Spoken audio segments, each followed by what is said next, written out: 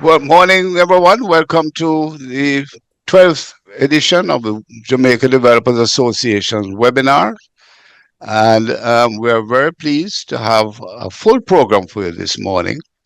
And to lead us off and get us in the right spirit, I have no other than Reverend Deacon Reynolds Scott, Executive Chairman of the GN Group of Companies and the Scott Foundation, of course, a property developer, philanthropist.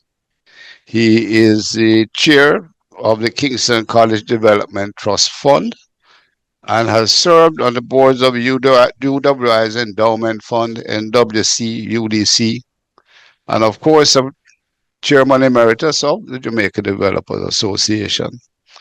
And he has also built and donated the Mel Nathan Preparatory School, as he, of course, was a student of Kingston College. He was almost at the north side of North Street, but um, North Street people, we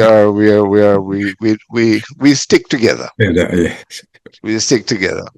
And of course, he's a graduate of University of West Indies, University of Man, and Harvard Business School. For words of inspiration and guidance, Brother Deacon Scott. Thank you, Chairman. You make me laugh. Good morning, everyone. Good morning to all. Let us just quiet our hearts for a moment as we go before the throne of grace for a blessing on another of our webinars.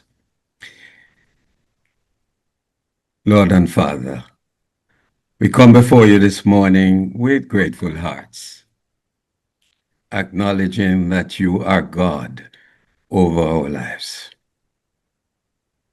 Lord, we all thank you for the privilege of gathering for this important webinar today. We especially thank you for the growth of our webinars, Lord.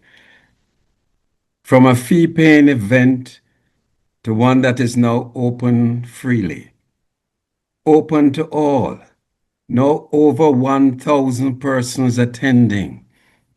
Father God, only through you. When small seeds are planted, you make them grow into large trees.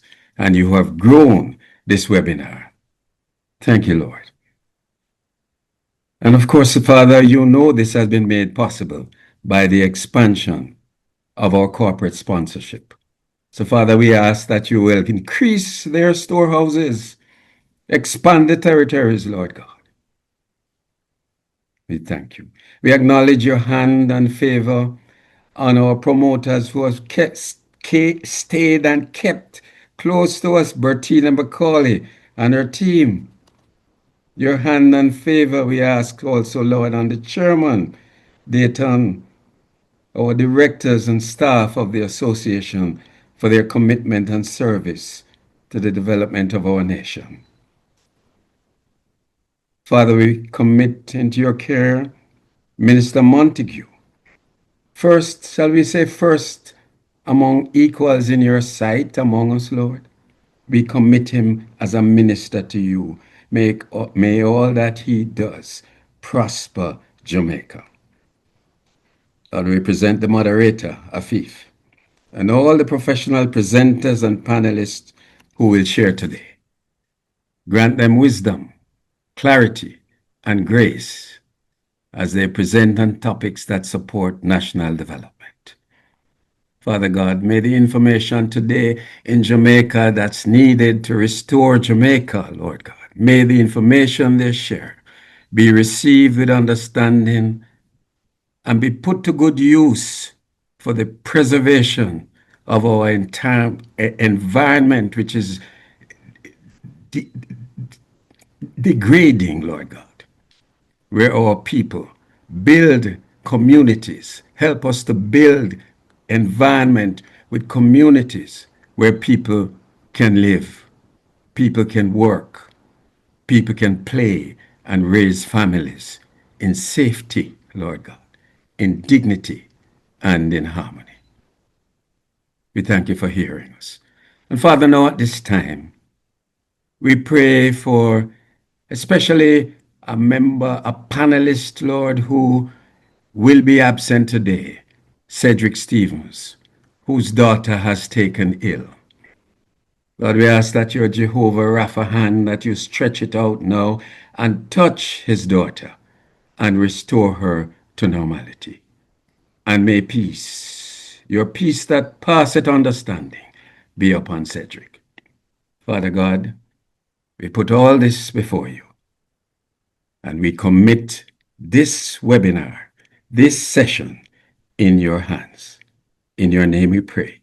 Amen, amen, and amen. Amen. Thank you very much, Deacon Reynolds.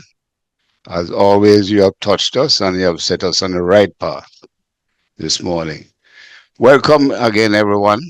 As um, Ronald has mentioned, we have over 1,000 registrants this morning and we have a full day. And we thank our sponsors, especially for being it. But more important, we thank you, our registrants, who keep us going and let us know that we are doing something worthwhile. And we are happy to keep doing this um, for us for a long time. And to get us going this morning, as I say, we have a long day. I'd like to welcome our moderator, Mr. Afif Assad Lazarus, attorney at law, a man who hails from Mandeville, of course, a prominent figure in Jamaican law and civil service. He was educated in Manchester High and the Cartwright College, and he became an attorney in 1973 and a solicitor in England in 1977. He was a senior partner at Livingston, Alexander and Levy, and is also a notary public. He's now a consultant with Livingston, Alexander and Levy, and I think he's working harder now than when he was in active practice, but he says it's not true. Lazarus' influence extends beyond law. He has had leadership roles at Jamaica Development Bank, Guardian Life, and chaired the Agricultural Credit Bank. And his public service includes positions with the Betting, Gaming, and Lotteries Commission. He is well known for his philanthropy and has led the Jamaica Cancer Society and the Freemasons Trust. A music lover, band leader, singer, guitarist, sports enthusiast, Brother Lazarus is a respected leader in Jamaican society. Welcome, Brother Lazarus, and we thank you again for being our moderator. And I hand over to you. Thank you, Mr. Chairman. That was quite some introduction. Let me add my words of welcome to everybody who has joined us this morning for this webinar. The webinar entitled Building for the Future Part 2, Costs, Risks and Resilience Post-Melissa. Very, very topical at this time because we still haven't recovered from Melissa. Insofar as this webinar is concerned, I think you will recognize that we have a rather long agenda. And as the moderator, I would ask you please stick within the time limits given to you for your presentations. And please forgive me if I have to, if I have to, curtail any of the discussions or presentations so that we can keep within the time limit. Insofar as any questions and answers are concerned, if you have any questions and we're running out of time, please do not hesitate to leave the questions in the chat. They will be attended to in due course. So welcome again, everybody. And I look forward to an enjoyable and informative seminar this morning and this afternoon. And I hope it will educate us as to the various aspects that are being discussed and presented. It is now my very pleasurable duty to welcome the Minister with our portfolio in the Ministry of Economic Growth and Infrastructure Development, the Honorable Robert Montague, to give us an opening address. The Honorable Robert Montague is a distinguished public servant, farmer, and community leader whose career has been defined by a deep commitment to the people of Jamaica, particularly in his beloved parish of St. Mary, which happens to be my mother's parish as well. A trained agronomist, he began his professional career helping farmers across the island to improve productivity and economic outcomes, while also pursuing his own interests in farming, forestry, and agro-processing. His dedication to service led him from local government as a councillor, mayor, and chairman of the St. Mary Parish Council to national leadership as a member of Parliament for Western St. Mary and chairman now of the Jamaica Labour Party. Over the years, he has served in several key ministerial portfolios, including local government, agriculture, national security, and transport and mining. He has also represented Jamaica with distinction in regional and international organizations, serving in leadership roles within Caribbean and Commonwealth local government bodies. Throughout his career, he has been recognized as a practical, action-oriented leader with a strong commitment to community development, economic growth, and improving the lives of Jamaicans. It is now my pleasure to request the Honorable Robert Montague to give us his opening address. Good morning and thank you very much, Mr. Lazarus. Indeed, sir, I do feel honored, a distinguished gentleman like you introducing me. The country boy from St. Mary has really made it this morning. Thank you very much. May I also thank the organizers for putting on what is supposed to be an excellent webinar and a day where a lot of information will be passed. So let me also acknowledge Mr. Dayton Wood, the president of the Jamaica Developers Association, members of the association, distinguished ladies and gentlemen, good morning. It is a pleasure to join you for this important conversation on Jamaica's future and the role that resilient development must play in shaping it.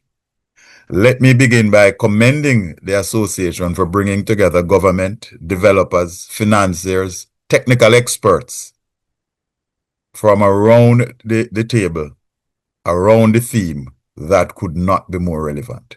I am also pleased that representatives from the Ministry of Economic Growth and Infrastructure Development and our agencies, the National Land Agency and the Development Bank of Jamaica, are here to contribute their perspectives. The truth is that Hurricane Melissa, like Hurricane Beryl before it, reminded us of something we can no longer ignore. Resilience is not optional, it is essential. Many of us have watched communities flood, families displaced, and businesses disrupted. But we also witnessed something equally powerful. We saw Jamaicans helping Jamaicans. We saw public and private sector partners working together. We saw that where infrastructure was properly planned and built, communities were better able to witness the impact, to withstand the impact. As we say, we take a lick, but we never fall. That spirit is part of who we are as Jamaicans. But resilience cannot depend on spirit alone. It must be built into our roads, our housing, our infrastructure, and our development. Because development is not just about concrete and steel, it's about people. It is about creating communities where families can live safely, build wealth, and look to the future with confidence. Climate change is already changing the realities we face. Stronger storms, heavier rainfall, and more frequent climate shocks mean we must change the way we plan and build. The question is not whether climate change will affect development. The question is whether we are adapting quickly enough. As we design communities that can withstand, are we designing communities that can withstand future storms? Are we investing in infrastructure that will still serve Jamaica decades from now? Are we planning for tomorrow instead of reacting to yesterday? Resilience cannot be added at the end of a project. It must be built in from the start. That means embracing innovation, smarter building practices, improved drainage systems, climate resilient materials, and better planning tools. Put simply, we cannot solve tomorrow's challenges with yesterday's solution. One of the clearest lessons from Hurricane Melissa is that recovery begins with safe housing. Following rigorous assessment in the wake of the hurricane, it was determined that approximately 2,500 families required direct housing support because their homes were destroyed or can no longer be safely rebuilt in the previous locations. The government has responded quickly through partnerships with the National Housing Trust, development partners, NGOs, and the government and people of China. More than 2,700 housing solutions have been secured. Approximately 924 containerized housing units are now positioned across the island to provide safe accommodation for displaced families while permanent rebuilding takes place. These solutions demonstrate the importance of innovation, preparedness, and partnerships in building resilience. Ladies and gentlemen, one of the more important decisions to emerge from the impacts of the hurricane is the establishment of the National Reconstruction and Resilience Authority, or NARA. As we move from safety to reconstruction, NARA represents a critical step in this process. But much has been said about NARA, and it is always said in Jamaica, at the end of the day, more is said than is done. NARA is around to change that narrative, because NARA is an implementing agency that is designed to cut through the red tape and to get projects started. NARA will set timelines to the different commenting agencies who give their comments for approval. NARA will set the timelines and insist that they must respond within these timelines. If the agencies give approval, then NARA proceeds to procurement. If an agency does not give approval, they must put the reasons in writing. And then the minister will convene a meeting with the agency and the project sponsors. And an independent assessment of the agency from a professional will be done. Thereafter, the minister can have the option of issuing a step-in order and override the agency. NARA is here to ensure that national projects are implemented safely but speedily. The private sector can also participate in the NARA process. If you have projects valued at US 15 million or more, you can apply and be placed under the auspices of NARA and have your projects speeded up. NARA will report to Parliament regularly and will keep a list of the projects. Projects to be done by NARA will be selected by the Cabinet but monitored by the Parliament. NARA was created with a simple but important mission, not just to rebuild what was lost, but to build back better for developers, investors, and communities. NARA will be a key partner in promoting resilient infrastructure, strengthening planning systems, and encouraging risk-informed development. Because the best time to build resilience into a project is not after construction. It is at the first design meeting, the first survey, and the first investment decision. Distinguished ladies and gentlemen, resilience is also about security and opportunity. That is why land ownership remains such an important priority. I often say that every Jamaican should strive to have their names written in one of three important books: the Book of Life, the Book of the Voters of Jamaica, and the Book of Registrar of Titles. A title is more than a document. It provides security, creates opportunity, and gives family a foundation on which to build wealth and prosperity. That is why the government continues to modernize Jamaica's land administration system. Through our partnership with Figisto, land records are being digitized, and new e-titles will significantly improve efficiency and accessibility. We intend to start issuing e-titles as of next year, September. We're also introducing a property watch service to help protect landowners from fraud and exploring ways to assist small landowners with survey costs, one of the major barriers to obtaining a title. At the same time, we continue to strengthen enforcement against land scams and illegal occupation of government lands, while creating lawful pathways to ownership and housing for all Jamaicans. These initiatives all support a broader goal: building stronger communities and expanding economic opportunity. Resilient development requires partnership. Government cannot do it alone. Developers cannot do it alone. Financial institutions cannot do it alone. And definitely NARA cannot do it alone. We all have a role to play. We must stop viewing resilience as an additional cost and start seeing it for what it truly is: an investment that protects lives, safeguards communities, and strengthens economic growth. As we say, better to build it right from the start than pay twice later.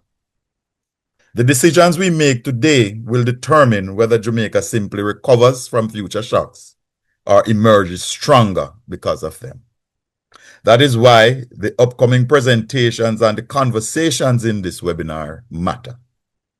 They challenge us to think beyond the next project, the next quarter, or the next election cycle, and focus instead on the Jamaica we want to leave for future generations. A Jamaica that is stronger, safer, and more sustainable and better prepared for whatever lies ahead. As developers, planners, engineers, financiers, and policymakers, you have the power to determine whether the communities we build today can withstand the challenges of tomorrow. I therefore charge you to build with resilience in mind from the very beginning. Build communities, not just houses. Build sound infrastructure that can withstand stronger storms and changing climate realities. Invest in innovation, embrace new technologies, and never compromise on standards. See resilience not as an added cost, but as an investment in lives, livelihoods, and long-term prosperity. Above all, remember that every development project leaves a legacy. Let that legacy be one of safety, sustainability, and opportunity for future generations. If we work together, we can create a Jamaica that is stronger than every challenge, more prepared for every risk, and more prosperous for every generation. The responsibility is ours, the opportunity is ours, and the time to act is now. In rising to that challenge, I encourage you to engage fully in today's discussions. Share ideas, challenge assumptions, explore solutions, and build partnerships. Our mission is bigger than recovering from Melissa. Our mission is to build smarter, build stronger, and create a Jamaica that can strive in an increasingly uncertain world. In closing, every road we build, every bridge we construct, every title we issue, every housing development we approve, and every resilience measure we implement is an investment in Jamaica's future. I wish you a productive and successful webinar. May God bless you, and may God continue to bless Jamaica, this land we love. Thank you very much. Thank you very much, Minister, for that very informative and introduction. We will certainly try to fulfill your mandate, as it were, that you've given to us to discuss all these things and challenge each other with our own views and so on, so that we can come out at the end with something that is acceptable to all and beneficial to Jamaica. Thank you very much, Mr. Minister, for your very, very inspirational words. Thank you. Thank you very much, Mr. Lazarus. Thank you. All right. I think the time has come now for us to take our first commercial break, and we'll come back with the next presenter.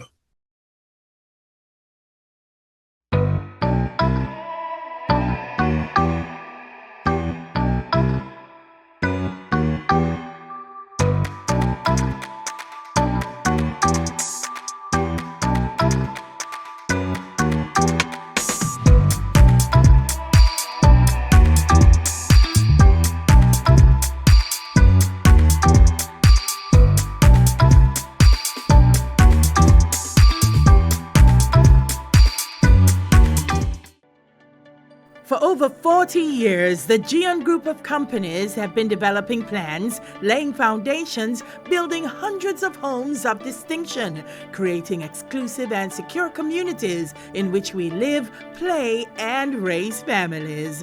The GN Group of companies, creating homes that people enjoy. Think security's expensive? Try a break-in. DigiView Security offers intelligent surveillance for residential, commercial, and large-scale spaces.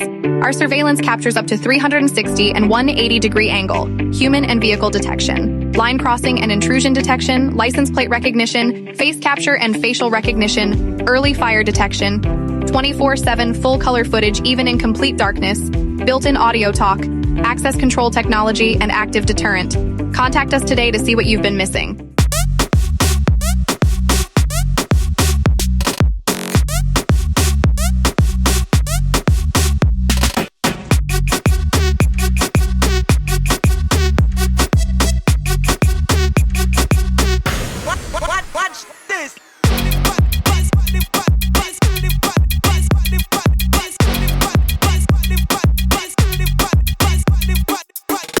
Just A, win the lotto, B, get a low light bill, or C, get news that you can't wait to tell? It's C, because when you refer your friends or family to JN Bank for a mortgage, you could get up to $100,000 cash, even if you don't have a mortgage with us. If your referrals get approved and moves from house hunting to home owning, you get rewarded. So go ahead, tell a friend and earn from it. Visit jnbank.com to learn more about JN's Tell a Friend Mortgage Rewards. JN Bank will help you find a way.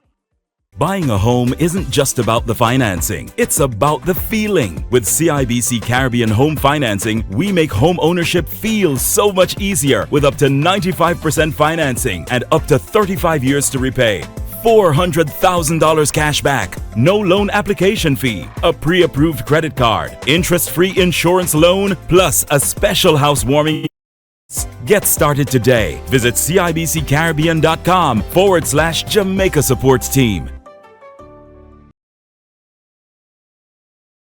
Gentlemen, we now have the BH presentation. BH Paint is a platinum sponsor of this webinar, and to address us is none other than Mr. Marvin Fletcher, who has 7 years experience in the coatings industry. He's a trade sales manager, high performance coating specifier, architectural coating technologist, and he has extensive experience supporting commercial, industrial, and construction projects across Jamaica and providing technical guidance, specification support, and coating solutions that deliver long-term performance and value. Mr. Fletcher, you're on the floor. Yes, good morning. Today, the approach we're taking today is really just to have a general conversation as it relates to coating in the industry and how to build resilient coating and to specify at the construction stage. Unfortunately, in the industry, we have often had where coating seems to take an afterthought, and a lot of the focus tends to go on color choices, and not necessarily coatings that are designed to specifically geared towards yielding the results one may desire. As a specifier, we often would take an approach of diagnose the future problems, looking at those future problems and specify the products, the solutions for those foreseeable future.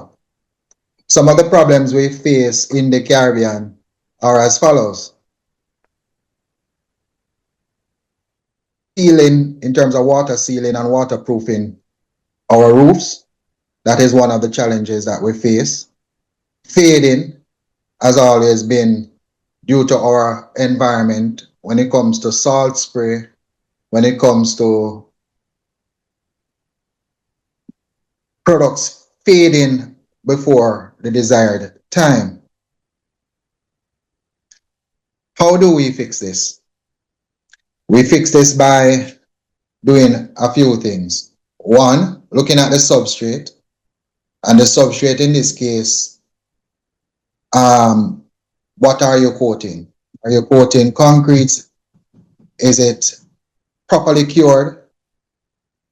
What's the age of the concrete? Was it previously coated?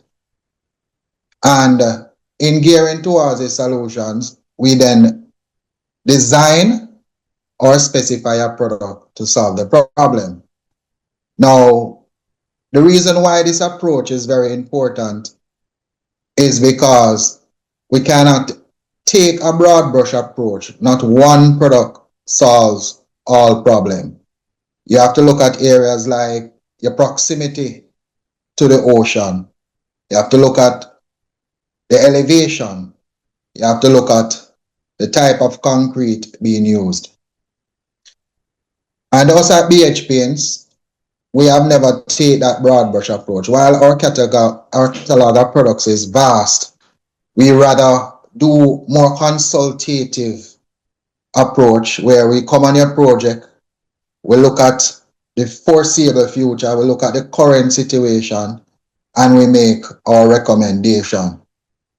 And I'm sure we can appreciate how this will resolve any future headaches. And when you're in maintenance, one of the things that is very painstaking is have to be revisiting a problem over and over again. Let's take our elastomeric waterproofing solution, for example. Right? It is so designed that it goes into the porous areas, hardens, and forms a water barrier.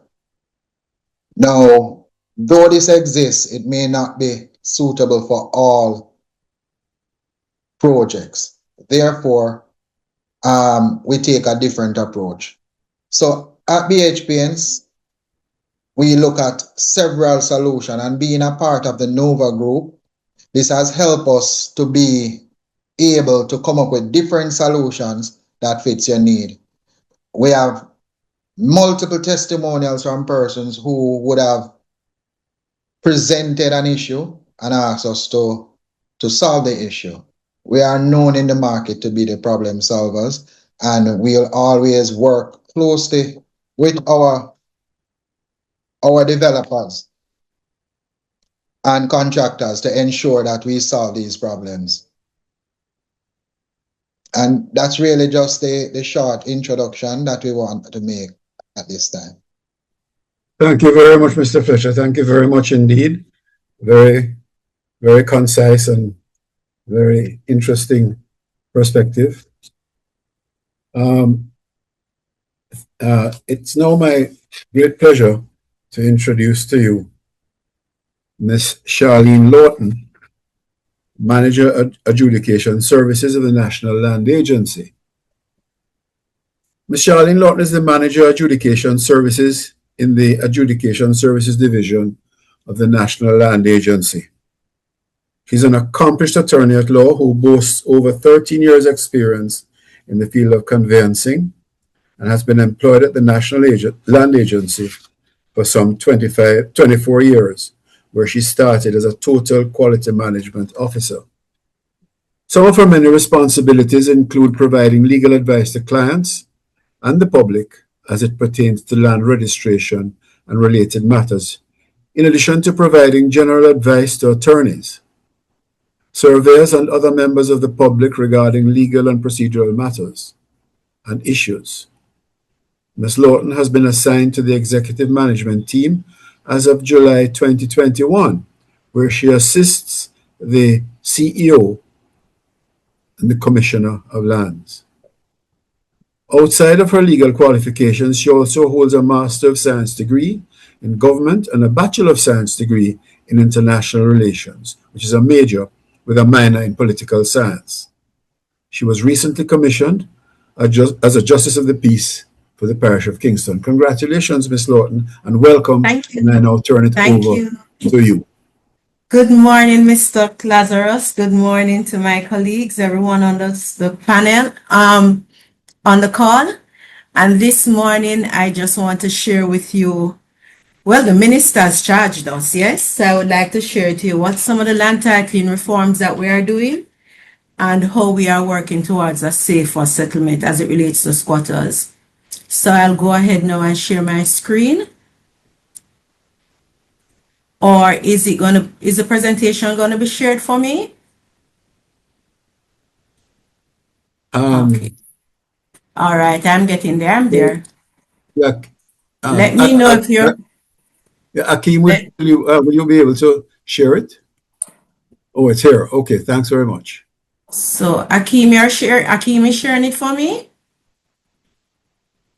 Or do I have control? I think I have control.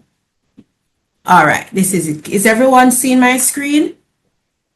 Yes, your screen Are you is seeing me? now. All right, great. Yes, So the title this morning is, the topic this morning is land titling reform and the relocation of squatter settlements for safer and more resilient communities. So we look at the area selected for the presentation was systematic land registration, and the minister touched on e-titling, so I'll give you a little more details on that, and the squatter settlements. So you may be asking, what is the relevance of this topic? And we know that land provides security, identity, and economic opportunity. As it is, Jamaica continues to face challenges related to informal occupation and insecure tenure.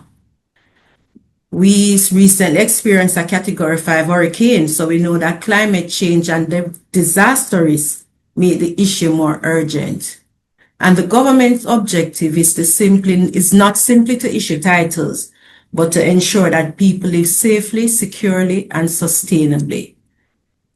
Now, approximately 63% of land parcels in Jamaica are registered.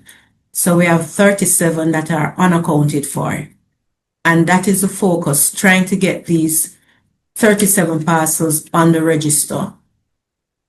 We have persons who are legally living on the land, but they do not have any registered certificate of title and cannot therefore make more productive use of their land.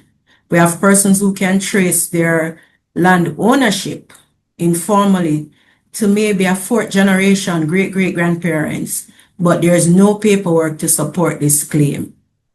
So what we're aiming to do with land titling reform is to simplify and modernize process for obtaining a registered title, improve access to secure tenure, increase efficiency and transparency, and support economic growth and investment. The minister in his introduction mentioned some of the barriers to land registration. The first on the list will always be the prohibitive cost of titling. It is not a cheap venture. And when persons are faced with choices, economic choices, tuition, mortgage, rent, utilities, day-to-day living, and you know you live on the land, this is not something that you're readily going to put money aside to address. Because in the mind of our fellow Jamaicans, it is my land and nobody can take me off it. So we have to be working now on ways in making it more affordable or attainable, moving the goalposts a little closer to persons to encourage the registration. We have the issue of the inability of landowners to provide acceptable proof of ownership. We have situations where, and it's happening in 2026, that persons will purchase land without any receipt. They just give the money, and the vendor says, the seller says, from the mango tree to the ackee tree, that is the portion I'm selling you. And they start building, or they start taking acts of ownership, and there's nothing to show how they came into ownership of the land. There's also the challenge of the inability of the landowners to meet the requirements of the municipal corporations, that is the subdivision approval. Now, if you don't have the paperwork to support ownership of the land, then you will never meet this requirement to get the subdivision approval. And let's face it, many Jamaicans do not see land registration as a priority. And because it is not compulsory, we depend on our nationals to come in, on people to come in and do the process to register. It's a voluntary process, and because it's voluntary, it is sporadic, it is ad hoc. Now, when looking at land registration, we have to focus on the two main legislations. There are other legislation that touches and concerns land registration, but the two main legislations are the Registration of Titles Act, and this act was passed in 1889 and amended in June 2020. I want you to note the disparity in the dates between enactment and amendment. So for years, we were working with a 1889 legislation strictly as it was written, as it was passed. In 2005, there was a Registration of Titles, Cadastral Mapping, and Tenure Clarification Special Provisions Act, and we call this the SPA for short. This act was also amended in June 2020. And the significance of the amendment in June 2020 was to facilitate, one, the merger with LAMP, Land Administration and Management Program, when it became a part of the National Land Agency, and to allow us to embark on systematic land registration. So we're going now into systematic land registration. So in jurisdictions wanting to pursue land tenure regularization, one of the most consistent means of realizing this object is via systematic registration of land, using an adjudication process to establish ownership rights. In order to do this, the agency has a division, the Adjudication Services Division, and their job is to assist landowners who have been in open, undisturbed, and undisputed possession of their land for 12 years or more. And we allow them to claim ownership of such land via the systematic land registration process. Now you have to note it must be open. That means everybody is aware of it. Undisturbed, there's no quarreling happening about who is to own the land. Undisputed possession, nobody is saying, come off my land, it is not your land, etc. So it would be similar to the requirements of adverse possession, and we use it for systematic land registration. Right. So what is systematic land registration? It is a methodical and orderly registration of parcels of land in a designated area. And the designated area is known as a systematic adjudication area. So let me go back and just explain quickly. A designated area is done by the minister. In this case, it will be Minister Montague.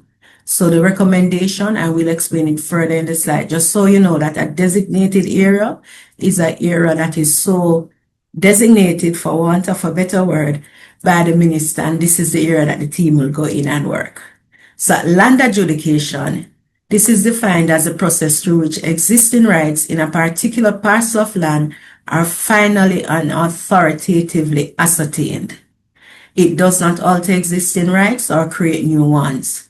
It merely establishes what rights exist, by whom they are exercised, and what limitations, if any, they are subject to. So you cannot use the systematic land registration process to acquire land. It just adjudicates what already exists. So not because you hear the team is in this area, the area has been designated, you're going to come in the dead of the night, set up something and say, oh yes, I've been in possession. No. And I'll explain to you how is it that we're able to know if this is not so. All right, the adjudication process now. So step one, as I mentioned, there's an identification of the systematic adjudication area. The area is then declared by the minister, and having it once it's declared and gazetted, the public education and awareness starts. So we go into the area, we explain to persons what we are about, what we are doing, what is required of them, when the team will be out, etc. And we do that on 2 levels to ensure that persons know what to expect, and also to deflect from anyone who may have underhanded reasons or who are impersonating NLA personnel and going in the field. Step 2, having declared the area now, step 2, we need to do field work. So we need field work from the surveyors, and this is where we partner with our surveyors, our external surveyors, to get the parcels surveyed. And then the legal team goes out and do the adjudication of rights. Now, this process requires a door-to-door exercise. They literally go in the community, they knock on each door, speak with the person, get the information, ask them specific questions. There are questions that they know that they ask, and then you go next door, you speak to the neighbor. In speaking to the neighbor, you also get information about the previous property you're coming from. So that is how you get the connection of the information. So you have to pay attention keenly. It requires paying attention to what is being told, what is being said, and sometimes what is not being said. Having done that process, gathered all the information, then the information is presented to the Director of Adjudication Service, and the Director makes a determination. So based on the evidence and the recommendation, we will question if this person is really, if they have met the requirement, 12 years or more, or if it is that they need further particulars. Once all of that is completed, there's a preparation and display of the adjudication record. Now, the adjudication record is a sheet. It's on paper. It's paper based, and it lists the parcel number, the person, name, address, occupation, the CADMAT number. Everything is stated on there, and it is displayed. So for everybody in the community, all the applicants, it is displayed, and it is displayed at a popular place, the community bar, the church, the post office, anywhere that we gather, that the community gather, that hang out, that's the meeting spot. Because these communities, they have a meeting spot. That is where it's displayed, and it is displayed for 30 days. If there are no objections to the record, an adjudication certificate is issued. But if someone is dissatisfied with the decision of the director, then their remedy is to proceed to court to get the matter, a determination on who is the owner. For step 5, if all objections to the record must be referred to the Director of Adjudication Services. So the moment there's an objection, there's a form that is completed and it is submitted. The adjudication director then asks the adjudication committee to convene the hearing to listen to the matter, and then they will make a determination. Now, the adjudication committee consists of 5 persons: an attorney at law, called to the bar for 10 years or more, a commissioned land surveyor who has been commissioned for 10 years or more, a justice of the peace, and the justice of the peace is usually from within the locality, a minister's representative, and there's a community representative. So by the nature of the committee, the persons know each other, they are familiar with the process, they are familiar with the land. And this helps us too with determining the authenticity of the information given. Now, if the matter goes before an adjudication committee and the person is still dissatisfied, then they will have to proceed to court. Because once the adjudication certificate is issued, that will now be sent to the Office of Titles for the processing of the titles,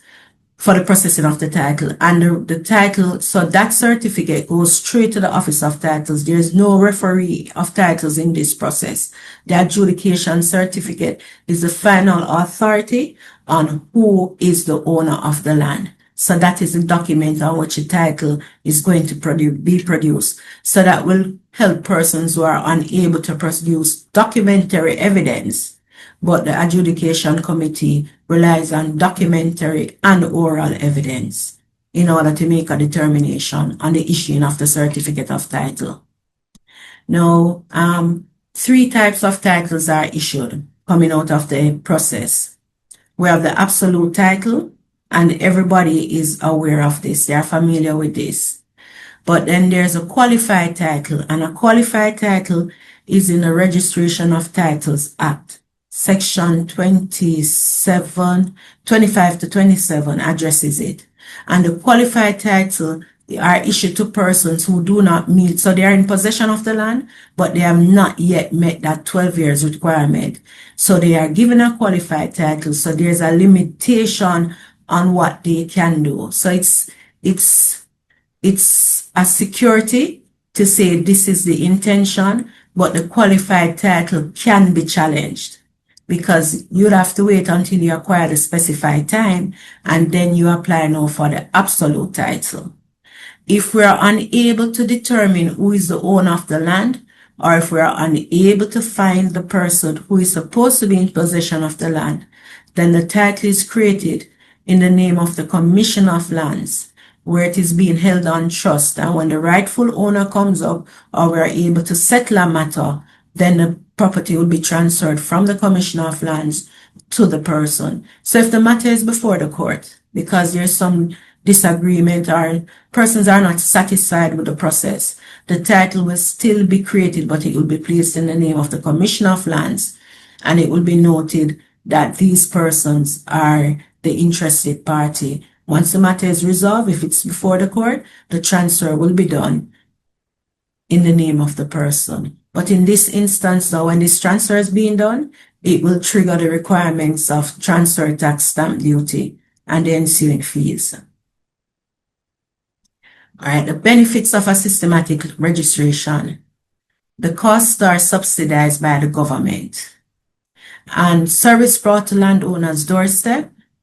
The registration is of an appreciable amount of land in a short period of time. So we're not doing it ad hoc. It's not sporadic.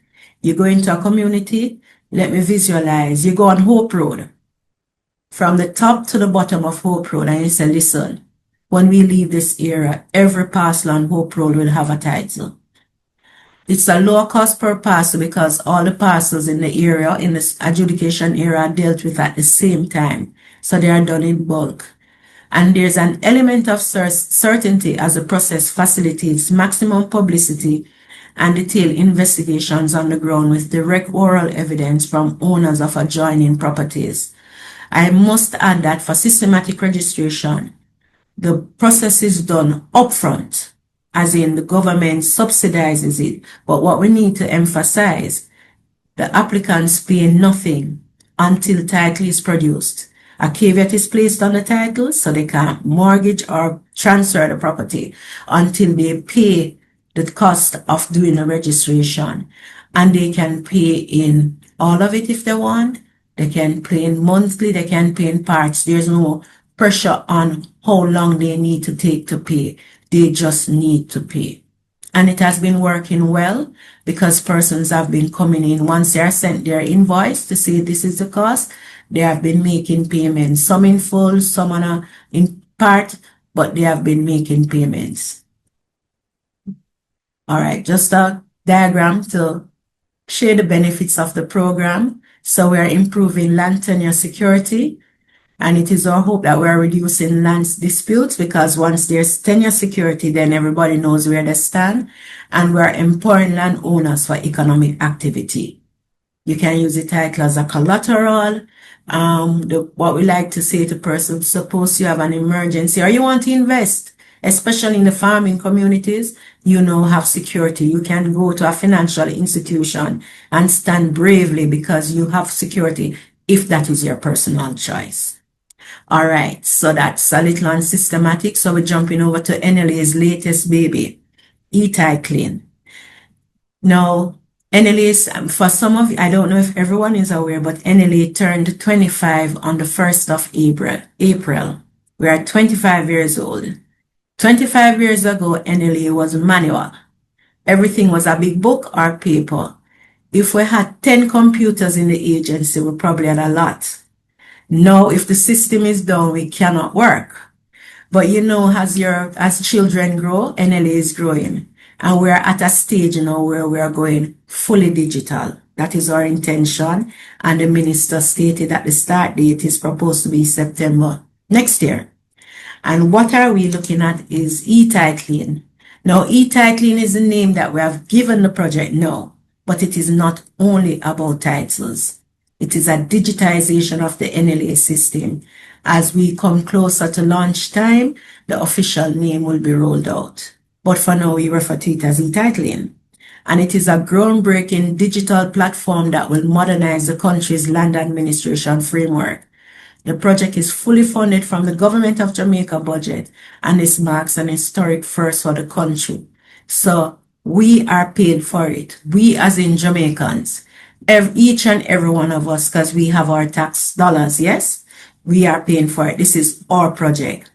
The project is being spearheaded by a local technical team, and it's being developed locally. So everything about this project is a local. It will replace traditional paper-based processes with a secure, fully digital land registry.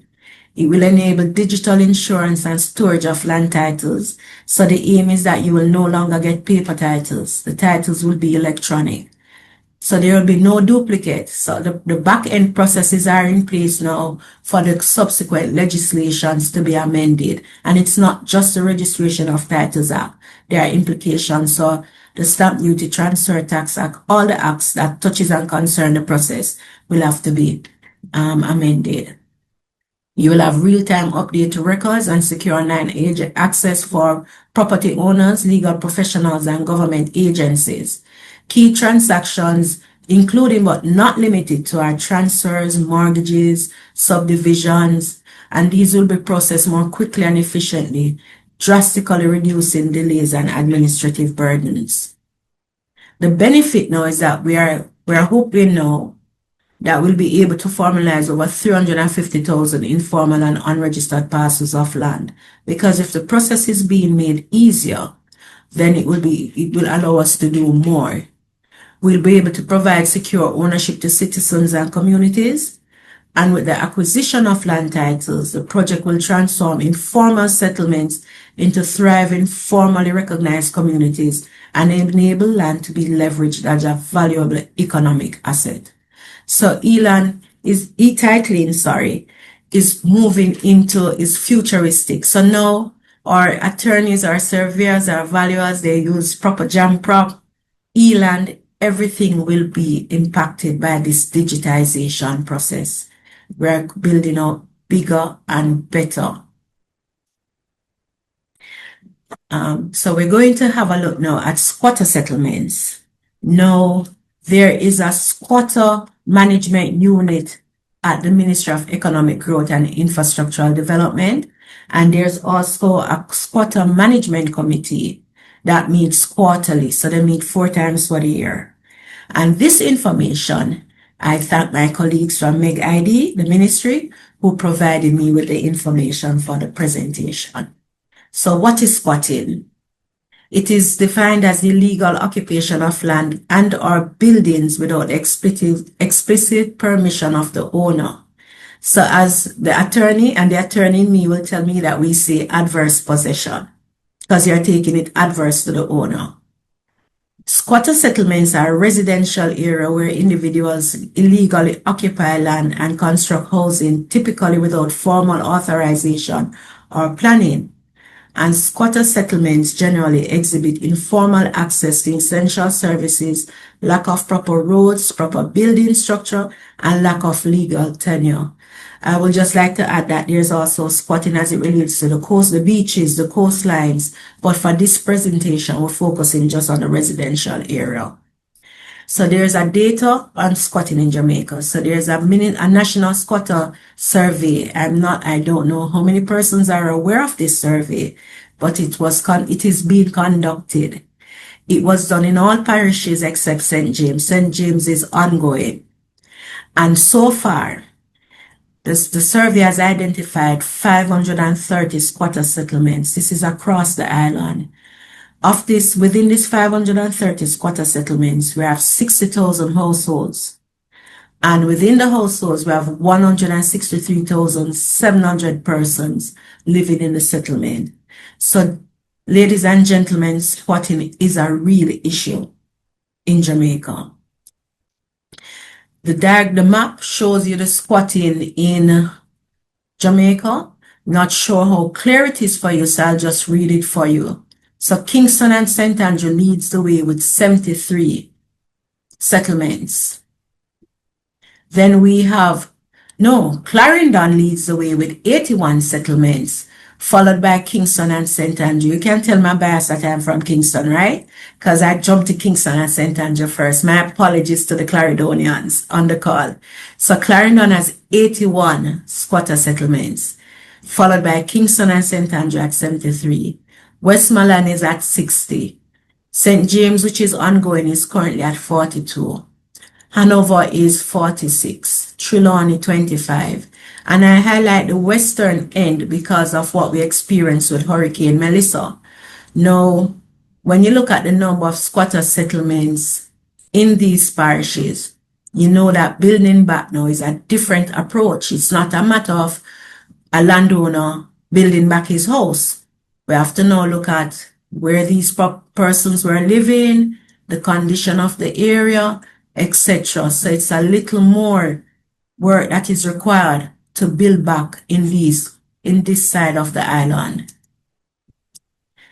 This is a drone imagery of a squatter settlement in St. Andrew, and this image was taken in 2024. And we know that the high-risk areas, the settlements are located in high-risk areas such as flood-prone lands, steep slopes, watersheds, coastal zones. So what it is, these lands will remain vacant. To the man on the street, this is just a land and I need somewhere to live and I'm going to live there. But there were reasons why the lands were vacant in the first place. So what happens now? As it rains, they get flooded out. Steep slopes, landslide. Watersheds, that is interrupting our water supply, and the coastal zones.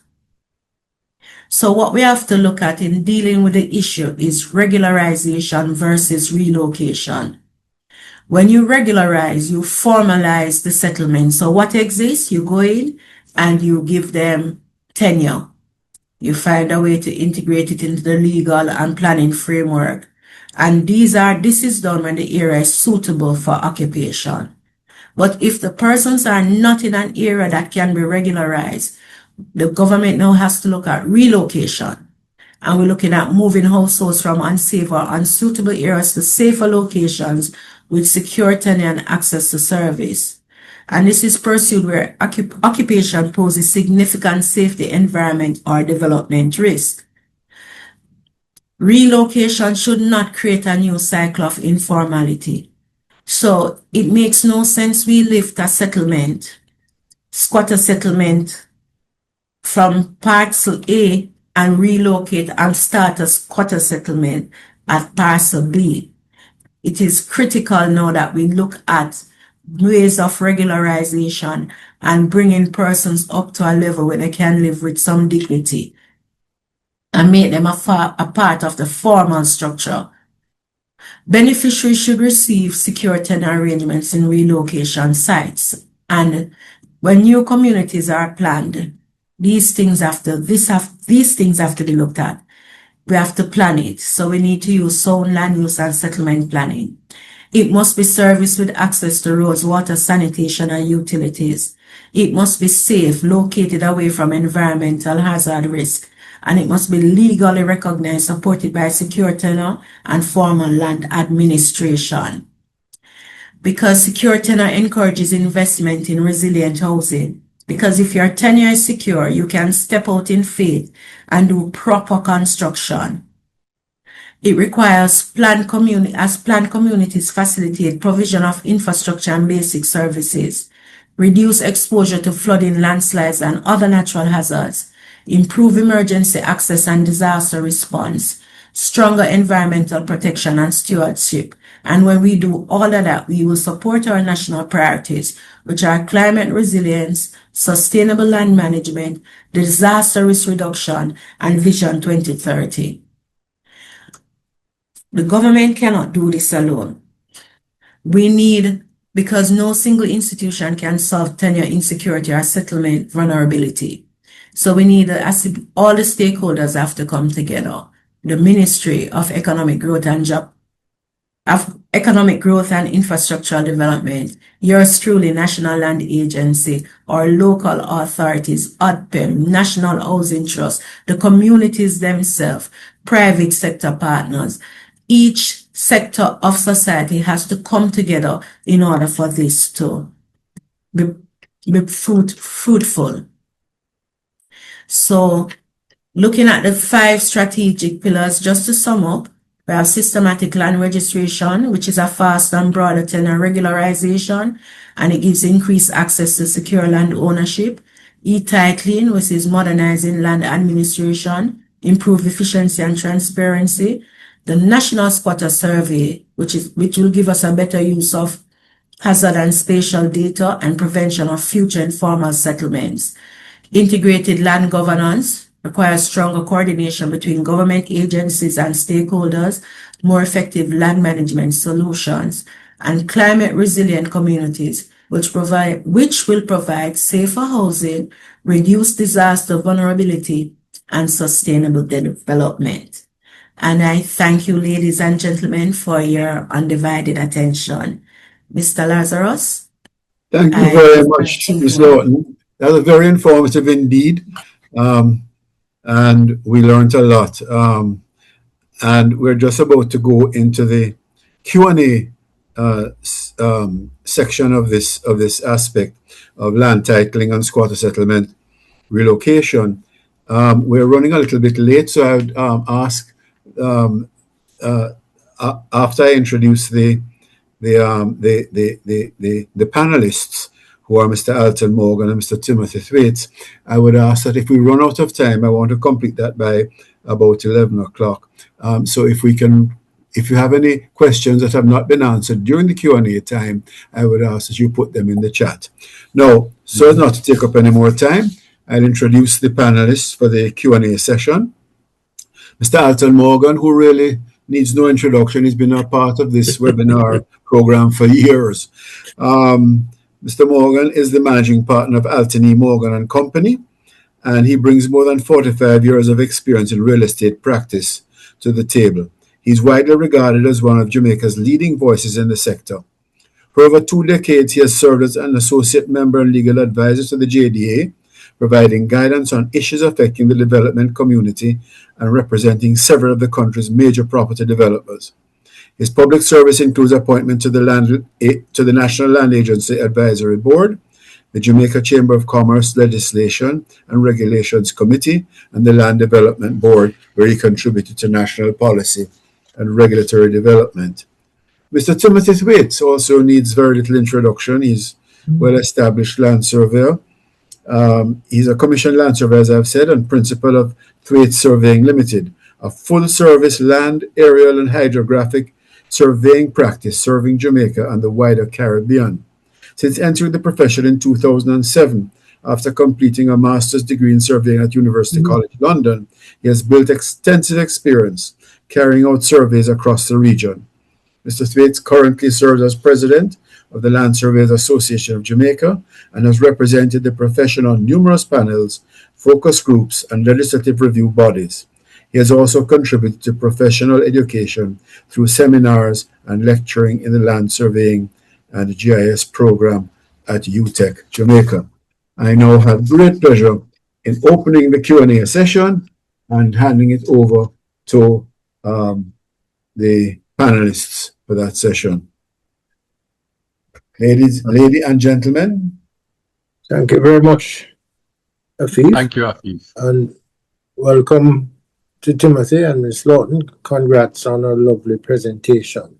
I'd like to bowl a fastball. I'm expecting it. as you are wont to do from time to time. As I want to do from time to time. If you did it, Mr. Morgan, I would be surprised. All right, there you go. Yes. The age of the Registration of Titles Act is of importance. We acquired that legislation because of the Morant Bay uprisings in 1865. Yes. and it contains provisions which did anticipate squatting. Yes. As you mentioned, qualified title. Yes. And there's also section 47, which speaks to doubtful title as well. But more interesting is the provisions relating to building leases, which don't seem to have received any traction in being applied to the issue of squatting. We are allowed to have title for leases, correct, under section 39. If you have a lease for 10 years or more, you can have a title issued for it. And it was originally contemplated that one of the things the NHT would do is acquire lands, large tracts of lands, and lease them out to persons with building leases for up to 99 years, because you can have a building lease for up to 99 years. I participated in that discussion back in the, I date myself now, back in the late 70s. It was chaired by the Honorable Justice Carl Rattray. But somehow that aspect never took hold. And it is an effective solution where the NHT can acquire land from the persons who own it, but on which squatters have occupied, and create leasehold titles for the squatters with building leases that would allow them to build and have succession of ownership as we go along. But is there any capacity at the National Land Agency for the issue of titles on the building leases? I can tell you, I will defer to your experience on this one, but in the years I've been here, I've never seen that title, and it doesn't mean it cannot be done, but I find that in practice, there are things that are just not done. When we first issued a qualified title, the amount of phone call we got asking us, what is that? Where you get that from? And you said you led with it, the date of the act. There are some things in the act that are outdated. It was the thing in 1889, but in 2026, I don't even know if some of the words are still in the dictionary, if we still use them.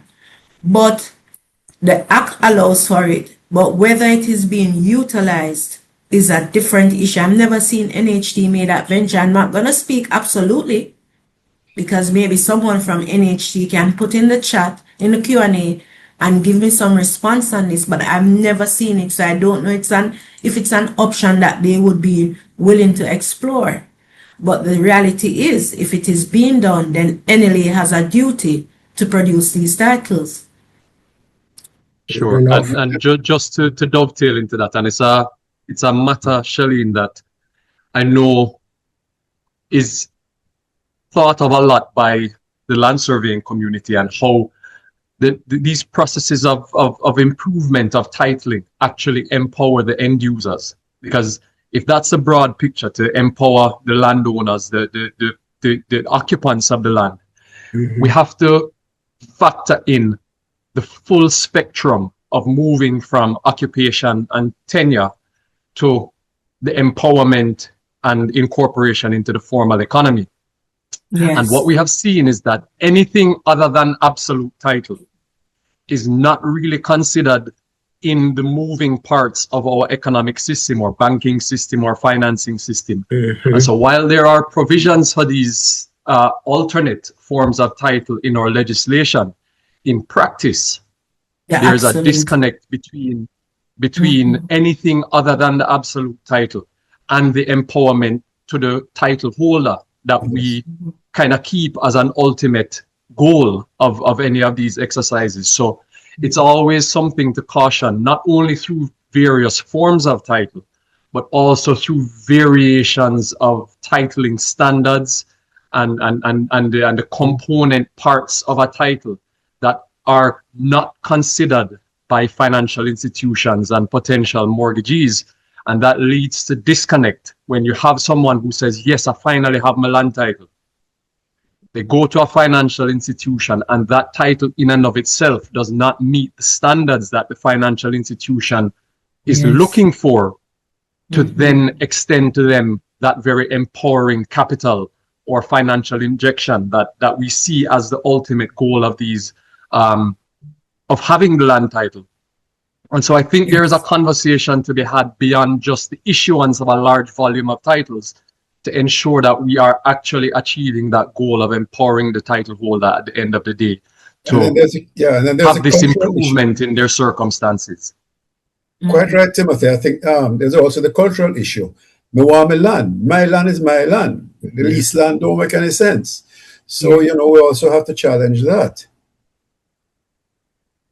I find that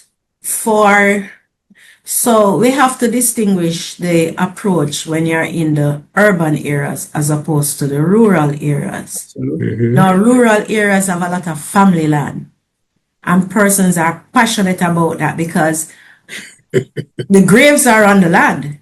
The great-grandparents, they are buried on the land.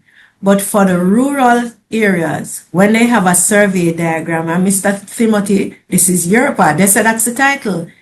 I have my title, and when you say show me the title, they take up the diagram.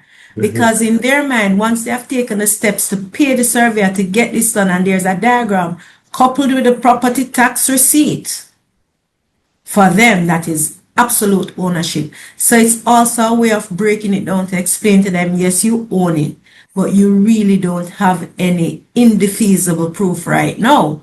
We need you to get the title. And for some persons, it boils down to an economic decision. I own the land, it's my land. Yeah. You can't take me off my land. If I can interject, you mentioned the property tax receipt. That is also a misconception that causes a lot of confusion because people believe if they pay the taxes, then that is possession as far as they are concerned. I have a matter right now in St. Mary where if the owners don't hurry up and pay the taxes quickly after the 1st of April, they find out the taxes have been paid for them and there's nobody on the land.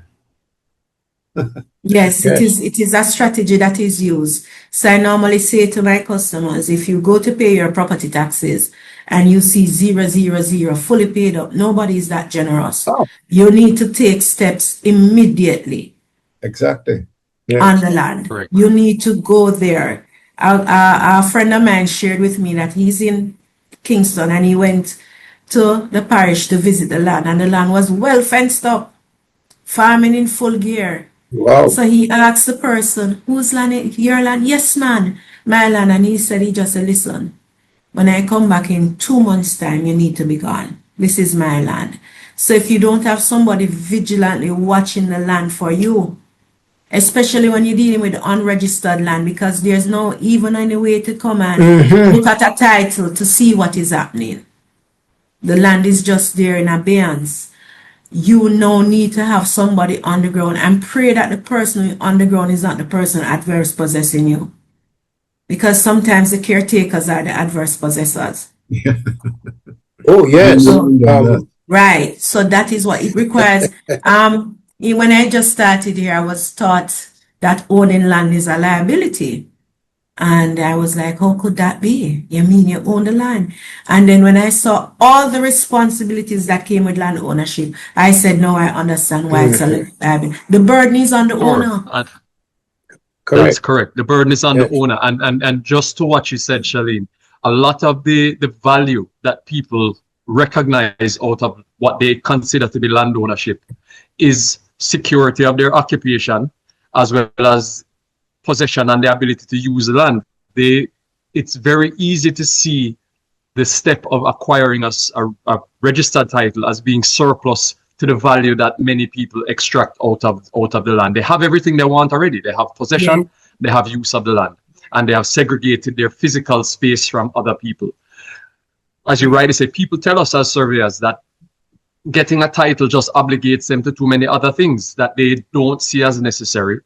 And so there is a learning process that is a culture shift, I'll call it that's necessary for broad acceptance of the benefits of registered land ownership. Yes. There's also another issue of absentee ownership. In fact, the very issue that the Registration of Titles Act was aimed to address is again recurring.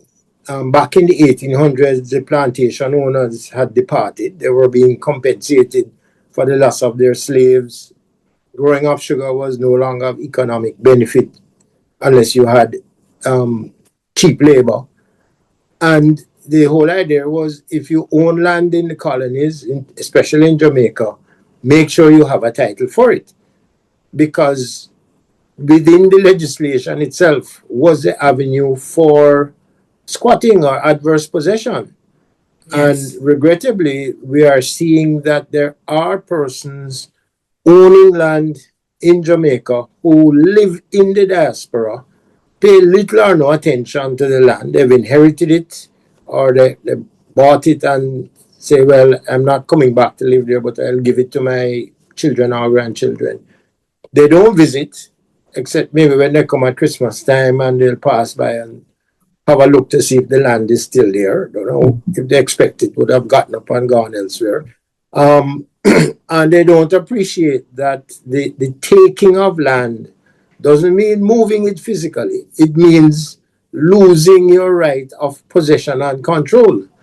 So there is a laxity when it comes to managing land which is owned with a registered title that allows the registered title to be defeated. Now I can tell you one interesting situation. There's a house in Aylsham which was in a very dilapidated condition for many years because the owners abroad, the husband and wife, the husband was mentally handicapped. The wife wasn't able to attend to the property in Jamaica. They left it unattended. And we discovered recently when we saw the house being renovated that a gardener in the neighborhood had done an adverse possession application under Section 85 for the registered title to be cancelled and a new title issued in his name. And he then sold the place for $12 million to the new owner who is now renovating it. So it's not just land left out in rural areas, which is susceptible to squatting. It's property in highly developed residential neighborhoods. And we need to perhaps have a public education campaign to get people to understand that the fact that you have a registered title does not give you absolute protection if you do not occupy and control the land. Yes, I agree with you, Mr. Morgan. And I will also add, I remember the Trespass Act gives you some remedy. So if you allow somebody to be on your property for 1 year, where were you? Okay.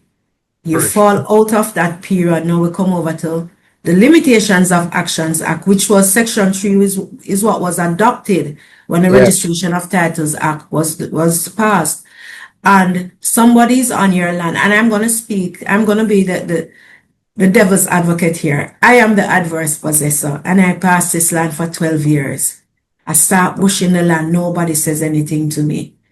First year, I do it, a little nervous. Second year, getting comfortable. By year 6 now, I'm on my way, and I say, yes, counting down 6 more years. And at year 12 and 1 day, I can tell you, they are lodging a caveat on that property. And their caveat is that they are claiming adverse possession. Yep. I am serious. They are coming at 12 years and 1 day. When they lodge that caveat now, and the owner may suspect or the owner may realize, the owner then comes and tries to deal with the property, but the caveat blocks the owner. So now they have to proceed to court for the court to make a determination. So not because you're the registered proprietor, as Mr. Morgan said, it doesn't give you an absolute right either. You have to constantly protect your rights. And if there's a mortgage on the property, that is where you meet a roadblock because you have to address the mortgage. You have to. So if it's a title that is free and clear, unencumbered, so I will say for persons who are always in a haste to pay off your mortgage, sometimes a mortgage is a good thing. Because The mortgage gives you some protection. It does. Because it matters not how long a person has been in possession. They will still be asked to address the mortgage.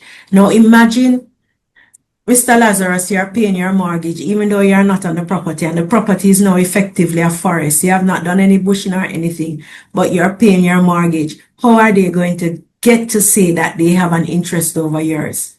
The mortgage is what is giving you some protection. I know that when we go abroad, when LNA travels abroad to these diaspora conferences, this is one of the questions that they get from the persons who are living abroad as it relates to their property. And each and every time they are told to take active steps to ensure that their property is protected by sending someone there. We're in technology now. Someone can give you a video call. You probably could reach out to have a real estate company if you can afford it, manage your property. You will see, but something has to be done. You have to take some responsibility. Absolutely. May I just ask one quick question? Afif, may I just ask one quick question? Sure, certainly. The family land, where family members are given this side, this quarter, this side, this piece and that piece, and then over the generations, they build on the various sections. But of course, none of those individual parcels have tenure. Is there any way that some sort of title or tenure can be granted? I don't expect an answer right now, but if you could give me some thought. I know a particular case right now. All right, let me try and understand your question first. So it's family land.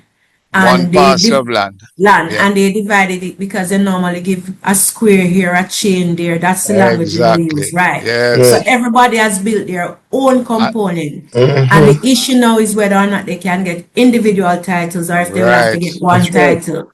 All right. When we're doing systematic land registration, these are the things we look out for.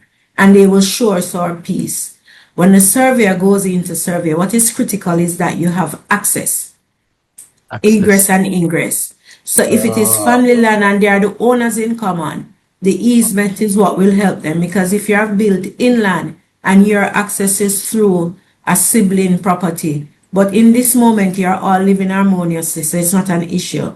Right. But what we recommend is the easement, because that will ensure that there's access. Because the moment there's a disagreement, I just put up a big boulder across the walkway and you find your way out, because we're not talking. So even though when we are doing it, even if they are on good terms, we introduce the concept of the easement. You have to give that person access to the road. But it can be done. The only limitation is if there's something physically wrong or if there's some preventative measure that says no.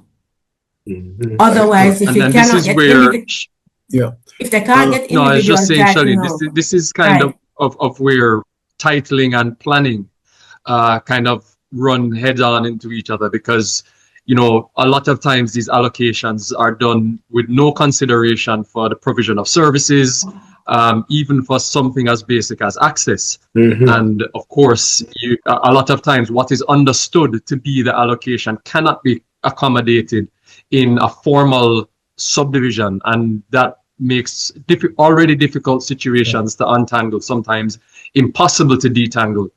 But it's just something that has to be treated on a case-by-case basis, and hopefully we can find our way to a solution that can ensure safety, can ensure sustainability of the fragmentation of the parcel of land, but also be considerate of this allocation, this rite of passage of interest in the land. And to tell you the truth, it's not always possible to bring the two together.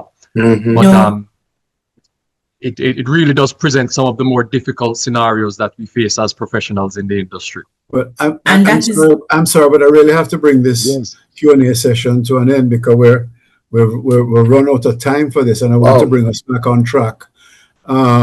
I perhaps would have one little bit of latitude, because I've been looking at the chats, and there are very few questions or comments. But there's one question that I think we'll just answer that quickly, and then complete the section. Carlita Bolt says, I'm reaching out on behalf of a family member who is in the process of obtaining a title for property she's lived on for over 3 decades. She's currently applying for adverse possession and has hired a surveyor who is now working on a diagram. Should she continue with construction while waiting on the surveyor's diagram? I gave an answer to that in the chat, Afif, I'm sorry. just to reiterate. That That the survey diagram does not establish your ownership in the property. Exactly. And so that in and of itself is not proof of ownership. And so any expending of resources and cash and construction is actually quite risky to do before you properly establish your ownership of the property. And so it would not be advisable to go forward with construction before the process of getting that registered title is completed. And I will support Timothy quickly. Remember, if it's an application that is going through the Office of Titles, not systematic, it goes to the referee. The referee of titles is an independent individual. Whatever the referee says, the referee makes a final determination. When we get the application, we just check to ensure that what is legally required is present. We do not make a determination. So if you need to dot the I, you did not dot the I, we'll send it back to you and say dot the I. Because it makes no sense send it to the referee for him to send it back for you to dot the I. Once it goes to the referee of titles is the final authority. If you disagree with his decision, you'll have to proceed to court. But so it is a risk, a very expensive risk if you take that route. Yes. Thank you very much. Thanks very much. I'm sorry, but I really have to close this section. Thank you very much, Ms. Lawton. You've been very, very informative. Thank you very much. And of course, thanks to Alton Morgan and Timothy Thwaites for their insights and for their sound advice. Thank you very much indeed. And I'll now ask Mr. Anglin to let us have another commercial break. Buying a home isn't just about the financing, it's about the feeling. With CIBC Caribbean Home Financing, we make home ownership feel so much easier with up to 95% financing and up to 35 years to repay.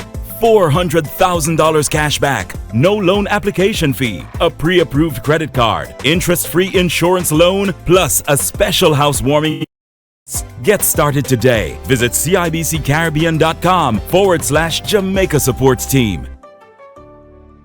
Did she just A, win the lotto, B, get a low light bill, or C, get news that she can't wait to tell? It's C, because when you refer your friends or family to JN Bank for a mortgage, you could get up to $100,000 cash, even if you don't have a mortgage with us. If your referrals get approved and moves from house hunting to home owning, you get rewarded. So go ahead, tell a friend and earn from it. Visit jnbank.com to learn more about JN's Tell a Friend Mortgage Rewards. JN Bank will help you find a way. For over 40 years, the GN Group of companies have been developing plans, laying foundations, building hundreds of homes of distinction, creating exclusive and secure communities in which we live, play, and raise families. The GN Group of companies, creating homes that people enjoy.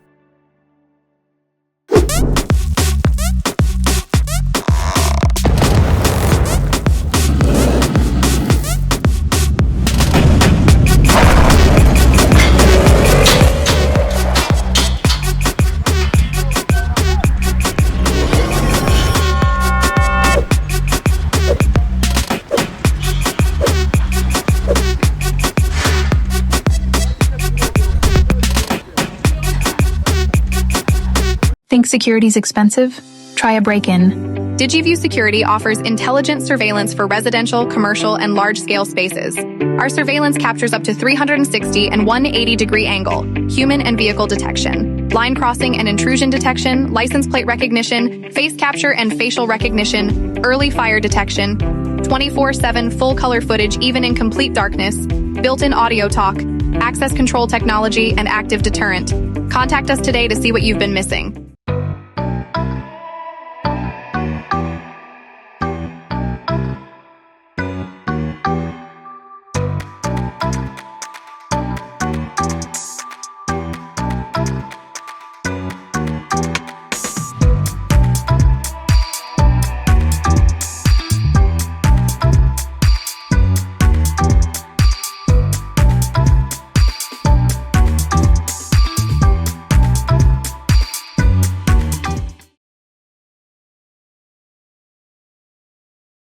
I think that's the end of the commercial section. We now come back into the program, as it were, and we now have some words from one of our platinum sponsors.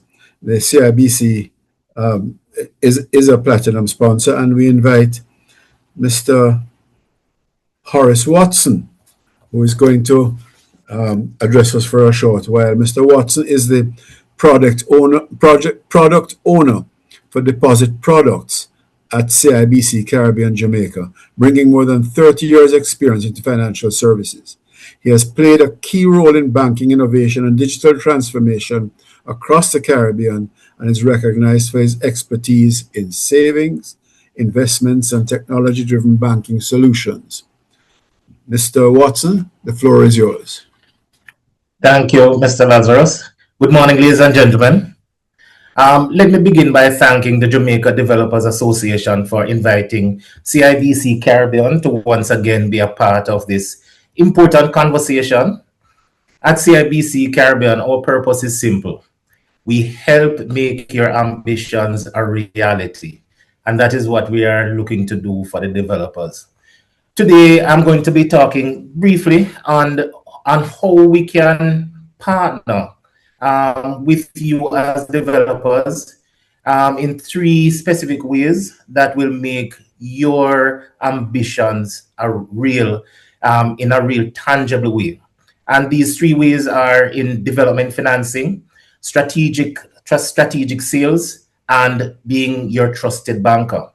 You would know that every good, successful project begins with the right financing partner. At CIBC Caribbean, our corporate banking team brings deep experience in structuring development finance, a strong understanding of local and regional markets, and a disciplined approach to managing risk, which is especially important in today's environment. Our role is not just to fund the project, but to partner with you from conception to completion. We help to structure your finances efficiently, support phased drawdown aligned with your build schedule, and provide guidance to navigate uncertainty, whether related to cost pressures or supply chain disruptions, or it may be climate risk. In short, we are helping to move you from idea to execution with confidence. Equally important is what happens after you launch a successful project. How quickly and efficiently you can convert your inventory into sales. At CIBC Caribbean, we are your strategic sales partners. We have a dedicated mortgage team that is focused on supporting your buyers. We have a streamlined and efficient mortgage process that is designed to reduce turnaround times. We support you on open houses. We have joint marketing initiatives, and we also support you in promoting your developments. Also, we can arrange to have special mortgage offers just for your development so that we can drive purchasing decisions. We don't just wait for buyers to come to you. We are actively working with you to create demand and to close sales. The benefits are clear. We provide you with faster inventory turnaround or turnover, improve cash flows, and a strong overall project success. Finally, we aim to be your trusted banking partner beyond the project itself. For both you and your client, we offer flexible personal and business banking accounts tailored for your needs, whether you want a cost-effective solution or you want an option that guarantees you with investment returns. We have the account for you. We offer a full suite of debit cards and credit cards, including rewards that support cashback, building travel points for that next vacation, or to give back through donations. We recently launched our prepaid MasterCard solution, making it easy for you to pay your small suppliers or your subcontractors efficiently. We offer cash management solutions designed to help you manage your liquidity, manage your payments, manage your collections seamlessly. Our focus is on making your banking experience simple, efficient, and tailored for your operations so that you can focus on building and growing. As Jamaica continues to rebuild and strengthen resilience, particularly in the face of climate-related challenges, partnerships will be more and more important. At CIBC Caribbean, we are committed to supporting your development ambitions, helping you bring projects to market successfully, and standing with you as long-term financial partners. We truly appreciate the opportunity to participate in this webinar and to continue to build on our relationship with the Jamaica Developers Association and its members. We look forward to connecting with you and working together to bring your next project to life. Thank you, and we wish you a successful webinar. Thank you, Mr. Watson. We really appreciate the sponsorship, the platinum sponsorship of CIBC, and thank you for those kind words. It is now my pleasure to introduce Mrs. Ayana Campbell, who is going to address us on infrastructure financing, roads, drainage, water and sewage, electricity, parks, and community centers.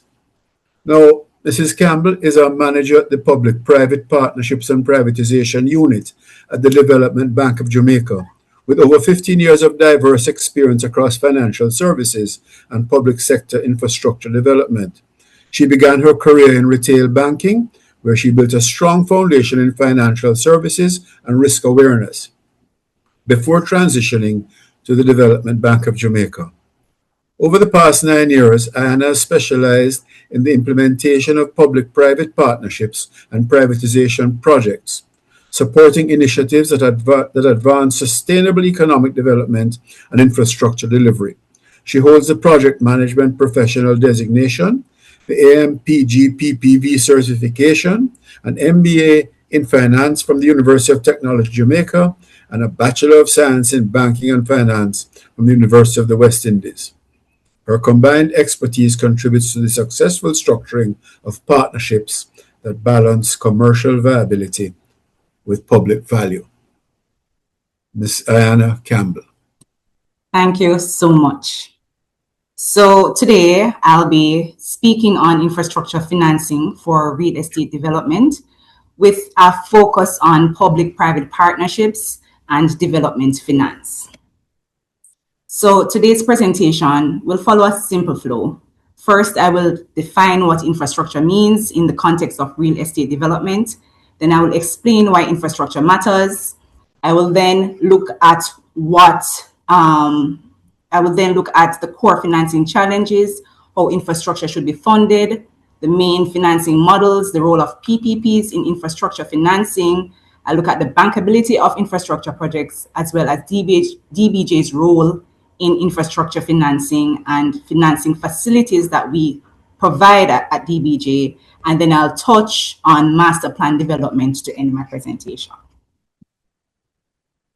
So what does infrastructure means in real estate? So when we talk about infrastructure in real estate development, we are talking about the systems, the facilities that make a community developable as well as livable. So this include roads and access ways, drainage, stormwater systems, water, sewage, wastewater systems, electricity, street lights, parks, etc. So a housing development may have excellent buildings, but without roads, drainage, all of these support infrastructure, it is not truly market ready, right? So infrastructure is not separate from real estate development. It is one of the things that determines whether development can actually happen and whether the development can be sustainable in the long term. So why does infrastructure matters? It is very important because it affects the success as well as the viability of the real estate development. It affects the development approvals, as the regulators and the planning authorities want to know that the site is actually accessible and that the drains are being serviced, etc. It affects the construction timelines, the project feasibility in relation to costs, and ensuring those costs are not underestimated, etc.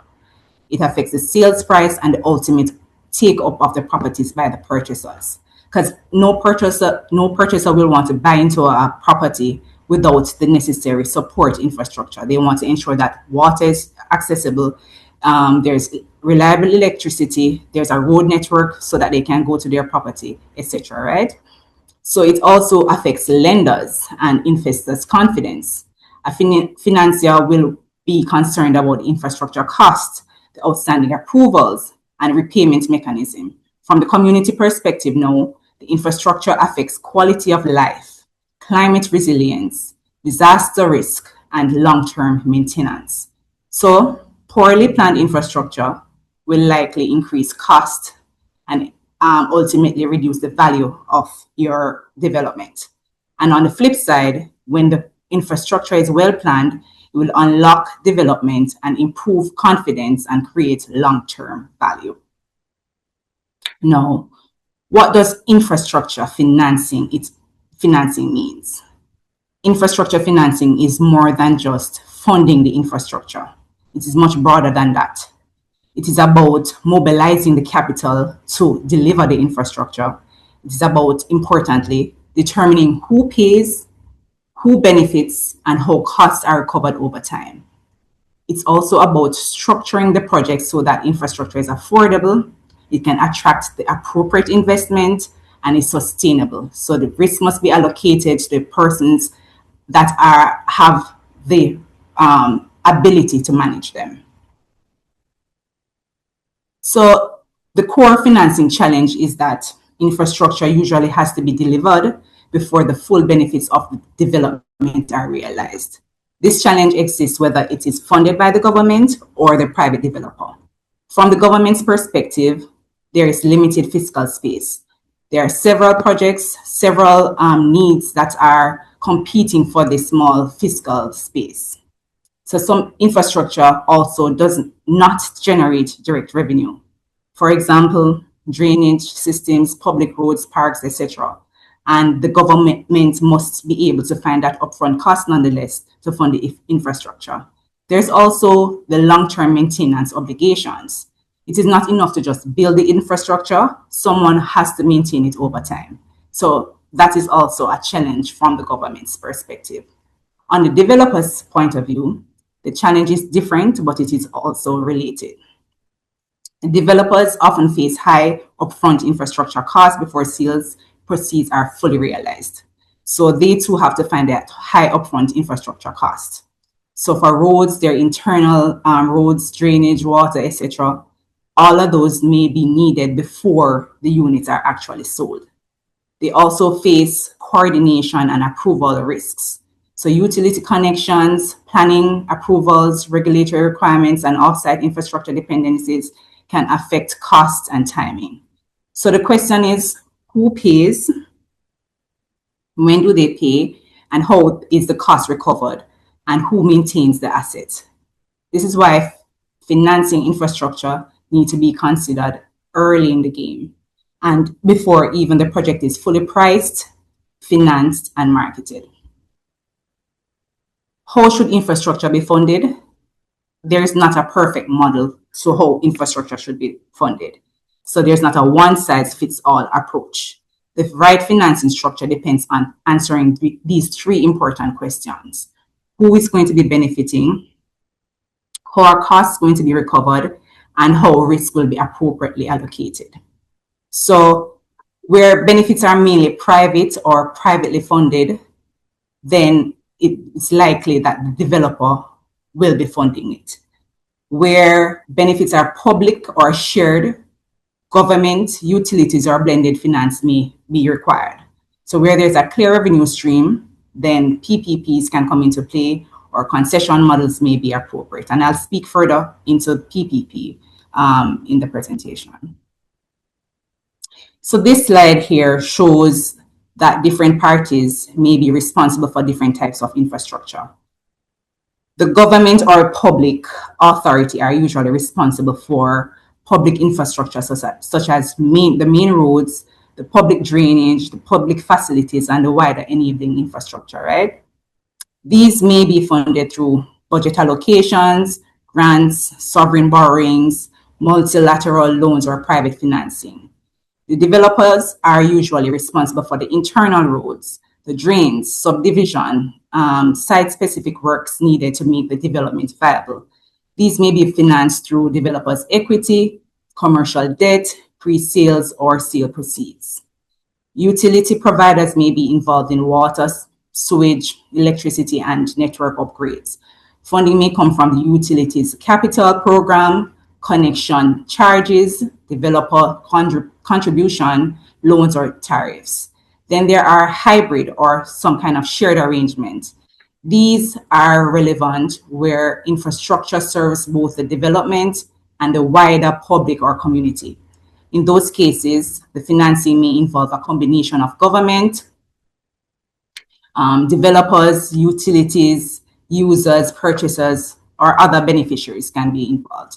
This is where the cost sharing comes into play, where PPPs, from the government's point of view, where the government contracts that private party to upfront the financing, or some kind of blended finance approach, or development contributions like impact fees, grants, etc., can provide the capital for the infrastructure. So the main point here is that the financing model depends on the type of infrastructure, who benefits, and how costs can be recovered.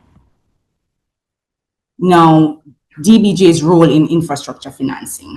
Our mandate here at DBJ is to foster sustainable economic growth and development in Jamaica.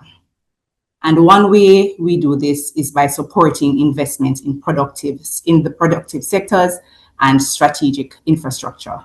So we mobilize capital, we mobilize private capital, so we help to crowd in investment for infrastructure and development priorities where projects are viable, bankable, and aligned with national objectives.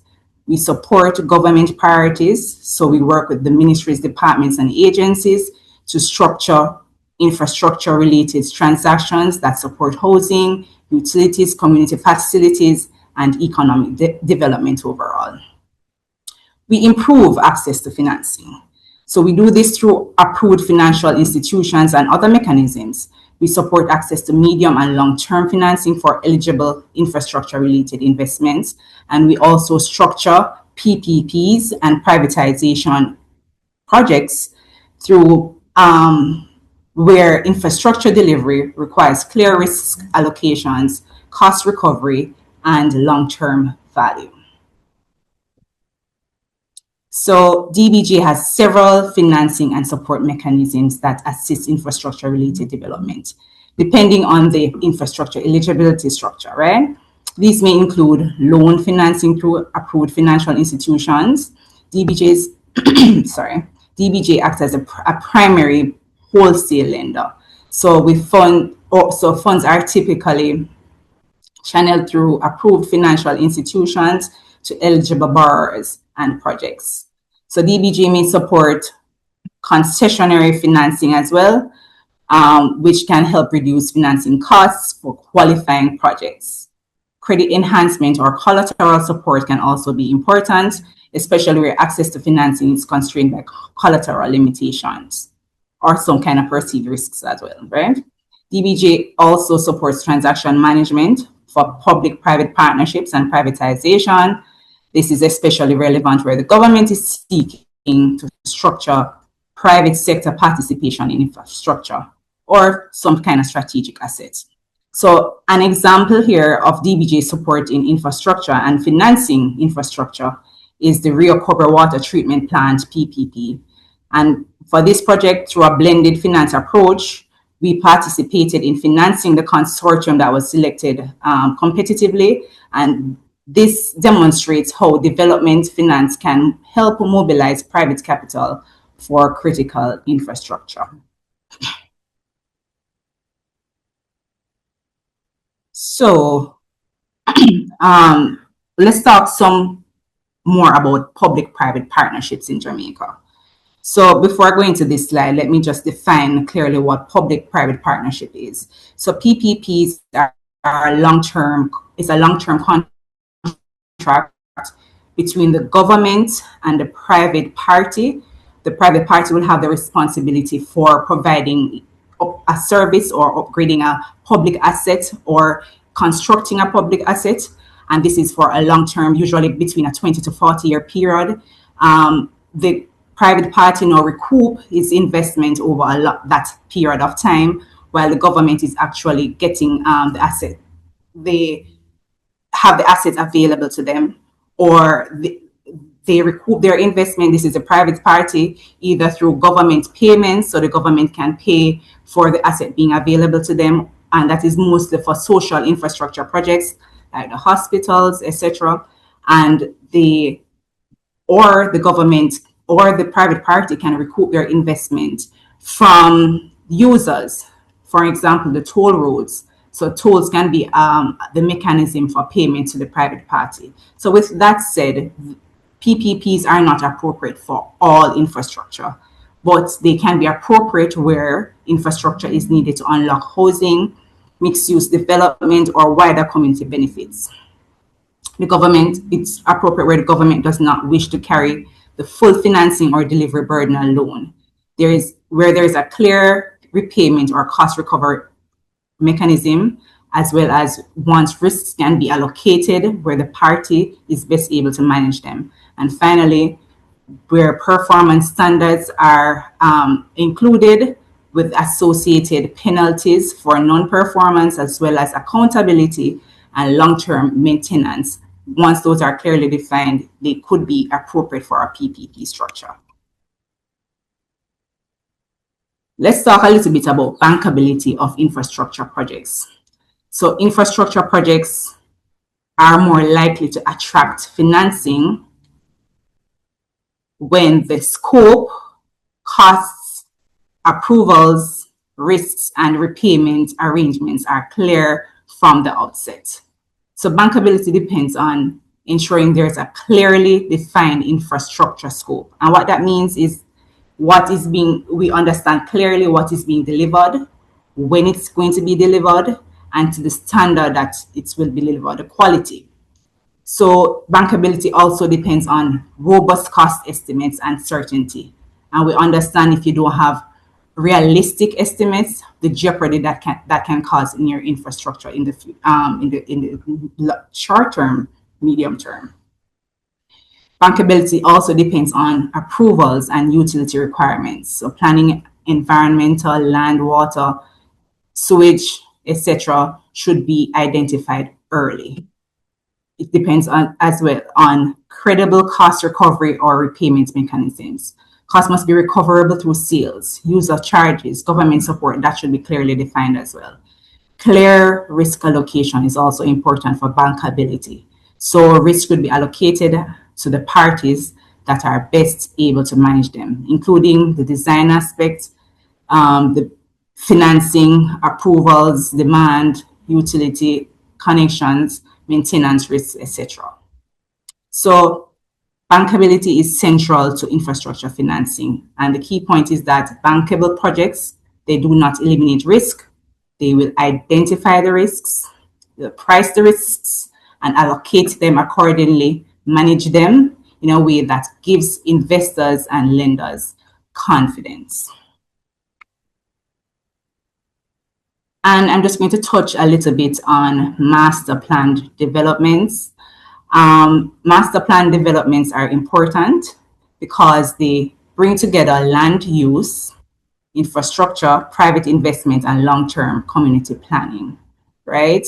So our updated privatization policy, and this is in the Public, Private, and Privatization Department of DBJ, we have a policy that is in draft state but advanced, but importantly, it recognizes master plan developments as a modality for strategic development of government-owned lands, right? So in this context, our role is not to build infrastructure directly, rather the role is to structure and facilitate land divestment, to mobilize private sector participation and to support identification of appropriate financing and delivery models. So we may also explore PPPs or other structured arrangements where appropriate for supporting infrastructure and social services. And an example of this, which may be useful, is the Greater Bernard Lodge development. And this demonstrates how land divestment, master planning, and private investment can be coordinated to support long-term urban development. So in master plan developments, infrastructure financing is especially important because the development is usually phased. So multi-stakeholders are involved, a lot of stakeholders, and infrastructure may serve both the private developments and the wider community. So the government may be involved in funding that. So master plan developments require more than land divestment. They require a coordinated planning approach. Private investments is required and appropriate financing arrangements, and clarity as well around infrastructure delivery and maintenance. So this actually ends my presentation, and I just want to say thank you so much for listening and thanks for your attention. Mrs. Campbell, thank you very much indeed. Very insightful, and I know a lot of people will be very interested in what you have to say, and that there may be some questions which you may need to answer. So let me now invite two panelists, Mr. Peter Jarvis and Mr. Simon Johnston, for the Q&A session. And I invite those who have questions to please put them in the Q&A section, and they will be responded to in due course. Now, Mr. Peter Jarvis is a principal of Peter Jarvis and Associates and a civil and structural engineer with more than 45 years of professional experience. He's a graduate of the University of the West Indies and the University of Toronto. He has been involved in the planning and delivery of major engineering and infrastructure projects throughout Jamaica and throughout the Caribbean, including the Marriott Hotel development in Port-au-Prince, Haiti. He also served as chairman of the Road Maintenance Fund from 2006 to 2017, and his very extensive experience has made him a respected figure in Jamaica's engineering and construction sectors. He's joined by Mr. Simon Johnson, who's an investment officer, International Finance Corporation, the IFC. Simon's an investment officer on the Caribbean region team at the IFC, a member of the World Bank Group, where he supports the expansion of the IFC's investment and advisory business across the Caribbean. He has held several key posts in Jamaica spanning investment banking, asset management, and research, with extensive experience in corporate and venture capital transactions, both within the Caribbean and extra-regionally. Simon holds a Bachelor of Science in Banking and Finance and a Master of Science in Economics, Finance and Development from the University of the West Indies, and possesses a strong background in economic policy research. Welcome, gentlemen, and the floor is open to you. And of course, we are joined by the presenter herself, who is a part of this. Welcome. Continue. Thank you. Hello. Thank you. Thank you. May I start? Certainly, Peter. Mr. Jarvis. Yes. Mr. Jarvis, before you start, I just want to mention that I have one of my colleagues here from the lending department. His name is Mr. Jason Ferguson, and he'll be assisting me with some of the lending related questions. So just, welcome, Jason. Welcome, Mr. Ferguson. Glad to have you. Thank you for having me. Go ahead, Peter. Okay. All right. Well, this is a webinar for, let us say, the full range of developers that we have operating presently. Not everybody is involved with Bernard Lodge. I'm aware of participants in the Bernard Lodge, in particular New Era, and they have established their infrastructure financing in a most laudable way. They have built commercial sections in their subdivisions in order to get rent to pay for the maintenance and upkeep of their, stormwater and all other systems. I think in some cases they even have their own private water supply with wells and tanks and pumps and everything else. But your average development ranges from 50 lots to 300-400, and then you will have the gores with the 2,000 lots and so on. That's where I think people stumble around, because I also sit presently on an NHT committee, and I'm aware of applications for financing from the NHT for developments ranging from 10 lots up to 3,000 and so on. Okay. Infrastructure for residential subdivisions amount to maybe a $4 million cost per lot. And when you're targeting a selling price of 20 million, 4 to 5 million is already not materially available to the purchaser. It's there, it facilitates the existence. A lot of remaining lands that are not protected by agricultural ambitions are marginal. So there again, infrastructure is not cheap. If you're pushed up the hillside, shoved into waterways, all the not so ideal remainders and fringe areas, it's all you can really get to develop nowadays, because we're still holding on to the easy flat land. You saw the furor with Bernard Lodge. All the easy accessible flatlands are being protected for agriculture. I have nothing against agriculture, but I have everything for development. Does your bank offer microfinancing? Let me say, from a road is built, it starts to deteriorate, which I've learned from the road maintenance fund.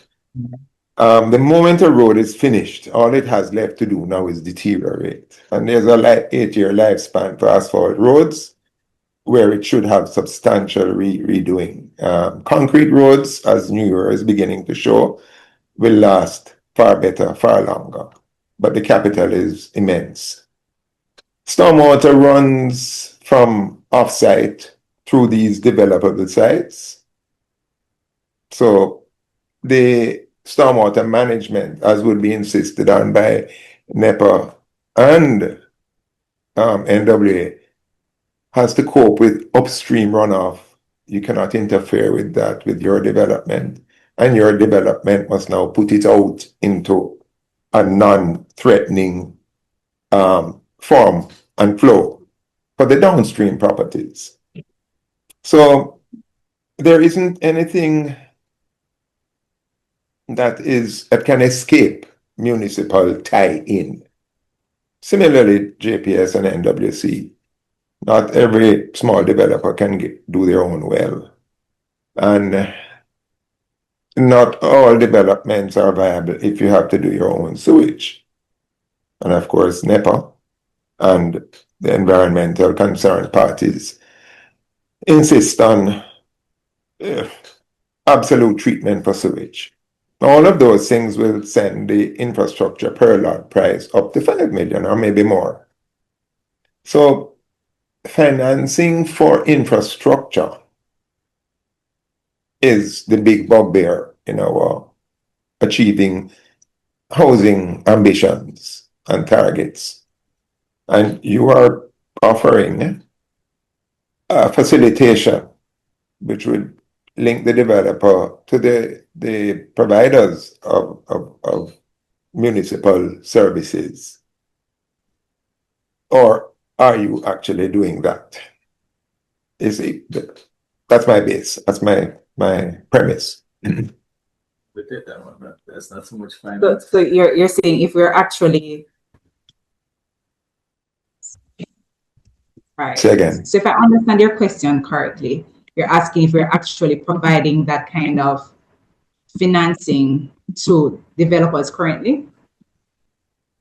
Well, if you have a pathway, if you have a window, a desk that a small developer can optimize their infrastructure obligations for development. Okay, so I noticed you mentioned the term micro. Could you quantify what you determine to be micro? And I can respond.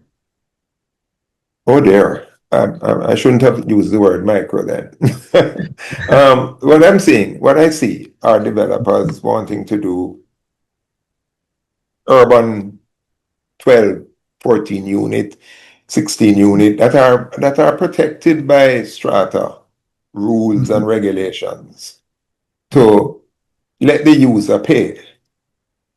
When you get into affordable housing projects that are not gated and you're starting at 20 to 30 and more, you are obliged to hand over your roads, sewer, water to the authorities, so to speak, the providers, the main primary providers. That is where we need more housing, affordable level. And because of the size of available opportunistic land that turns up, that is near the need for housing, the poor developer, if they're not entirely the NHT that has a lot of available funds, there's no room for the poor developer to do affordable housing without capital investment from the authorities. Can you arrange that? Mm-hmm. Very see. So what we're left with really is the Bernard Lodges to be the primary developers, which is not a bad thing. I'm not saying that there's something wrong with that, but I see the difficulties with smaller developers trying to solve the national problem. I can't see, as much as there is this, always a sort of a request for affordable housing and developments for the people who are still living in squatter conditions otherwise. And there's just not that door, because the NHT no longer or can no longer take the chance to do that, because invariably when they seem to finance affordable housing projects on a small scale, it escalates the cost at the end of the day. And then you will have situations where the council or the city councils that should take over the infrastructure don't do it. So the people still can't get a title after 30 years because the parish council hasn't accepted the subdivision. Whereas a private development, you're within a strata situation and you're not dependent on individual lot takeover, so to speak. And the strata committees can run things. Okay. So what I'm really asking for is a doorway for the smaller developer. Mm-hmm. To climb those hurdles. Okay. What I would say, if a small developer wants to attract funding from the DBJ in particular, there are two things that come to mind. You mentioned one, so let's just get that one out the way. The moral hazard, right? Now, DBJ wouldn't want to participate in a development that then becomes a prime project at top dollar value. That wouldn't be our mandate to do so, right? Yeah. So there would have to be some restrictions similar to the NHT as to what the end price on these units would be. And then that would have to be approved by our board, etc. Now, we pride ourselves on innovation and climate smart technologies, etc. So for us to be attracted to a project, we need to see where, for example, they are looking at reuse of the sewage water to water the mainlands, etc. They are looking at probably some implementation of solar lighting, things like that, right? And of course, we'll then play a part into providing those services for that community, right? To lessen our carbon footprint, to create these new innovations. So I would say if you want us to come in, be a little bit more creative, think about how we can have a greater impact with the infrastructure development, not the run of the mill per se, but something that the DBJ can get behind to say, okay, this is a green community, for example. And to create that isn't hard. Instead of using the JPS to power your street lights, you use solar lights. Right? And I mentioned already reusing the wastewater to water your main areas to a treatment plant. We will pay for it, right? Or we will allow you to borrow to invest in that type of technology. You can also have probably community Wi-Fi's, etc. and our thing that can be a plus for the community and other green spaces, parks, etc. Those are things that we could participate in. Maybe even a biodigester. Things that we're not looking at. We're mostly looking at solar PV, but there are also biodigesters, other things that can be put in place. And those are things that we'd be more interested in providing. You also mentioned managing the runoff of the stormwater, etc. I think that's something that we could play a part in to some extent as well. So for the small developers, be a little bit more innovative and come to us, give us a pitch. This is my development. We're looking to provide affordable housing for 30 units, right? Again, these units will come back and support us. Our civil servants, etc., will now get to have affordable housing stock. And then again, on the other side, as a development bank, we're looking at creating a green community, which will get behind our smart community, or both. Okay. And if I may add as well. Mr. Jones, sorry, you had your hand up. Okay. Yeah, but I just allow Ayana to finish her point, and then I can come in on after you finish, Ayana. All right, thanks, Mr. Johnson. I was just going to add from the PPP perspective side as well, but this would be not necessary with the small developers unless they're going to be pooling together for the infrastructure work to be done, because we understand infrastructure work costs billions, right? And so from that perspective, once it is that the government wants to provide housing at a reasonable cost, then we could have the government reach out to through a PPP side to get the private parties under a contract to get the funding upfront from the private sector to have the infrastructure built out. So that is also one area that can be looked into as well for build out of infrastructure. So I just wanted to add that. Yes, Mr. Johnson. Thank you. So I think to answer the question, Peter, I might have to reframe kind of the role of the IFC. So just very, very quickly, the IFC were started in 1956. We're a part of the World Bank Group. We're one of the 5 agencies within the World Bank Group. The IFC is a global development institution that's primarily focused on private sector development. So we have, you can call it two main arms that support prospective clients globally, and certainly Jamaica is a member country. Investments and advisory. Under investments, we have 3 encompassing units. We have a unit that deals with financial institutions solely, a unit that deals with infrastructure solely, and then there is the real sector, which would include construction, housing. Infrastructure is more towards energy, roads, etc. On the advisory side, it's really to provide technical advice for these projects and for our prospective clients across some of the same things that both yourself, Peter, and Ayana, would have brought up about affordable housing. So what we're looking to do in terms of infrastructure regionally is help to support developers where they have not just a vision but a plan of developing either commercial or residential real estate, and they need a partner to support. Now, I must also clarify that our role is not to compete with local financial institutions. It's not to replace the work that's being done by a JMB or a Sagicor, etc. It's really to complement it.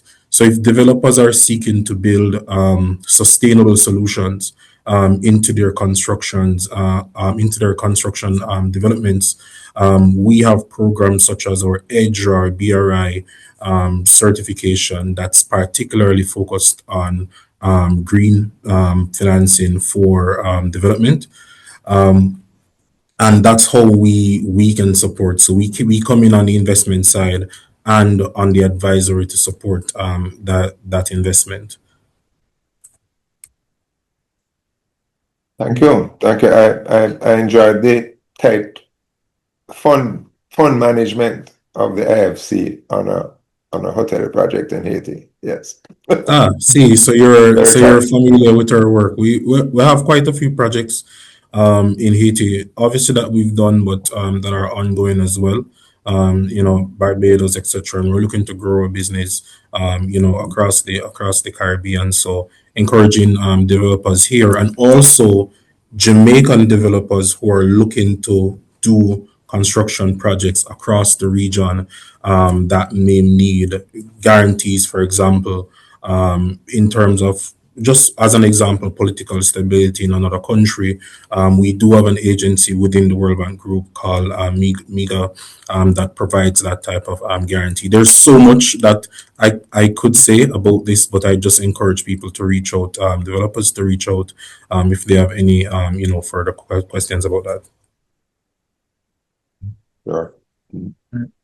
And let me just say on the DBJ end, just following from Simon, that I know they mentioned it in a presentation about syndication and, of course, participating in consortiums. So there are a number of tools that Simon just mentioned, and that's how we can look together. A developer can look to not just have one financier, but many. And we come together in that syndication to provide different aspects. So DBJ is interested in solar, biodigesters, and innovation. We could fund that part of the project. And here comes Simon to provide us with guarantees that will make other investors more interested. And then you'll have the Sagicores, NCBs, Barritas, whoever it is coming in as well. And everybody will take the risk level that they, and again, Ayana mentioned that in her presentation, taking the part of the risk that they best manage. And that's how you find a solution. I think there are many persons going around to find a one-stop shop. It doesn't really exist. Persons have different risk appetites for different things, and then persons might find themselves with 5 different loans, and it's a lot to manage. But if you approach an arranger, and there are a lot of persons who participate in the space as arrangers, they'll reach out to a DBJ, they'll reach out to a World Bank, they'll pull us in a room. Everybody will decide, okay, I'm okay with this section, that section. How do we pull it together? Group the collateral package and group the repayment package, and then that's how you get a solution. And DBJ is willing to also help with, not necessarily being the arranger, but we could discuss that, but crowding need funding from these DFIs as well to have the projects done. And what I'd add to that, even though we are, the team that I'm on the investment team, it comes further down in the process when you're seeking to finance for construction. I want to stress the advisory side. So if it is that you are an established developer, you do see a need to build affordable houses in Jamaica, wherever you choose, that's your expertise, and you would like to better understand how we've done this in Cote d'Ivoire, for example, or in India, or in South Africa before. We can bring that expertise to the table from early in that discussion, along with partners, such as the DBJ. Okay. On behalf of the developers, thank you for those answers. No, surely we're a resource. As I mentioned, Jamaica is a member country of the World Bank and the IFC.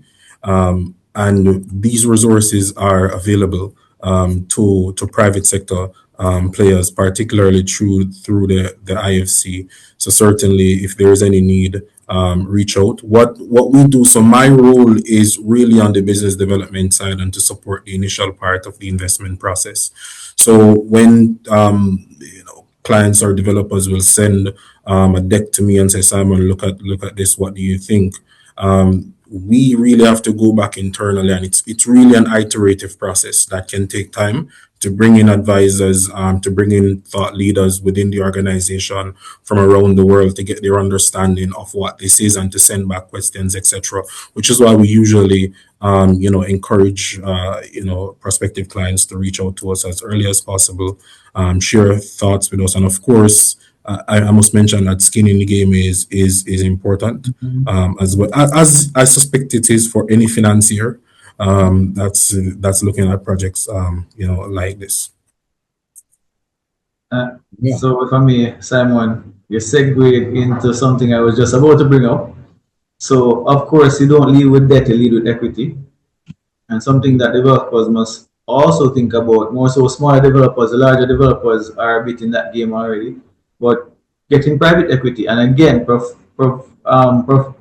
participating in these syndications can allow you to also introduce this private equity, right? And then that will now create greater comfort for the debt coming in thereafter.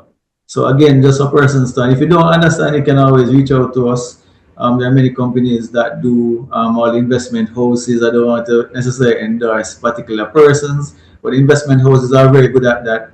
For the commercial banks, their capital departments are good at that, can have those discussions, so we can then come in with some amount of equity. And then that's the skin in the game that someone's speaking about. What have you put up? What have you put in place? What do we have to lose to be a part of this transaction? And then we come in with the debt on the other end. Right. Can I just, there are a number of persons who have asked questions on the Q&A, and perhaps I'd like to include some of them now so that you can answer those. We'll have one from Jovan. Read quickly. Does PPP relate to community parochial roads? To community parochial roads. Well, it could possibly. It depends on the value of the road in terms of the capex. So there's a lot of criteria that must be fulfilled before a PPP is considered. So it all depends on the type of structure. Yes, it's government owned, and so the government could seek for a private party to upfront that for parochial road, depending on the value. So I would say it could be a consideration depending, but it always depends on the structure, the risks involved, etc. Quite. There's another one from a Zachary Frey who says, does DBJ have a mechanism to provide funding for infrastructure components that exist where private projects overlap with required improvements to public infrastructure? Example, potable water source development, well surface water abstraction, etc. So we do have a mechanism where the government owns, and you just mentioned that the government and the private party have some overlap there. And that can be some kind of, again, shared mechanism where, of course, the private party, if it's to fund that water supply, and the government can pay the private party over time. So it's all, again, dependent on what that structure could look like. So a PPP can be used once it is that there is clear from the onset, you understand clearly what that relationship could look like. So it is something that can be considered for PPP once it is that both the private and the government can look at that risk allocation and allocate it best.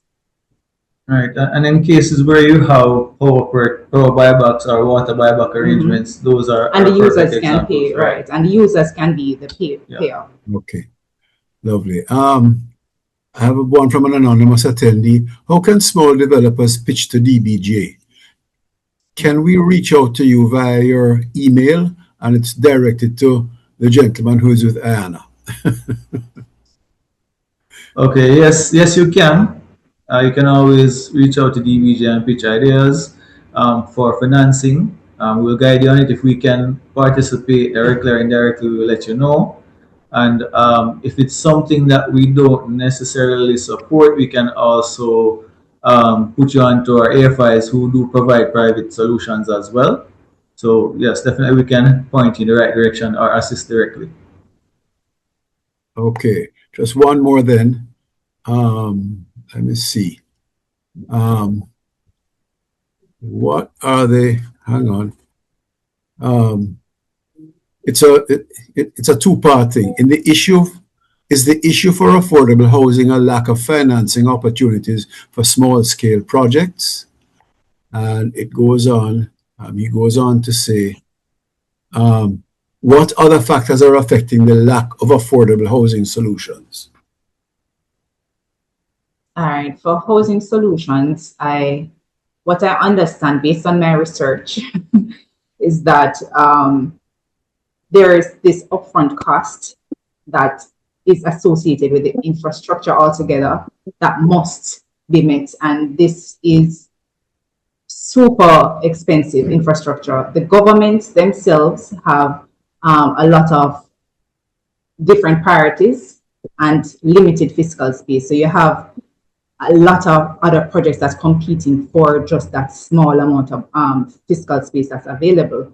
So in terms of dedicating for infrastructure to be able to support real estate development and have affordable housings, that is always something that can be tricky on the government side and would have to be carefully considered. And but I can't say specifically what would be the issues per se that is preventing housing from being more affordable.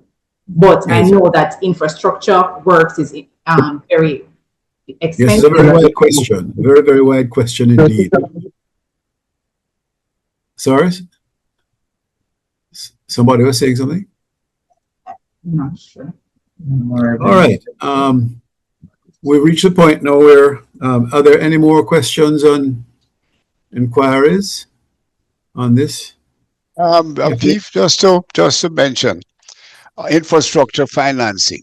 Now we're building infrastructure that will last 20, 30, 40 years with maintenance. But the purchaser is paying for it up front. Do we have a mechanism where maybe would have to be restricted to a fairly large development, where the purchaser would have each purchaser would have a bond that they would be paying over a period of time, perhaps tied to their property tax, that would allow for that payment of that infrastructure cost over really the life of the infrastructure. And in this way, the developer would be refunded for the cost of the work on completion, but it gets paid back over a longer time, which would then give the purchaser a reduced upfront cost that he is able to pay off over time. And that time, over time, through the inflation would also reduce the actual impact of that cost. Is that something that's under consideration? I mean, if I may, I think that's a structuring consideration as it pertains to how the developer gets financing. And Dayton, I realize you mentioned it at first. It may be more suitable for larger developers that actually have their own balance sheet that can possibly issue debt with securitized by projects underneath that. And they could possibly issue, let's say, we're just using examples here, a 7, 8, 10-year bond, and use the funding from that bond to do multiple projects or one big project at the same time to sell those units and have the cash flow, but still have the relatively lower debt payments from the bond that paid that upfront payment. So I think it's really as it pertains to finance structuring, and bonds is something that we can do for the private sector as well. And Ayana had mentioned it in her presentation about mobilization. It's a big part of what we do. So I want to say that, you know, for prospective developers, if your development is $20 million US development, it is not likely that we will fund the entire thing. right? As I said, we're not here to replace the local financial institutions and the great work that they do. We're here to support. So we can provide support in terms of advisory and a percentage of the financing to that amount. It's usually around between 30 to 40% max of that. Yeah. All right.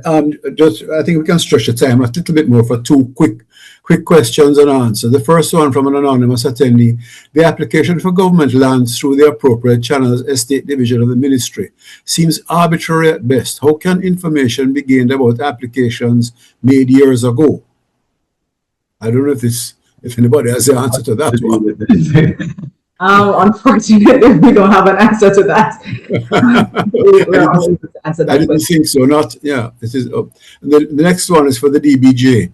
What is the turnaround time for financing if all the documentation and designs are in place? Can you repeat that question, please, Mr. Lazarus? What is the turnaround time for financing if all the documentation and designs are in place? Okay, so let's look at our financing cycle. We would need documentation, I would say, the last week in the current month. That will then allow us to do a draft and a review by the first week in the month, and by the second week in the month we'll have a presentation ready to submit to board. So now I'm giving the exact timeline, so remember the timeline.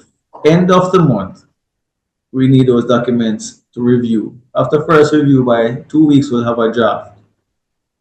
In the third week, we'll submit to internal committees, and in the fourth week, it will go to board. So that's the cycle. The board meets on the third Thursday of every month, if not the final Thursday of every month. And that's the cycle. There are several meetings and committees to be met before going to board. So I would say if you give me documentation by the final week of the month, within the next month, you can have an approval, giving that all is well. Very clear. All right, I'm afraid we've run out of time. I want to thank Anna for her and her guest for responding so eloquently and clearly to the questions. And of course, I want to thank Peter Jarvis and Simon Johnson for their contributions to the Q&A.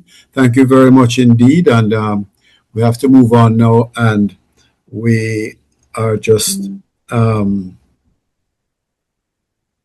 to have a very short break, a very short commercial break. Thank you all again.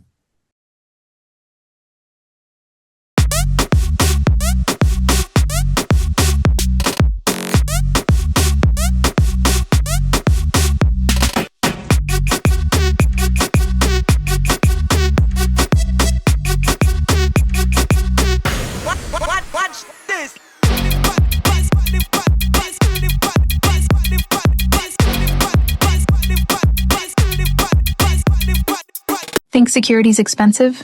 Try a break-in. DigiView Security offers intelligent surveillance for residential, commercial, and large-scale spaces. Our surveillance captures up to 360 and 180-degree angle, human and vehicle detection, line crossing and intrusion detection, license plate recognition, face capture and facial recognition, early fire detection, 24/7 full-color footage even in complete darkness, built-in audio talk, access control technology, and active deterrent. Contact us today to see what you've been missing. Did she just A, win the lotto, B, get a low light bill, or C, get news that she can't wait to tell? It's C, because when you refer your friends or family to JN Bank for a mortgage, you could get up to $100,000 cash, even if you don't have a mortgage with us. If your referrals get approved and moves from house hunting to home owning, you get rewarded. So go ahead, tell a friend and earn from it. Visit jnbank.com to learn more about JN's Tell a Friend Mortgage Rewards. JN Bank will help you find a way.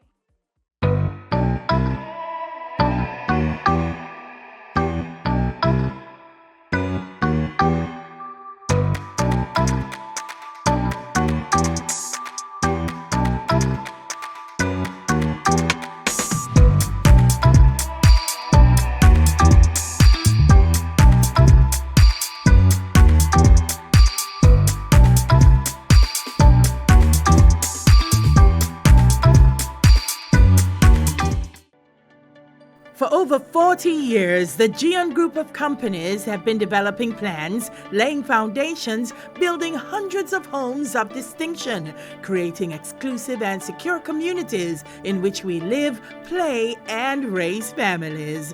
The GN Group of companies, creating homes that people enjoy. Buying a home isn't just about the financing, it's about the feeling. With CIBC Caribbean Home Financing, we make home ownership feel so much easier with up to 95% financing and up to 35 years to repay. $400,000 cash back, no loan application fee, a pre-approved credit card, interest-free insurance loan, plus a special housewarming. Get started today. Visit CIBCCaribbean.com/Jamaica Supports Team.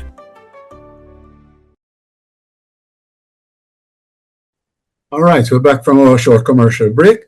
And before we have the next presenter, you can just watch a very short presentation, a video presentation on renewable energy.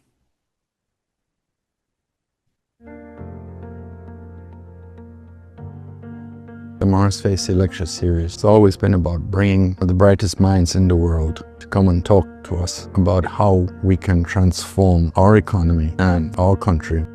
We have the opportunity now to transform our energy sector. Current relevance have highlighted our vulnerability and our dependency on imported fossil fuels and the need for this transformation. This conversation is impatient of debate. It is calculated that in less than an hour and a half, the energy that's radiated from the sun onto the earth can provide all the energy we need for 1 year.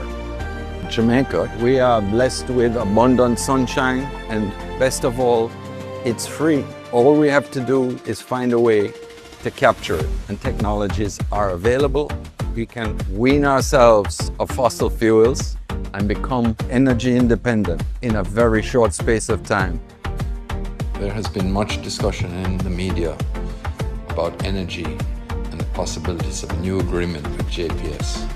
The Energy Minister stated his intent to negotiate new licensing terms and is open to other potential investors. There is an opportunity for a transformation of reliance. Hand in hand with that, the question of renewables has become possible. The technology to harness, store, distribute renewable energy is now an economic proposition.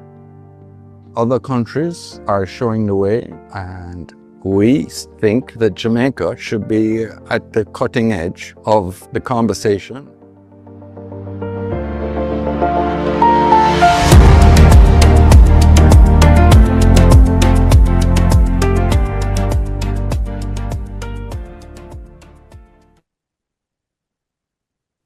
Right, we're back again, and after that video, we will have a word from one of our platinum sponsors, Hardware Lumber Limited, and the presenter of that is Mr. Sadhu Ramani. Now, Mr. Sadhu Ramani is the CEO of Hardware and Lumber Limited, and is an accomplished finance professional with over 30 years of experience in strategic planning, financial engineering, and business development. Holding a Bachelor of Science in Economics from Calcutta University and a postgraduate degree in Business Finance, Sadhu has led key initiatives at prominent companies in Jamaica, India, and Nepal. He is also a certified ISO 2701-2022 auditor and holds a certificate in greenhouse management from the University of Arkansas. Mr. Ramani? Hey, hi, Mr. Lazarus. How are you? Fine, thank you. A very good afternoon to all the panelists and all the listeners. So what I'm presenting on, it's a brief presentation, but I think it's not going to be so much of me going through it slide by slide. I just like to let everybody know that the slides are available, will be available on the JDA website, but I'm going to go through it briefly and highlight the main features, but let me give you a background. So Hardware and Lumber we turn 100 next year. We were formed in December 1927. What has allowed us to be of service to Jamaica over the years has been our capacity to adapt and provide value. So even the modular housing solution that we brought in, 9 years have gone into bringing it to market to ensure that the product that we bring is the right one and it bears the H&L stamp of approval. So first things first, if you look at the evolution of the building sector, so we had blocks, block and mortar, then came the preforms, both coexisting side by side because preforms are expensive. And now we have this modular housing, which is a concrete house. So let me make that very clear. It's not PVC, it's not steel, it's not foam ply, it's a concrete house. It's Portland cement and silica meshed under high pressure and temperature to provide a concrete panel. So this is just part of the evolution from block and steel to preform to now a concrete panel. What this home also offers is quick installation. So it moves fast, it is approved, and it meets all our building codes. It's approved by the Bureau of Standards, and we brought it to market with technical collaboration of University of Technology. But I'll get into that. What is the benefit of this house? So it is durability, it's quick to install, it saves money, it has accessibility, and equally important, it's hurricane resistant, it's fire resistant, it is earthquake resistant, it's termite resistant. Also, when we speak of environmental sustainability and being environmental friendly, the panels of the house, they come with a pocket of air and foam between the panels that also allows for energy conservation, which means your house doesn't heat up as fast, it doesn't cool down as fast. So it helps you save electricity, and it offers a lot of benefits in terms of just having a very nice, comfortable environment to live in. I'm not going to go into the technicalities, but suffice it to say the technicalities exist. It's the strength of the foundation, the strength of the joinery that determines how strong the house is. And this is designed to take all kinds of trauma that you may throw at it. So what does a house come with? So when you buy a housing kit, and let me tell you why I'm talking about you buying a housing kit. So when you buy a housing kit, you get the entire house in terms of the panels, the roofing, the walls, etc. The windows and doors, these are UPVC windows and doors. You get all the electrical fixtures, bathroom fixtures, ceramic tiles. It's a tiled cement roof and a water tank. What you do not get is you do not get the land, you do not get the foundation, and you do not get the installation. So when we talk of a home kit, you're basically buying a product from hardware and lumber because that's the business we are in. We are not in the business of construction. But what we do is we ensure that the product you bought from us can be installed. And to that end, we teamed up with UTech and we sponsored the training of contractors in how to put the house together. So it's an expensive exercise for us, but we do it because we want the houses to be properly installed, and we don't want to be in the business of construction ourselves because we are not geared for that. We don't have the skill sets for that. And the beauty of this kind of a unit is everything that goes into the house is something that H&L sells, which means that you can scale up anything you want. You want an aluminum window, you want a different kind of a window, a wood finish window, you want to change the ceramic tiles to porcelain tiles, or you want to change it to SPC wood finish flooring or luxury vinyl tiles, you want to change the faucets. Anything that is in the house is scalable and can be altered, which means you're not stuck to a preset look or a preset feel.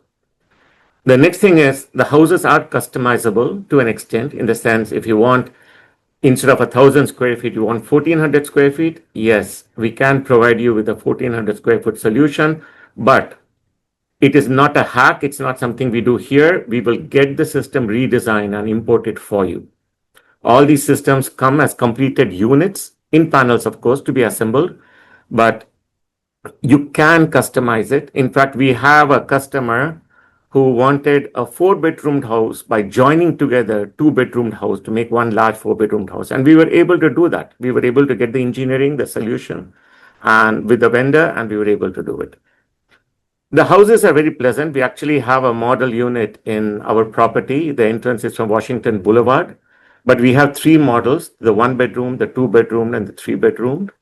And the 3-bedroom unit is what we have as the model unit. And when you walk into the unit, folks, what you will not feel it as being any different from a preform or a block and steel unit. Because like I say, it's a concrete unit. Since we launched it about a year or a year and a few months back, what we've noticed is significant interest among developers. So I think this forum is perfect for me to explain this. So what developers see in this housing solution is they see a nice concrete house, affordable. They see a turnaround time, and this is important. They see a turnaround time of 6 to 8 weeks to put up 20, 30 units. So it takes about 6 weeks to put up a unit, but when you do it en masse, it takes about the same time, right? So within about 6 to 8 weeks, and I'm talking of a completed unit, not just the shell, not just the concrete, I'm talking of a complete unit. And when you can turn around houses in 8 to 12 weeks, you know what it does to your cash flow. And that's why there is significant interest. Otherwise, we know developments can take years. And so the cash flow turnaround is of significant interest. And what developers also like is that you're not in a situation where your cement, steel, and lumber has started walking, because these are kits. So it all comes as one kit. You open it and you assemble it. And within 6 to 8 weeks, you're done with the assembly of the house, and it's a complete house. And like I said, it even comes with a kitchenette. It has everything. So you turn the key, move your furnishings, and you start living. So the benefits are clear. It has been approved by the Bureau of Standards. It meets the International Building Code, Jamaica Building Code. It provides environmental benefits. It is resistant to mold, UV damage, and like I said, it's energy efficient because it has paneled walls. And we therefore are very happy to provide a solution to the market that we believe meets all the expectations that our Jamaicans should expect, they deserve, and we do not want to put a product in the market with the H&L brand that we feel is substandard, and we are happy now to put our label behind this product. Thank you very much, Mr. Ramani. Very informative, and we look forward to seeing the details that you referred to. And again, thanks for being a platinum sponsor to the webinar. Thank you very much indeed. All right, before we go any further, just have a short commercial break again, and then we'll come back with the scholarship bursary presentations. Buying a home isn't just about the financing, it's about the feeling. With CIBC Caribbean Home Financing, we make home ownership feel so much easier with up to 95% financing and up to 35 years to repay. $400,000 cash back, no loan application fee, a pre-approved credit card, interest-free insurance loan, plus a special housewarming. Get started today. Visit CIBCCaribbean.com/Jamaica Supports Team. For over 40 years, the GN Group of companies have been developing plans, laying foundations, building hundreds of homes of distinction, creating exclusive and secure communities in which we live, play, and raise families. The GN Group of companies, creating homes that people enjoy. Think security's expensive? Try a break-in. DigiView Security offers intelligent surveillance for residential, commercial, and large-scale spaces. Our surveillance captures up to 360 and 180-degree angle, human and vehicle detection, line crossing and intrusion detection, license plate recognition, face capture and facial recognition, early fire detection, 24/7 full-color footage even in complete darkness, built-in audio talk, access control technology, and active deterrent. Contact us today to see what you've been missing.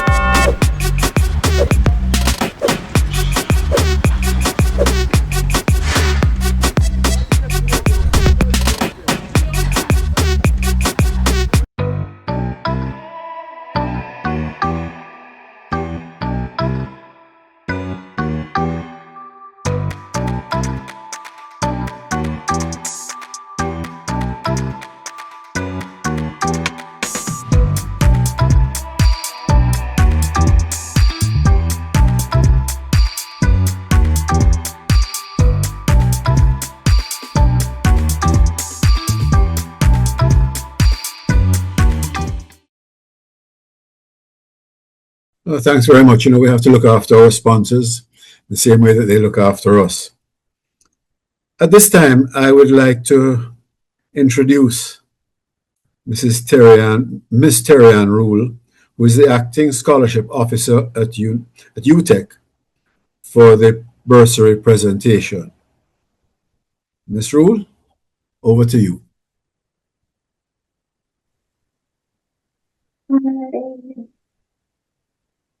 Hi, good morning, everyone. Good afternoon. Listen, I've been here all morning getting information about things I know nothing about. So and it's awesome. I'm loving it. I am so full with information I'm sure I'm going to share. And thank you so much for inviting me. And I am to say thank you very much to the Jamaica Developers Association for this opportunity for our students to have this scholarships, because we have 2 scholarship recipients for the Joyce Bolton and the Eustace Bird Memorial Scholarships. While not all our applicants were successful in receiving the scholarships, we're especially grateful for the bursaries for Kwesi Larwood, Leighton Palmer, Joshua Malcolm, Annalise Stewart, and Marky and Allen, who each receive a bursary of $40,000. So I'm pleased to convey the thanks on their behalf and, for meaningful support that has been going on for years. Our long-standing partnership continues to make a significant impact, particularly within the faculty of the built environment, and plays an important role in the development of future professionals who will contribute to Jamaica's growth. All right, and for our scholarship recipients, and I don't leave them for last just because, I leave them for last because they are the winners.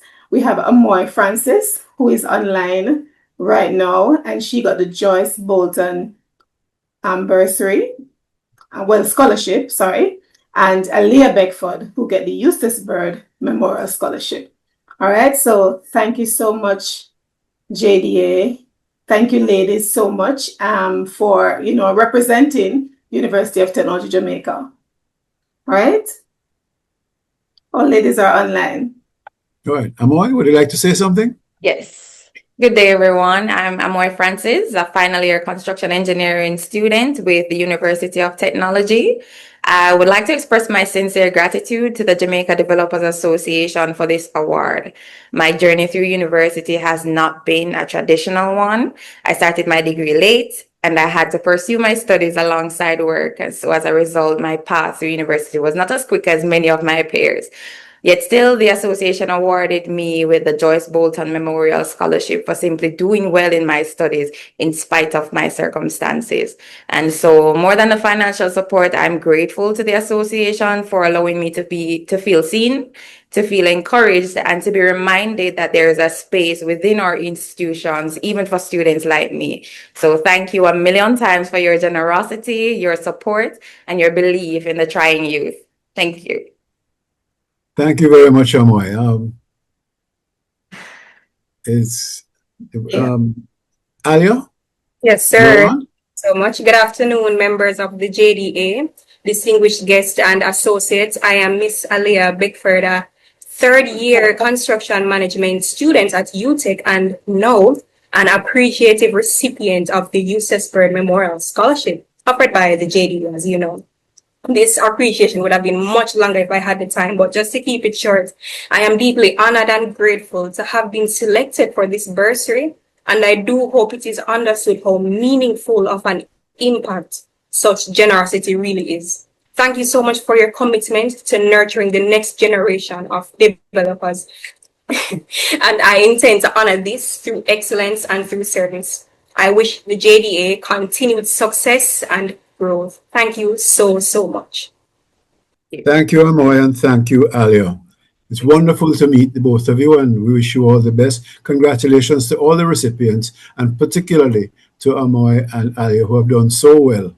And we wish you all the best, and we look forward to seeing you as practitioners and as professionals on this webinar in the future. Thank you very much indeed. Great. And thank you, Terry-Ann, for introducing them, and thank you very much indeed. Well done. Well done. All right. We're talking about modular housing solutions to meet Category 5 events. As you know, we had a Category 5 storm which devastated the western part of the island, and it has led us to rethink the way we build. The presenter of this section of the program is Mr. Kinson Case, Principal Director, Project and Technical Services Branch in the Ministry of Economic Growth and Infrastructure Development. Mr. Case is a highly accomplished management professional with over a decade of expertise in project operations and strategic management across both the public and private sectors. Known for his strategic vision and hands-on leadership, he has successfully overseen multi-million-dollar infrastructure projects, ensuring that they are completed on time, within budget, and to the highest standards. His academic background includes an MBA in General Management from the University of the West Indies, Mona, and a Bachelor of Education in Construction Technology from the University of Technology, where he graduated with honors. His qualifications are further enforced by his Project Management Professional Certification from the Project Management Institute, Supervisory Management from the University of the Commonwealth Caribbean, and Bloomberg Marketing Concepts, underscoring his expertise in project planning, risk mitigation, and stakeholder engagement. Throughout his career, Mr. Case has demonstrated a strong commitment to public service and national development. His portfolio includes high-profile infrastructure projects, community initiatives, and strategic programs that reflect his dedication to sustainable growth and innovation, with a deep understanding of Jamaica's regulatory environment and industry best practices. Mr. Case leads with a focus of transparency, efficiency, and quality, driving transformative projects and support Jamaica's development goals whilst fostering partnerships and building trust with clients and communities. Mr. Case, after that introduction, you are well qualified. Press on. All right, thank you. Just confirm that you're hearing me and that you're seeing my screen. All right, excellent. Yes. Good morning, everyone. I just want to thank the Jamaica Developers Association for the opportunity for inviting me to present on this very important topic.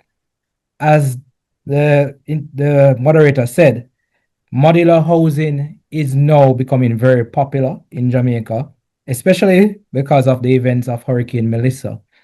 This presentation will focus on modular housing solutions and hurricane resilience, and it is what I'd like to dub a standard-led approach to resilient housing delivery. Now, let's get into it. What is a modular housing solution? What makes a house modular?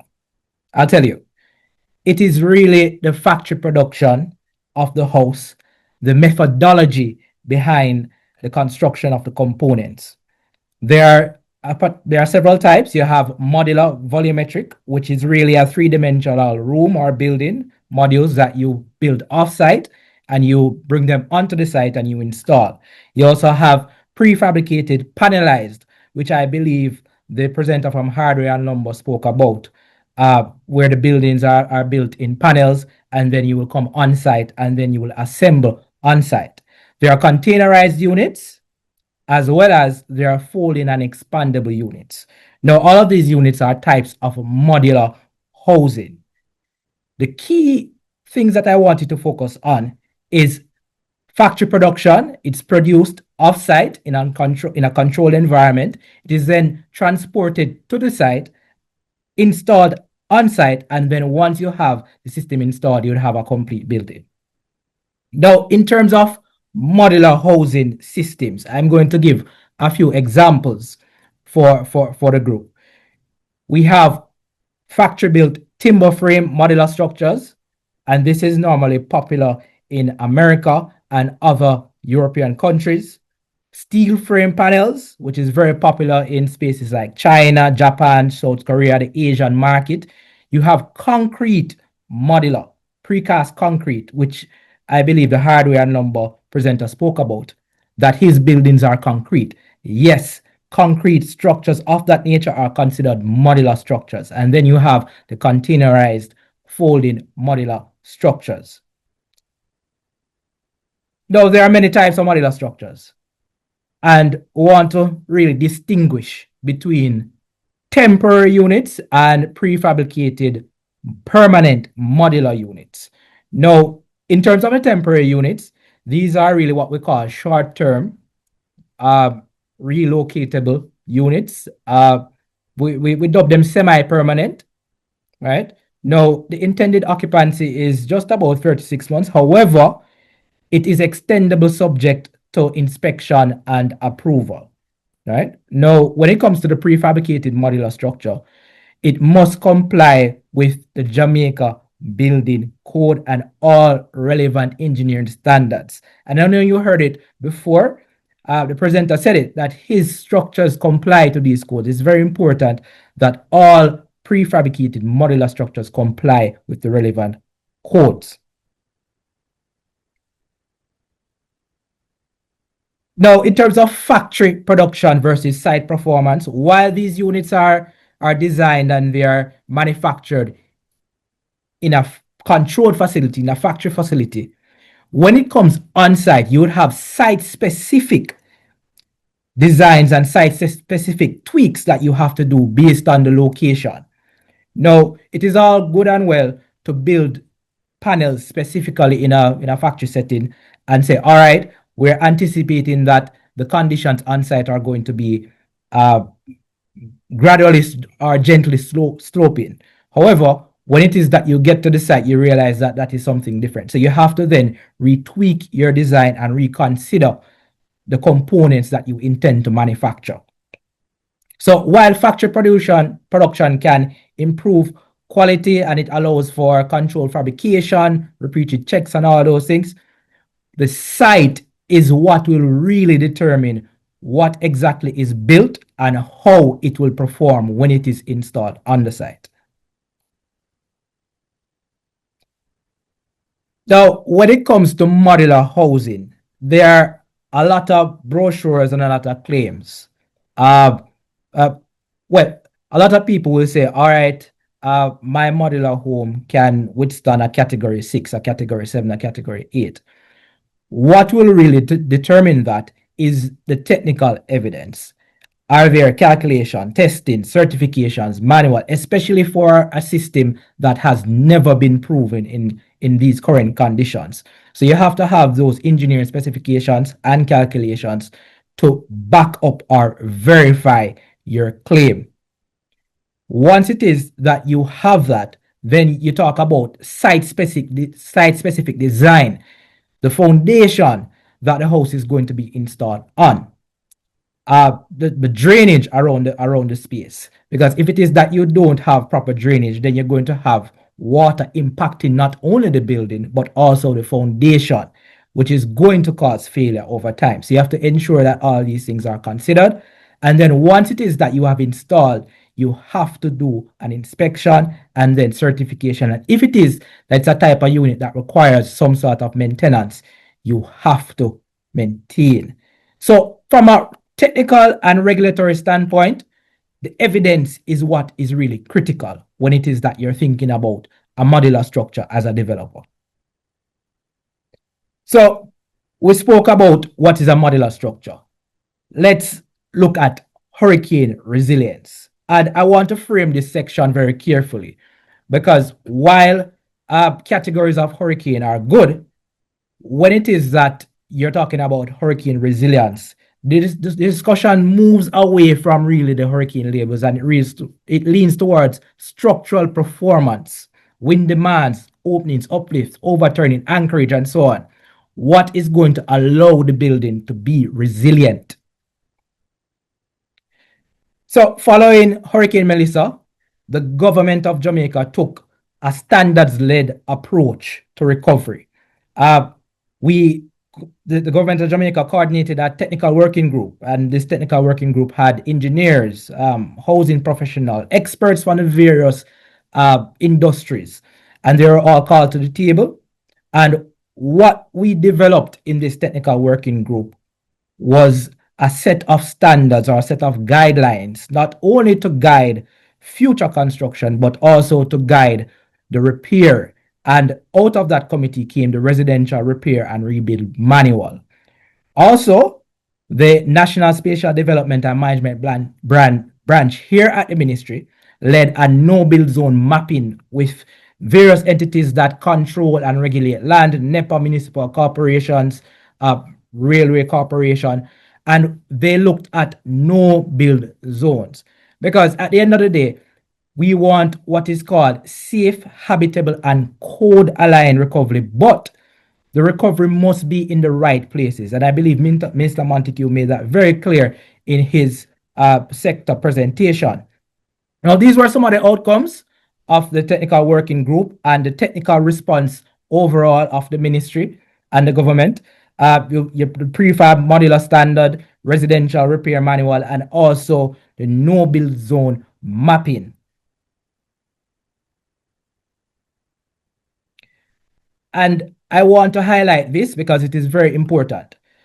Alternative housing systems did not begin at the advent of Hurricane Melissa. It became more popular, brought to the public space. A lot of individuals started to inquire, a lot of individuals started to consider alternative systems. However, it is an ongoing assessment that is being done by Bureau of Standards and other agencies of government. This is an example of a building systems evaluation report that would be issued to a supplier or a developer who has an alternative system that they want to introduce to the market or they want to develop. They have to go through the Bureau of Standards, and then the Bureau of Standards will assess against our codes and regulations and issue an assessment or evaluation report. Why the standards matter? So you're a developer and you decide that you want to go into prefabricated modular housing or panelized modular housing, volumetric modular housing. Why the standards matter? The standards matter because it is important that the building can hold up under specific conditions. Above all is the duty of the government of Jamaica and the ministry, by extension, is to ensure that our citizens are secure. So if it is that there's an alternative building system that comes into the market, it must go through the test. So what would you need in terms of a developer if it is that you plan to do this, or if it is that you are going into this particular building system? You planners and surveyors, you need a site layout, you need a drainage, access. Architects and engineers are going to have to look at the layout, livability, aesthetics, loads, foundations, anchorage. Developers, you have to look at your approvals, your costing. What will it cost to mass produce? Is it workable? Can this solution be an alternative that will work and will be able to function within the current market. And then also it goes over into the realtors and the occupants. We talk about market confidence, insurability, safe occupation, and so on. So it is not just focused or zoned in on the technical experts or the engineer. It cuts across the entire development industry. What hurricane resilience really means.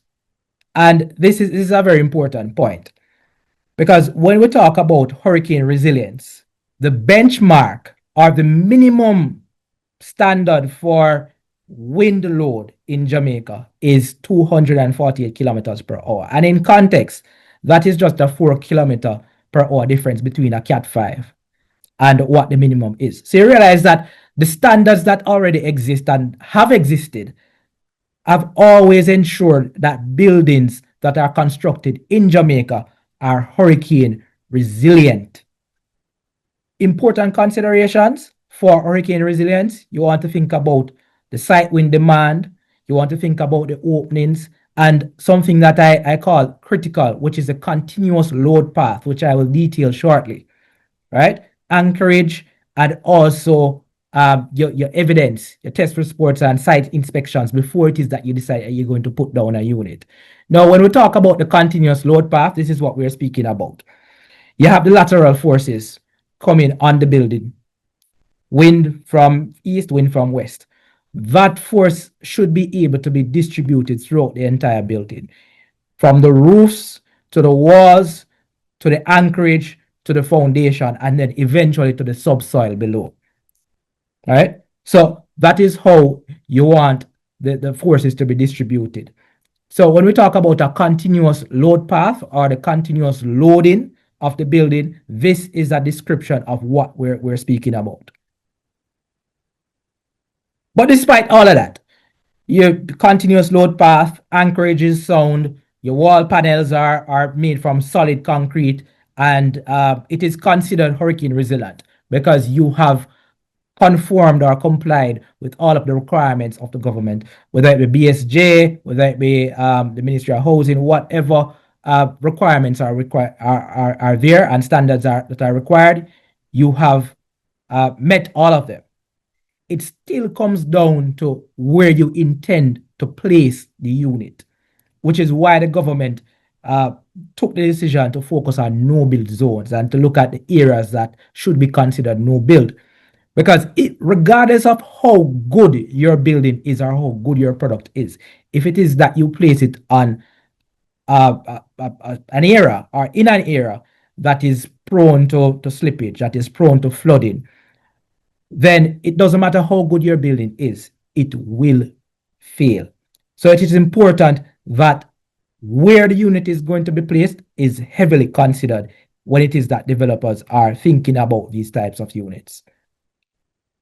Durability in Jamaica has always been an issue. So your panels are good, the site is good, and you're going to put down your building. You have to think about some of the things that affect the Jamaican homes based on the climate that we're in. You have corrosion, right? Based on the fact that we're surrounded by a sea, moisture, heavy rains, heat. You have to think about thermal comfort, right? Termites, which I hear the gentleman from Hardware and Lumber say his building is termite proof. So that is good, right? Then you have to think about maintainability, right?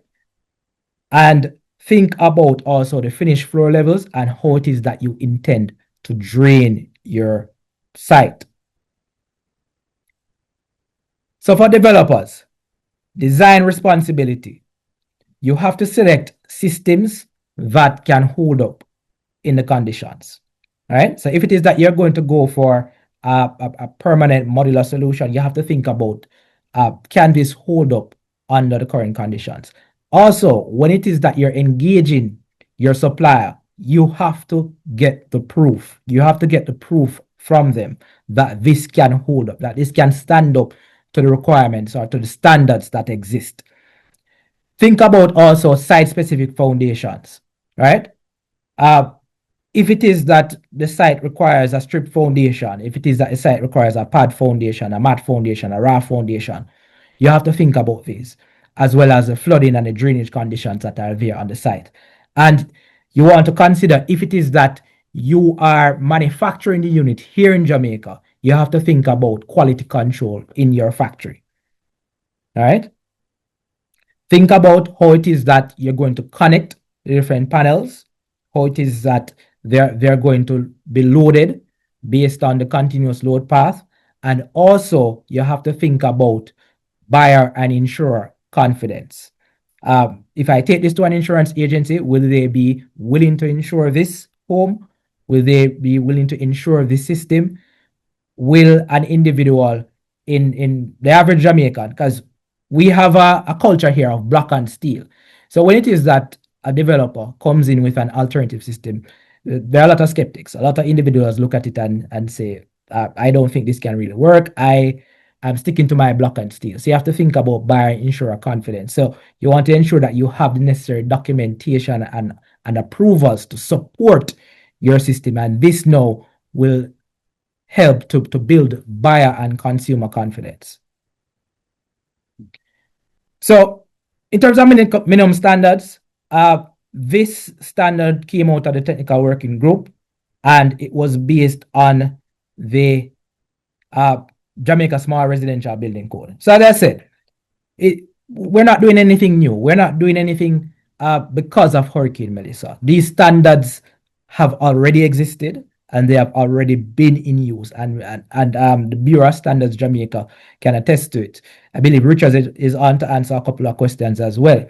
So when you talk about the standards, they already exist, right? You have the Small Residential Building Code, Jamaica Building Code, Jamaica Fire Code, Jamaica Energy Conservation Code, Jamaica Mechanical Code.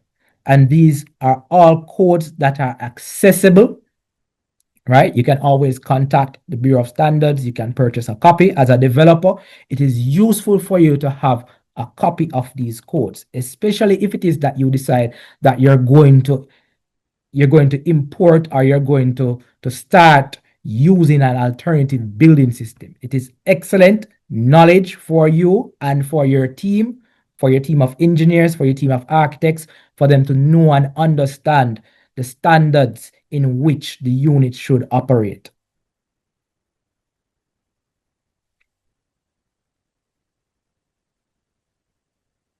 Now, a quotation is not considered a technical submission, right? And the reason why I want to highlight this is because a lot of, since the advent of Hurricane Melissa, a lot of interest has been placed in modular housing and so on and so forth. However, a lot of these interests are absent the necessary technical information or technical documentation that is required, right? So design and engineering, what codes are your units complying to, right? And also in terms of the delivery and assurance, the test reports and so on and so forth. So these are some things that you can use as what we would like to call, what I like to dub, the minimum evidence gates, right? So before you move through a particular gate, you take a look at what is required, right? So before you start to seek approval from the Bureau of Standards Jamaica, right, or the necessary government agencies, you want to think about, do you have everything that you require, the complete technical package? Then before installation, you want to think about the site-specific designs and calculations that you might need. And then also before occupancy, you want to think about your inspections and so on. So based on this, we've learned a couple of things from the market itself in terms of what the market is saying about modular housing solutions, permanent modular housing solutions. And the market interest is very, very strong, very, very strong, right? We've seen a number of claims. I've even seen someone claim that they can withstand a category 6. But we want to take it in terms of removing the category labels and think about it. So, while modular units may boast speed, you can build many units at a time. There are different systems that you can use. So the innovation is very high. The number one characteristic that is important and that will get you through any door is that you must have evidence. So it's not a matter of how many units you can build and how quickly you can build the units. If you can do all of that and then there's not demonstrable evidence that the unit can hold up under specific conditions, then you would have lost the plot. So as developers, speed is good, innovation is good, volume is good, but the evidence must be there to support your claims. So the common issue is not the absence of the product, it's more the absence of proof. So structural calculations, your engineer certifying that these are the calculations that were used and it can withstand this level of seismic activity, this level of hurricane resilience, what type of anchorage and foundation, and specific details. How is it anchored? All right. Not just saying it's a 25 mm bolt. Specifics. What type of bolt is it? What's the material of the bolt? What's the threading ratio? Some of these things will assist you in getting a quick approval from the Bureau of Standards and the necessary entities. All right, fire and life safety, equally important, fire resistance and so on. How do you integrate the electrical and plumbing mechanisms into the unit?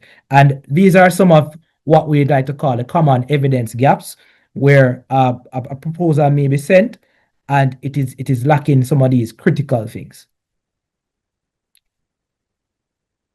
So BSJ, you have all of your ducks in a row. You have all of the technical requirements. You have all of the calculations, and you have approached BSJ, and you have received your approval, right? Remember, BSJ as an entity will approve based on the information you have sent. So it is very critical and very important that you understand it is not a broad brush approval so that you can put the unit anywhere you feel like, or you can design anything that you feel like. Whatever is submitted in terms of your technical documentation, that is what is evaluated and that is what the approval is given for. So if you leave and you change or you tweak, right, then you have to resubmit. All right, you have to resubmit because we will ask the question. The Bureau of Standard will ask the question, what was changed and how does this impact the performance of your unit? So some of the benefits in terms of the modular units: value for money, delivery, speed, technical compliance, whole life performance. Once you have all of these things, then you're going to get value for money. So you want to consider as a developer, large scale developments, you can move quickly. However, based on all of these things, the purchase price, the delivery, speed, the technical compliance, and your whole life performance, you will be able to get value for money as a developer. So you're going to ask me, what is the pathway to a hurricane-ready housing, especially for modular solutions? This is the pathway.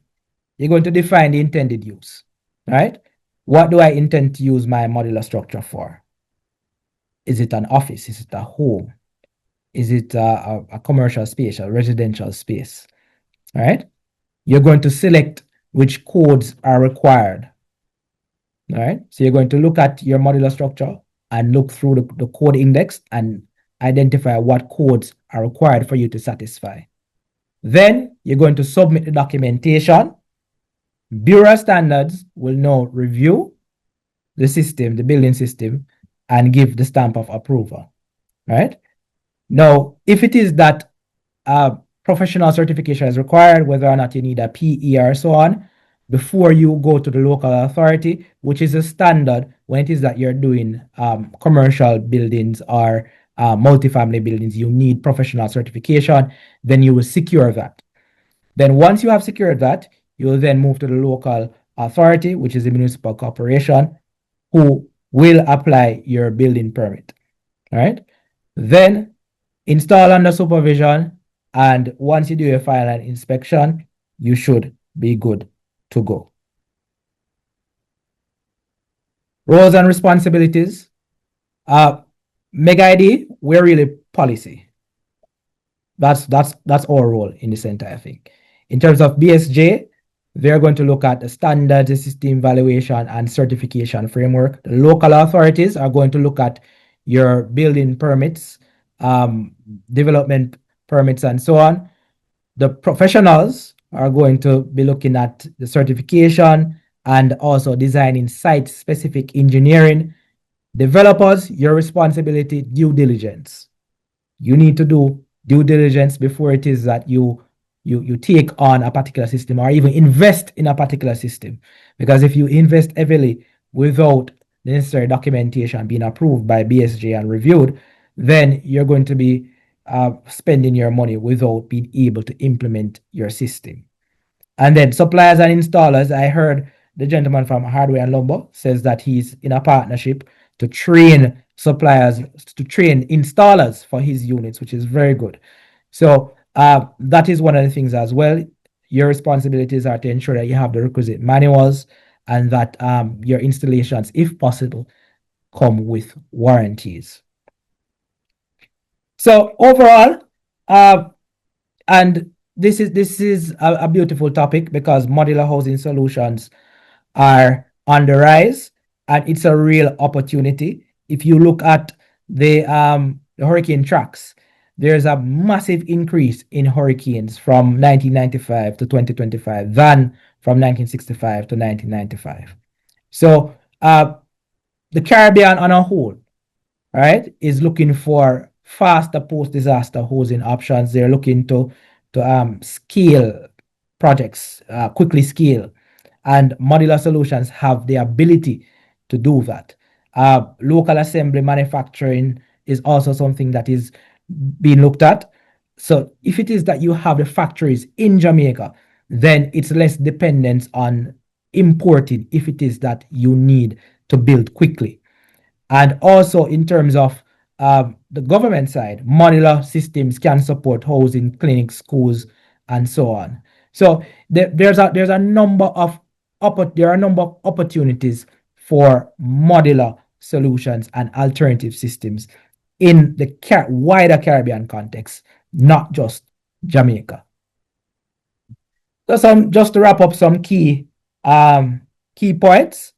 So modular housing is a delivery method, not an automatic guarantee of resilience. Performance requires a complete engineered load path. Temporary and permanent modular housing must be classified differently. Foundation, anchorage, and fire safety. Energy performance and inspections, these things are non-negotiable. And Jamaica can use modular housing. However, it must be through a standards-led approach. Thank you, folks. And we'll now take questions. I'm happy my panelists are on to help me answer some of the questions that you may have. Thank you. Oh, thank you very much, sir. Thank you very much indeed. Very, very interesting indeed. And there are a number of questions in the Q&A box, and I'm sure that some of them are quite long. Some of them I think are pretty obvious, but they need to be answered. But before we do that, let's bring in the panelists who are going to deal with the answers along with you and ask you some questions, I assume, Mr. Case. We have Mr. Christopher Burgess as one of the panelists. He's been on this webinar before. Mr. Burgess is the Managing Director of CEAC Solutions and CEAC Outsourcing Company Limited with a PhD in Climate Studies, an MSc in Environmental Engineering from Imperial College, and the MSc in Coastal Engineering from Old Dominion University, and a BSc in Civil Engineering from the University of the West Indies. So Dr. Burgess has over 28 years of experience and has worked on infrastructure projects across the Caribbean, including storm drainage, wastewater treatment, and climate change research for various governments and agencies. Notable projects include the Palisades Peninsula Shoreline Protection and the JSIF Port Royal Street Coastal Revetment. Dr. Burgess is a registered professional engineer, a member of the Jamaican Institute of Engineers, and has published extensively in international journals. We also have Mr. Sadhu Ramani, who has already been introduced to us, so I won't introduce him again. And we have Mr. Richard Lawrence. By the way, you will recall that Mr. Ramani is the CEO of Hardware and Lumber Limited. And we have Mr. Richard Lawrence, Manager, Testing and Industrial Services Branch of the Bureau of Standards in Jamaica, very important for these purposes. Mr. Lawrence is a quality management and project management professional with more than 20 years' experience leading major projects in Jamaica and across the Caribbean. He serves at the Bureau of Standards Jamaica, where he manages the Testing and Industrial Services Branch and led the accreditation of Jamaica's only government construction laboratories. A civil engineer by training, he also holds a master's degree in substantial energy and climate change and is certified in several international standards, including the ISO 9001 and the ISO 17025. He is widely recognized for his work in quality assurance, standards development, and infrastructure testing. Welcome, gentlemen. Maybe before we all start to get into the things, there's a couple of questions that maybe you ought to take early. What's the uptake up by developers like in warranty available to them or individuals who may purchase the house kits? Do we know that, Mr. Case? Are there any warranties? No, that is information that I presently would not have. I suppose it would I'm be not sure if Mr. Wood from the JDA could probably help out. Maybe it depends on each particular manufacturer. I don't know. Well, possibly. It's a possibility. There are a couple more that we can answer quickly. Can you say if the NHT will offer mortgages on modular homes? Do we know? I assume so. Nobody seems to know the definitive answer. And there's one especially for Mr. Case, which says, is site assessment one of the functions carried out when companies are supplying private customers? Well, it should be. It should be. It should be. All right. Before we get into others, there's perhaps one more. Monique Clark Brown asks, the proposed no building zones are a positive step. However, what about long-established communities such as Jackson and St. Andrew, where landslides and slope instability have been recurring issues for many years? Construction continues in and around these vulnerable areas despite the known risks. What specific measures will be implemented to address those existing high-risk communities? Will there be stricter enforcement, engineering mitigation, restrictions on future development? Is it important that the action plan addresses not only future developments, but also the ongoing risks facing residents in areas that have already been heavily developed? That's a mouthful. It is. So what I can say quickly is that all buildings, regardless of their composition, must pass through a rigorous approval regime. So you have planning, which is executed under the NRCA. So if it is that it's a subdivision or it's an apartment complex, it must pass through the NRCA, which is housed by NEPA. And then on top of that, you have the building permit, which is another approval step where you have to again pass through another level of scrutiny. So what I can say is that if buildings are being constructed, then they would have passed through the rigorous approval process, and I'm sure that the requisite engineering considerations would have been considered to ensure that there is no serious harm or necessary damage to whether individuals in that specific building or even individuals in and around the building. So I'm sure that the buildings would have been engineered. All right, thanks very much. Gentlemen? Over to you. Thank you, Mr. Lazarus. Thank you for shepherding us again. Kinson, first to you to say thank you very much for this presentation. It's a well-prepared presentation. I mean, you and I have been talking along the way. I hear the passion. I'd like to applaud your presentation for the focus, obviously, on the use of codes and standards. And I can hear your skepticism with the vendor claims and scrutinizing them. And it's I feel this is not this is something that us engineers have to cope with very often. Very often you have the salesman trying to sell you something, as we'd say, fisherman sell fish. And you have to dissect and see if it makes sense. And as Kingston said, they don't even have the technical information to allow us to justify it or to even explore it. And so keep up that skepticism as an engineer, Kingston.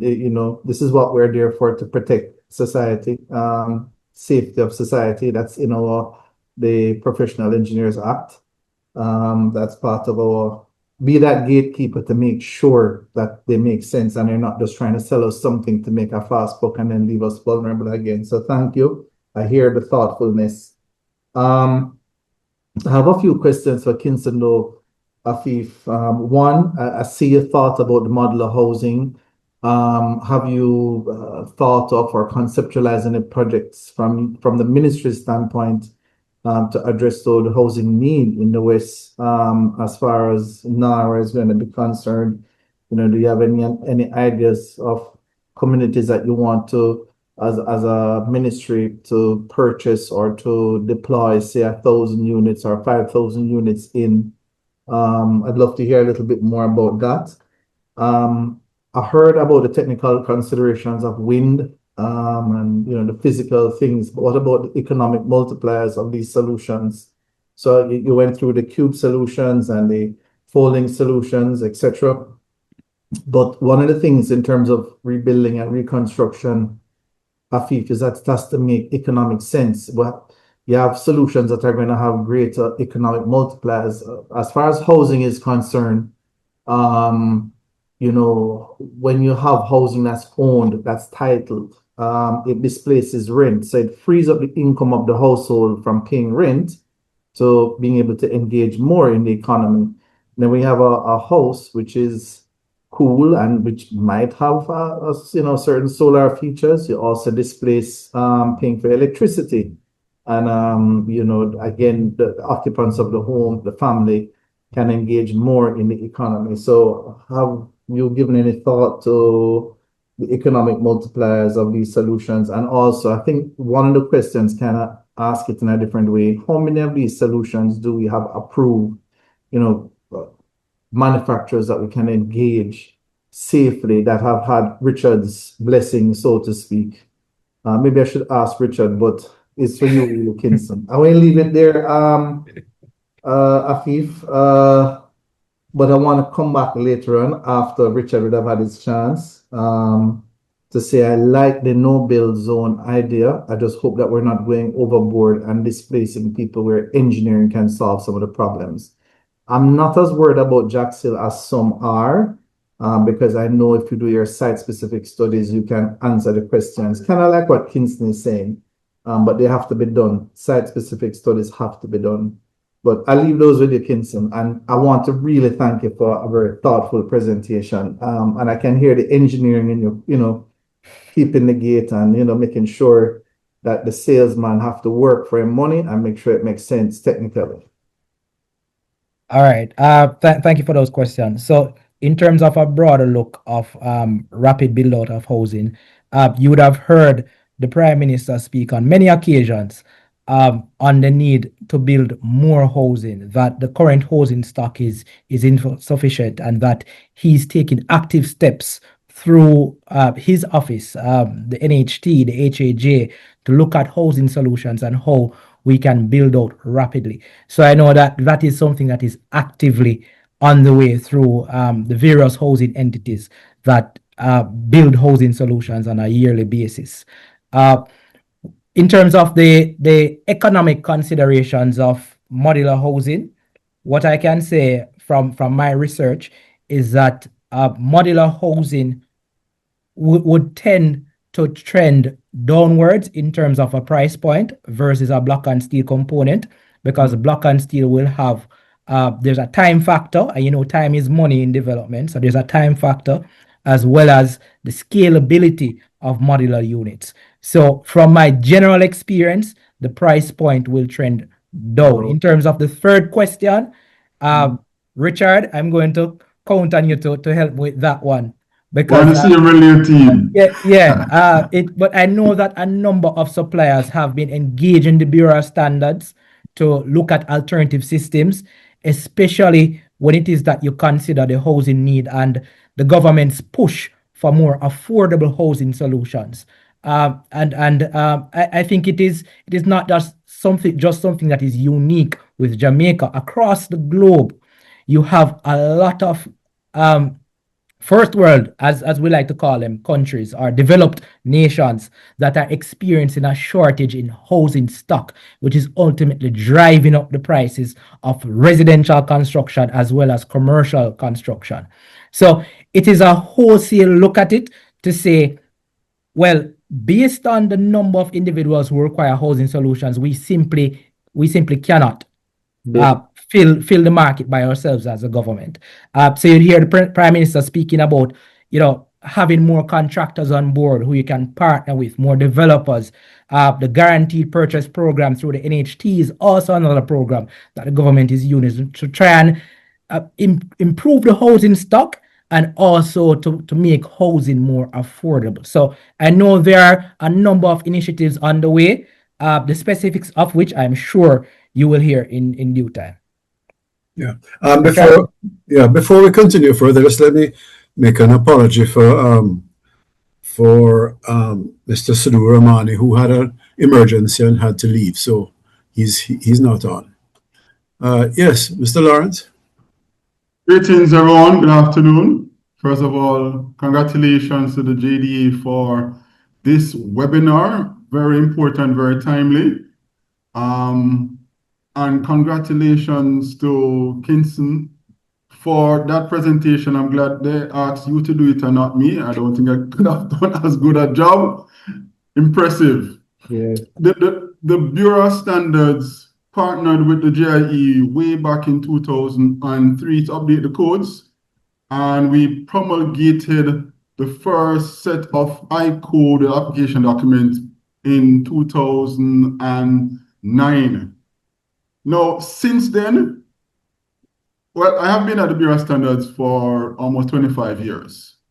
And since we promulgated the first set of modern I-codes, we have been getting requests from developers to use new billing systems from different parts of the world, various parts of the world. We get a few each year. When we do our assessment against the building code, there is always some caveat for compliance. So we might say this system coming out of Turkey, we accept it for Jamaica with these restrictions. Or the system coming out of Saudi Arabia, we accept it for compliance with the billing code with these restrictions or these modifications. The modular billing system is similar to the other billing system in terms of the compliance part. And Mr. Case went through that already. We have since the passage of Hurricane Melissa, the number of systems that we have received as more than 10 times what we get on average per year. So over the last 15 years, what we have gotten in terms of application for assessment, over the last 15 years, what we have received since the passage of Melissa has surpassed all of them combined in 15 years, just in the last probably 8 months.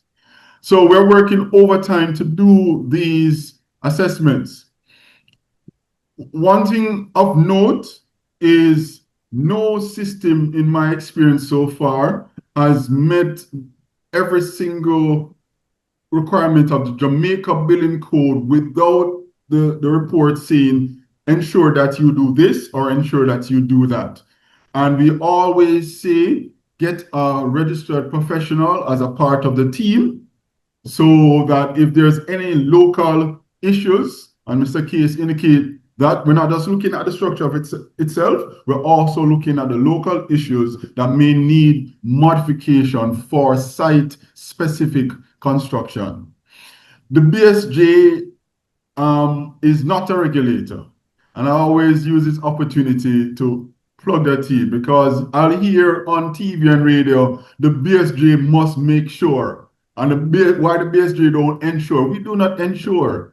We facilitate. Years ago, we changed our modus operandi from regulator to facilitator. Under the Building Act, we are empowered to do the assessment against the building code, and then the municipal authority use reports from the building code to do their regulatory activities.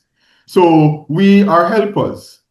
If there is a developer who needs assistance, we are helpers to determine compliance. If there's an individual homeowner that needs to find out, is my plan according to the building code, we are helpers. So I just want to establish that, and I'm going to say it at least 2 more times. We are not regulators. We are facilitators. We're helpers. So, Chris, in terms of the list of billing systems, we have numerous.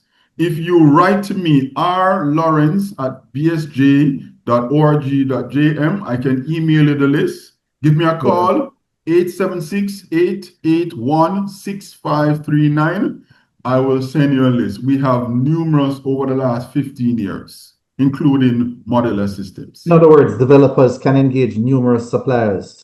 Yes. Yes. Yes. And I figure that's where NAR is going to go, that developers can get engaged in the and they can choose a modular housing supplier. Afif, I don't know if you can allow me one more. Kingston, is there room for these homes to be built here? I mean, wait, you just cut out, Chris. Repeat for me. Oh, is there any opportunity for these modular homes to be built here? It's fine to import as you need, but certainly it would boost the economy and help us with, rekindling manufacturing here if we could set up a factory. For example, Astrum have a cube system. We can have a panel system, has a panel system. Is there room to manufacture any of these things here to boost our own economy? Because I think that's an interesting conversation. It's a very interesting conversation. I think it is something that the JDA could possibly champion to look at it. When it comes to economies of scale, though, that is where I think we may be defeated.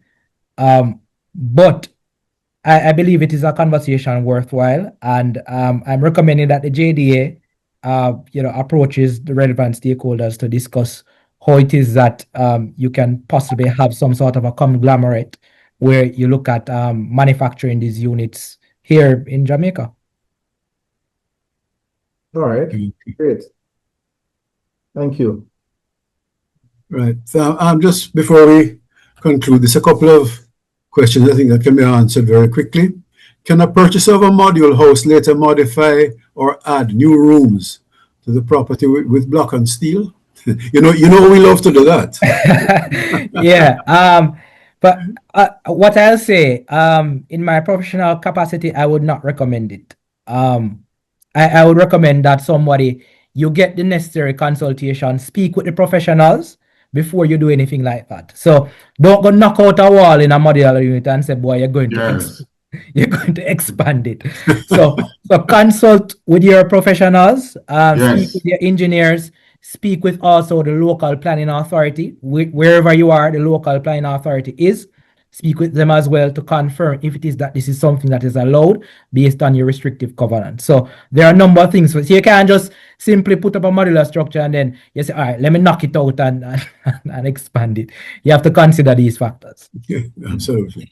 And there is also in the suite of codes, the existing building code. Once you're doing a modification to a structure, The existing billing code guides you how you need to change it. So even if you have built a structure 50 years ago, once you're going to do modification, the existing billing code is used as a guide. Yeah, correct. Just a couple more. This question was asked before. I suppose it depends upon the financier. Are modular houses able to be used as collateral? I don't think we can answer that question. That is really for the banks and financial institutions.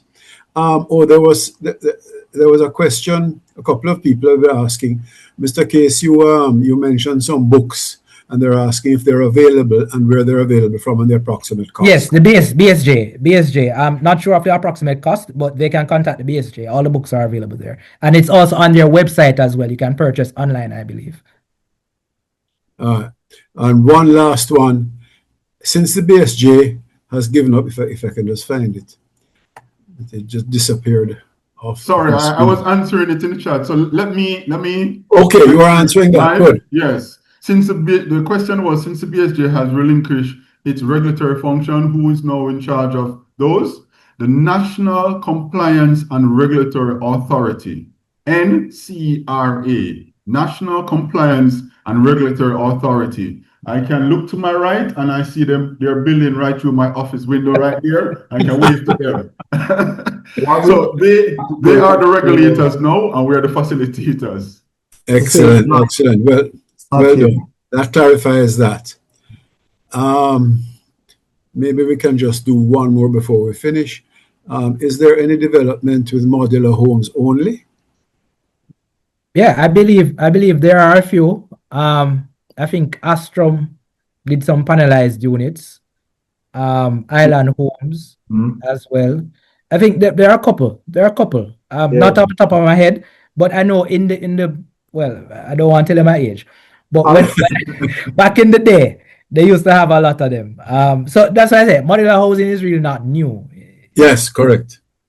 All right. Well, thank you very much, gentlemen. Sorry, Chris, you want to say something?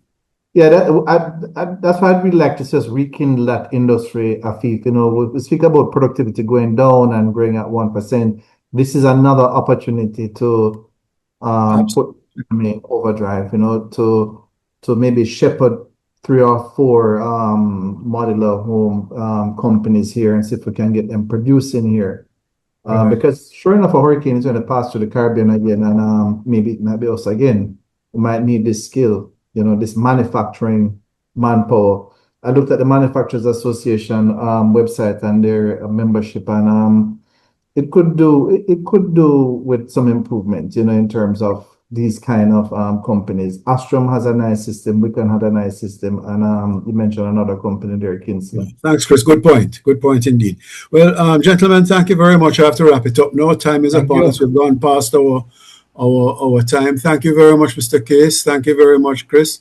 Thank you very much, Mr. Lawrence. And I hope that all is well with Mr. Ramani. And we just break now for another short commercial break. Thank you all very much again.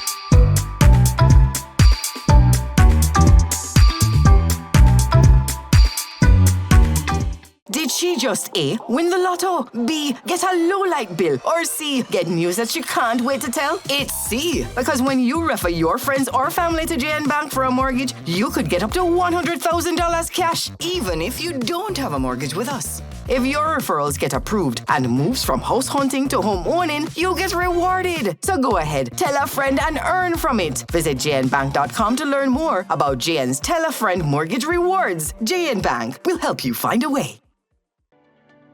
For over 40 years, the GN Group of companies have been developing plans, laying foundations, building hundreds of homes of distinction, creating exclusive and secure communities in which we live, play, and raise families. The GN Group of companies, creating homes that people enjoy. Buying a home isn't just about the financing, it's about the feeling. With CIBC Caribbean Home Financing, we make home ownership feel so much easier with up to 95% financing and up to 35 years to repay. $400,000 cash back, no loan application fee, a pre-approved credit card, interest-free insurance loan, plus a special housewarming. Get started today. Visit CIBCCaribbean.com/Jamaica Supports Team.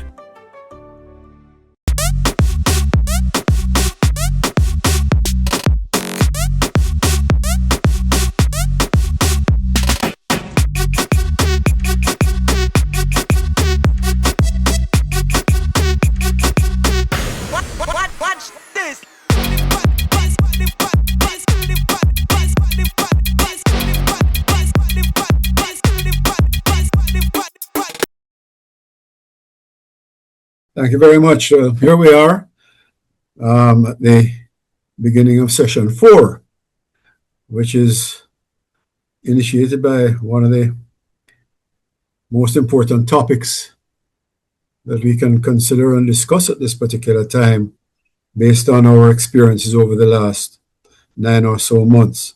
Safeguarding property, the importance of insurance coverage during the hurricane season of which we are now in. And the presenter is none other than Mr. Peter Levian, a long-standing insurance expert. He's managing director of British Caribbean Insurance Company, and he's a chartered insurance professional with more than 40 years of experience in Jamaica's general insurance industry, and served as managing director of the British Caribbean Insurance Company, one of the company's leading general insurers.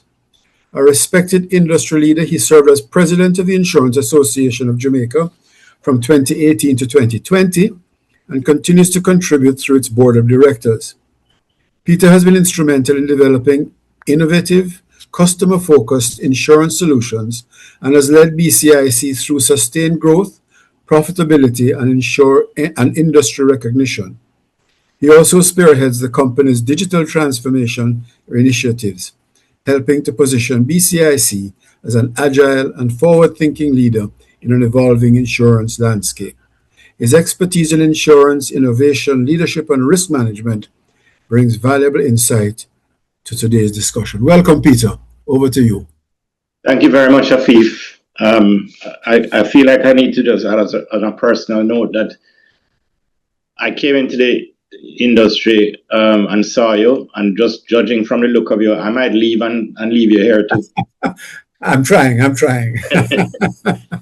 Thank you very much, and thanks to the JDA for the opportunity.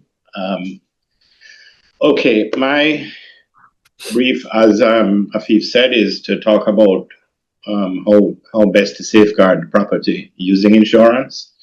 And one of the things that occurred to me was that I don't think it's particularly helpful for me to talk about the value of insurance in the abstract. I'm not saying that everybody believes that insurance is a good solution, but if you don't, then I don't think a 20-minute discussion from me on a webinar is going to change your minds.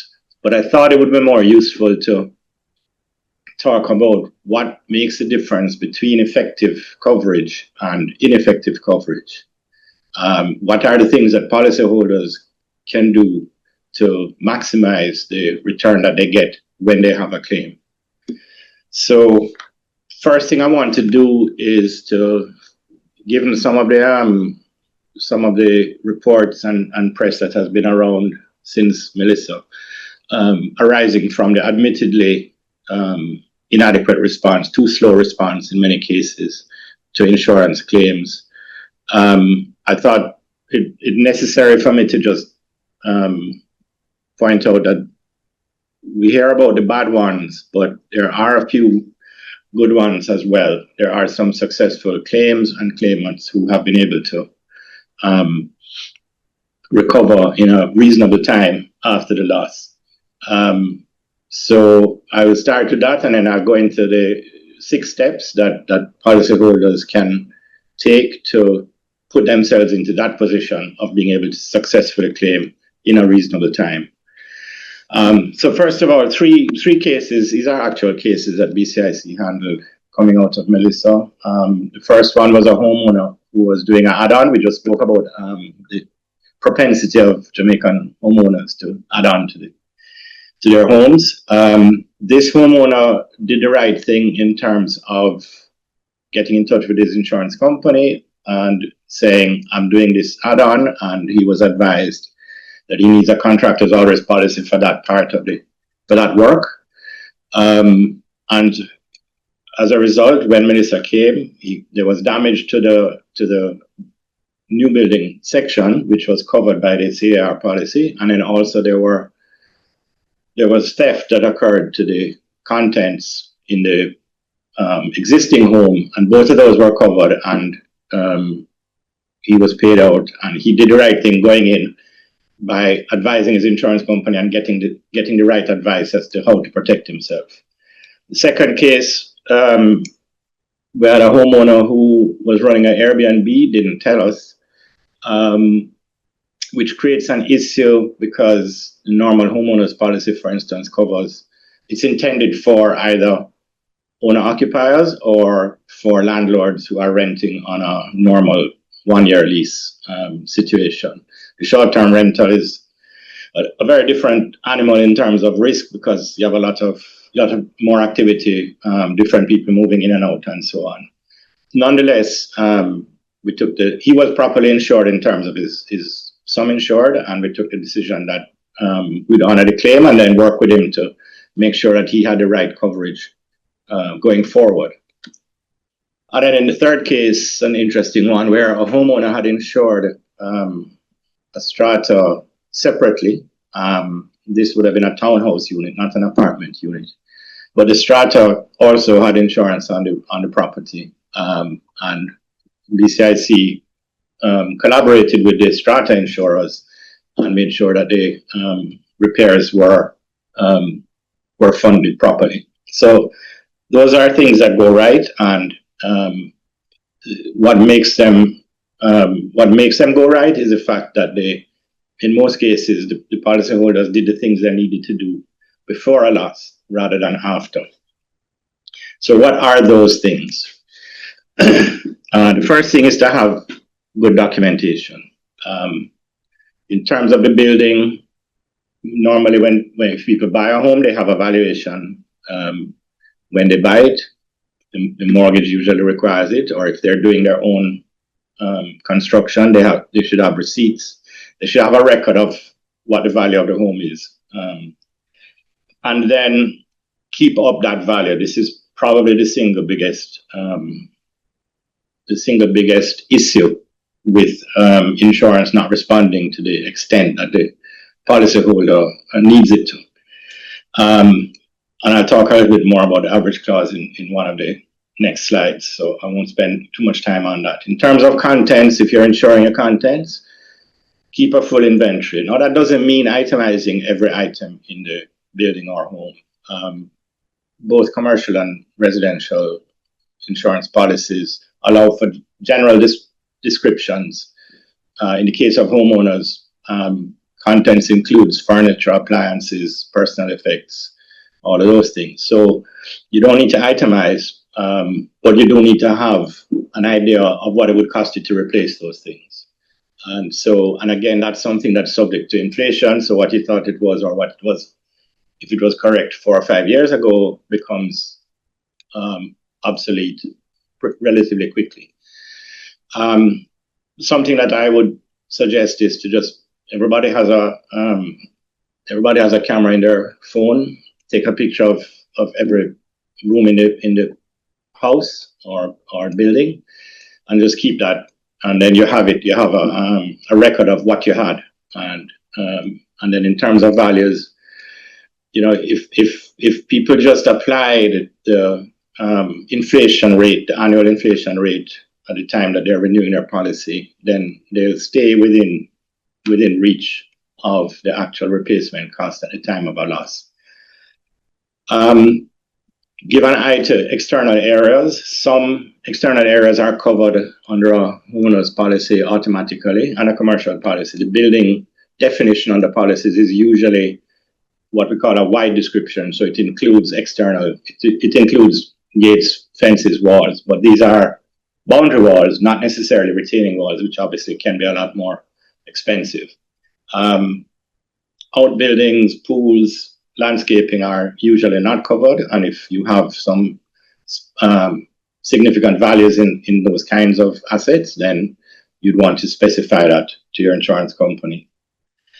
And then there are some non-property losses that can arise. Obviously, if you are in a house and it gets damaged and you can't occupy, then you may have to rent an alternative premises while the repairs are going on. That's covered by a homeowner's policy. But for businesses, you need to take what we call a loss of profits or business interruption cover in order to ensure that you can continue to meet your expenses and have some money coming in if the business can't continue because of a damage to the property. So essentially, figure out what your exposure is, with these broad groups, and come up with a number that you think will protect you in the event of a loss. The second one is where I go in a little bit deeper in terms of the average clause, and I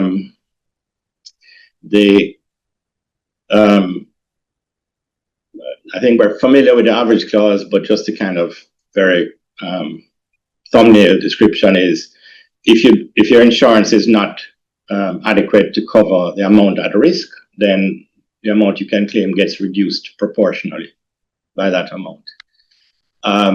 There's two different ways it operates. For homeowners, there's a margin that we give where if you're within 85% of the value at risk, then average won't apply. So you have a buffer there.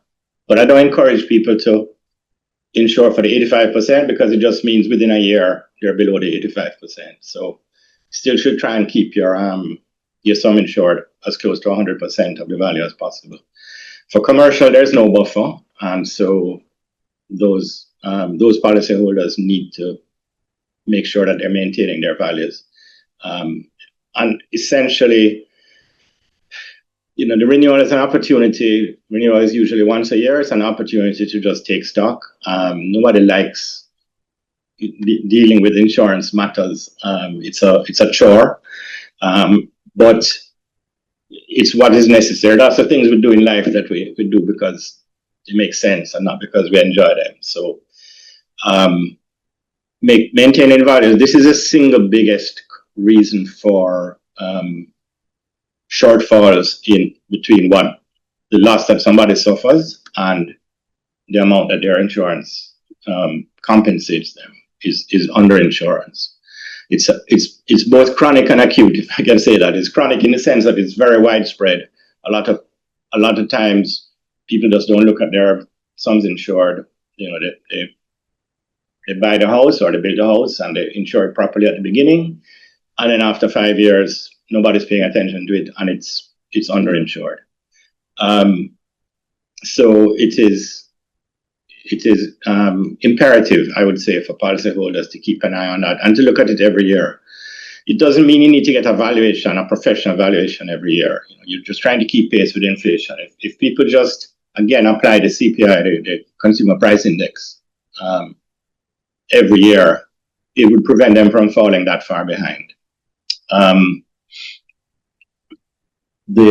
I would just add that BCIC does have a online facility to estimate the replacement cost of your building for homeowners, for private houses, where essentially you just need a square footage and a few basic questions like what kind of roof it is, and whether there are any particular types of expensive fixtures. And it provides a updated valuation, which is given to us by a quantity survey and updated twice a year. So that's and it's a tool that we don't limit it to BCIC customers. Anybody can use it. So if you want, you can check that out. For commercial, most commercial businesses place through brokers. commercial buyers should definitely have this conversation with their broker every year and just make sure, just check in and get their value updated. All right, the third thing is to know what your policy covers. Now, very broad descriptions here. Homeowners policies cover building and contents if you opt for contents. It covers for specific types of perils, so types of events, causes of loss, firestorm, flood, earthquake, theft for contents, etc. It also has cover for public liability. So if there's a defect in your home and somebody from outside suffers an injury, they can make a claim on your insurance company rather than you being exposed to that cost. People should look out for if they're doing any kind of business activity from their home that can be excluded by the policy. We're not talking about taking work home and doing it at home, but if you're running a business out of your home, any kind of trade, any kind of service that you're offering in your home, that can put your policy in jeopardy. So again, it's not hard to get your insurance company to make a note on the policy that that's a permitted activity, as long as it's not a particularly hazardous one. You'll be fine, but you don't want them finding out after a loss and it hasn't been disclosed to them. That's one of the things that leads to issues. High value items, there's a kind of cap on what a contents policy will pay per item, unless it's specified. So high value items might include jewelry, but it would also include pieces of art or even kind of high-end electronic equipment and so on. So anything that is high value should be specified with the value attached to it. Again, sorry, look out for those outbuildings. If you have outbuildings, then just put a note on the policy that you have an outbuilding, and this would need a value and would be added to your coverage, or you exclude it from the policy if you don't think it needs to be covered. But either way, let your insurance company know. For commercial, separate, again, buildings and contents are covered. You can buy business interruption for commercial policies. The commercial all risk policy is slightly different in that it covers any loss that isn't specifically excluded. So it's a slightly different approach, but it ends up very close in terms of what it covers. There are some exclusions. Understand those exclusions. Again, talk to your broker and just find out, make sure that none of your operations or none of your property would fall within any of those exclusions. And then contractors all risk is a specific and specialized cover for building works, basically, although it also applies to civil works as well, but primarily buildings. And it covers the work in progress, the materials on site, plant and equipment on site, as well as liability during the construction period. And again, let me just restate, any construction activity that's being done to an existing building, the insurance company needs to know so they can advise you on how to protect yourself in that scenario. Contracts always generally run through the end of the maintenance period. So they end, the contract period ends, but the coverage continues until the maintenance period expires. But what is important is for the handover to be accompanied by the owner now taking out his own insurance to protect the finished property. Just another word on knowing what your policy covers. BCIC has gone to pretty great lengths to. We recognize that insurance policies are dense and hard to read and hard to understand, and that's true even for those of us who are in the business. So with our kind of consumer-facing policies, that's motor and homeowners, we went through a exercise a couple of years ago of converting them to plain language, and we didn't just come up with what we think plain language is. We actually engaged a consultant, actually out of New Zealand, who specializes in financial documents and insurance in particular, and helping the companies to develop plain language wordings and communications generally. And that's been a very helpful exercise. But our internal people like it because it's so much easier for them to understand and explain the policy, because it starts out in a plain language form, and the customers also find it much easier to deal with. And we actually won an award from a US-based plain language institute for best before and after for our homeowners policy and for our motor policy. So that's just an example of we need to look, we in the insurance industry, we need to look at what are the obstacles to what's causing these disconnects between us and our customers, and trying to solve those problems before they arise. And that's really what this whole presentation is kind of designed to try and do. I wanted to talk a little bit about parametric insurance. That is something that I think we're going to be seeing more and more of. I think the most well-known example of parametric insurance would be the catastrophe bond that paid the government $150 million US within a week or two of Melissa happening.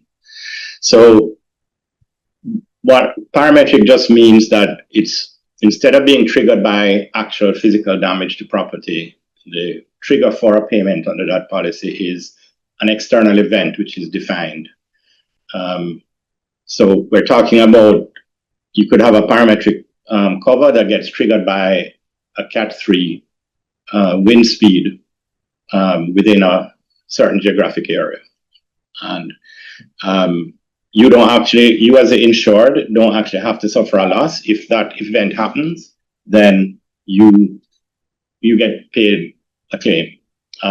So it's a supplement to traditional insurance. It can help to defray costs that may not be covered by a traditional insurance. For instance, your deductible. The policyholder has to bear the first 2% of the sum insured of any catastrophe claim. A parametric rider on a policy will trigger a payment which can be used for that purpose. It can be used for any purpose that the policyholder puts it to. And as I say, the policyholder doesn't actually have to have physical damage for a claim to be triggered and for a payment to be made. So what that does, it takes away all the kind of subjectivity. It takes away the process of quantifying the claim, because it's a predefined limit, and it just pays that amount once the trigger has been has occurred. So I think we're going to see that as a add-on for both homeowners and commercial policies. And another type of loss that is not currently coverable by traditional insurance is, if you have a business but your business doesn't have damage, but there's a catastrophe, you might have a depression in your income as a result of the wider effects of that catastrophe. And you can't claim on your policy because you didn't have physical damage to your property, but a parametric cover would at least be able to provide you with a payout that would help you to get through that period. The example that's given here, ignore the currency. It's $5 million US is a big cover. Let's say it's Jamaican dollars. Doesn't matter. The principle is the same. You're buying $5 million. You want $5 million worth of cover. The premium would be $200,000, and you get a payout if there's a Category 3 wind speed in your parish. You get a payout of 1.25, so 25% of the limit. If it's Cat 4, you get 50% of the limit, and if it's Cat 5, you get $5 million, which is 100%. So that's how it works. It is more expensive per dollar of coverage, but it's useful as an adjunct to existing insurance. And you wouldn't cover your entire building sum insured on a parametric basis, because that would be prohibitively expensive. But as I say, it is something I think we're going to see more of. So I just wanted to talk a little bit about it. The fifth item is how to talk to your insurer or broker. I touched on this a little bit earlier, so I'll just go over. review your coverage every renewal or at least once a year, maybe at the start of the hurricane season, like now would be a good time. Just have a look at what your policy covers and see if the sums insured are adequate, and see if there's any changes in the risk that have occurred.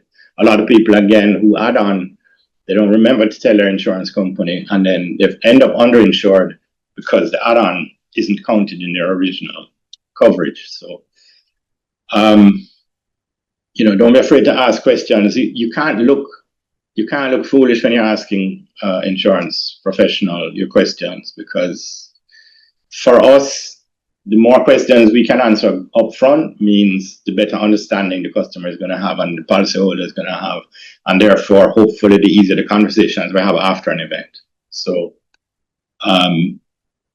so ask whatever questions occur to you. Don't auto-renew your policies. In other words, just you get a renewal notice, you look at the amount, and you pay that premium. Don't let your broker auto-renew your policy. Have that conversation either with your insurer or your broker about what might have changed in between or what the values are and so on. And then again, as I said, any midterm changes, remember to let your insurance company know that there's been a change. So essentially, communication is the biggest tool in terms of minimizing issues after a loss. Communication before a loss prevents problems after a loss. After a loss, though, there are some additional steps that you can take to make things go smoothly. First of all, let your broker or insurer know as soon as possible. You don't have to wait until you have a full quantification of the loss. Let them know you have a loss, and details will follow. Take pictures again of the damaged areas, and you'll have that record, and then you can do temporary repairs as necessary. The policy allows you to do temporary boarding up, for instance, or clean up, and will reimburse you for temporary repairs. So the most important thing is to make the building habitable if it's not. And then the insurance company will appoint a loss adjuster, and that communication should start as soon as possible after the loss. Give him as much information as he or she needs to assess the claim, and provide whatever that documentation I spoke about at the start. That's a good time for you to show that to the adjuster, and he'll be much better informed and able to make recommendations from a much stronger platform in that situation.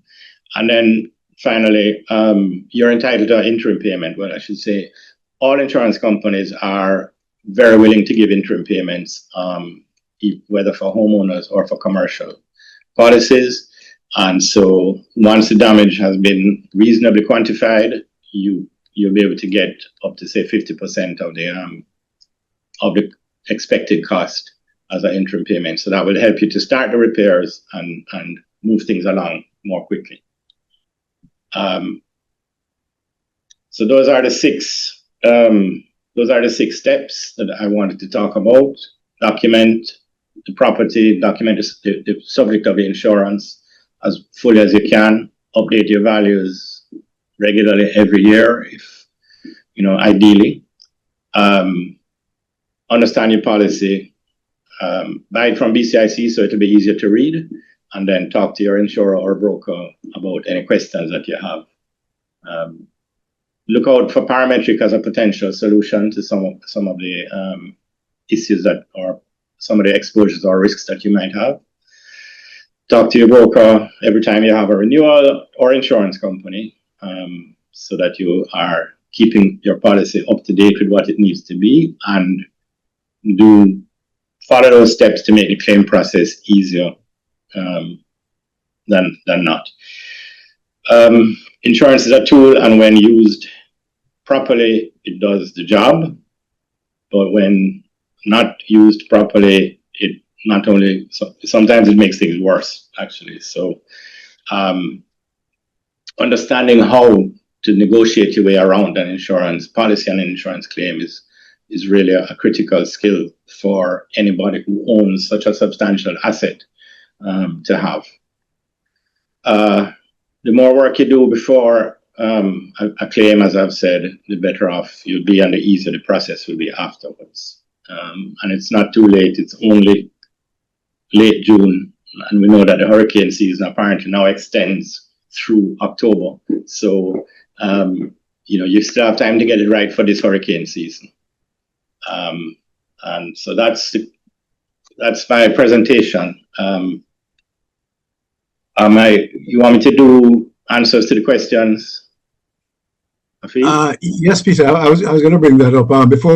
Before we go into the panel discussion, I've seen one particular. I can only call it a set of questions from one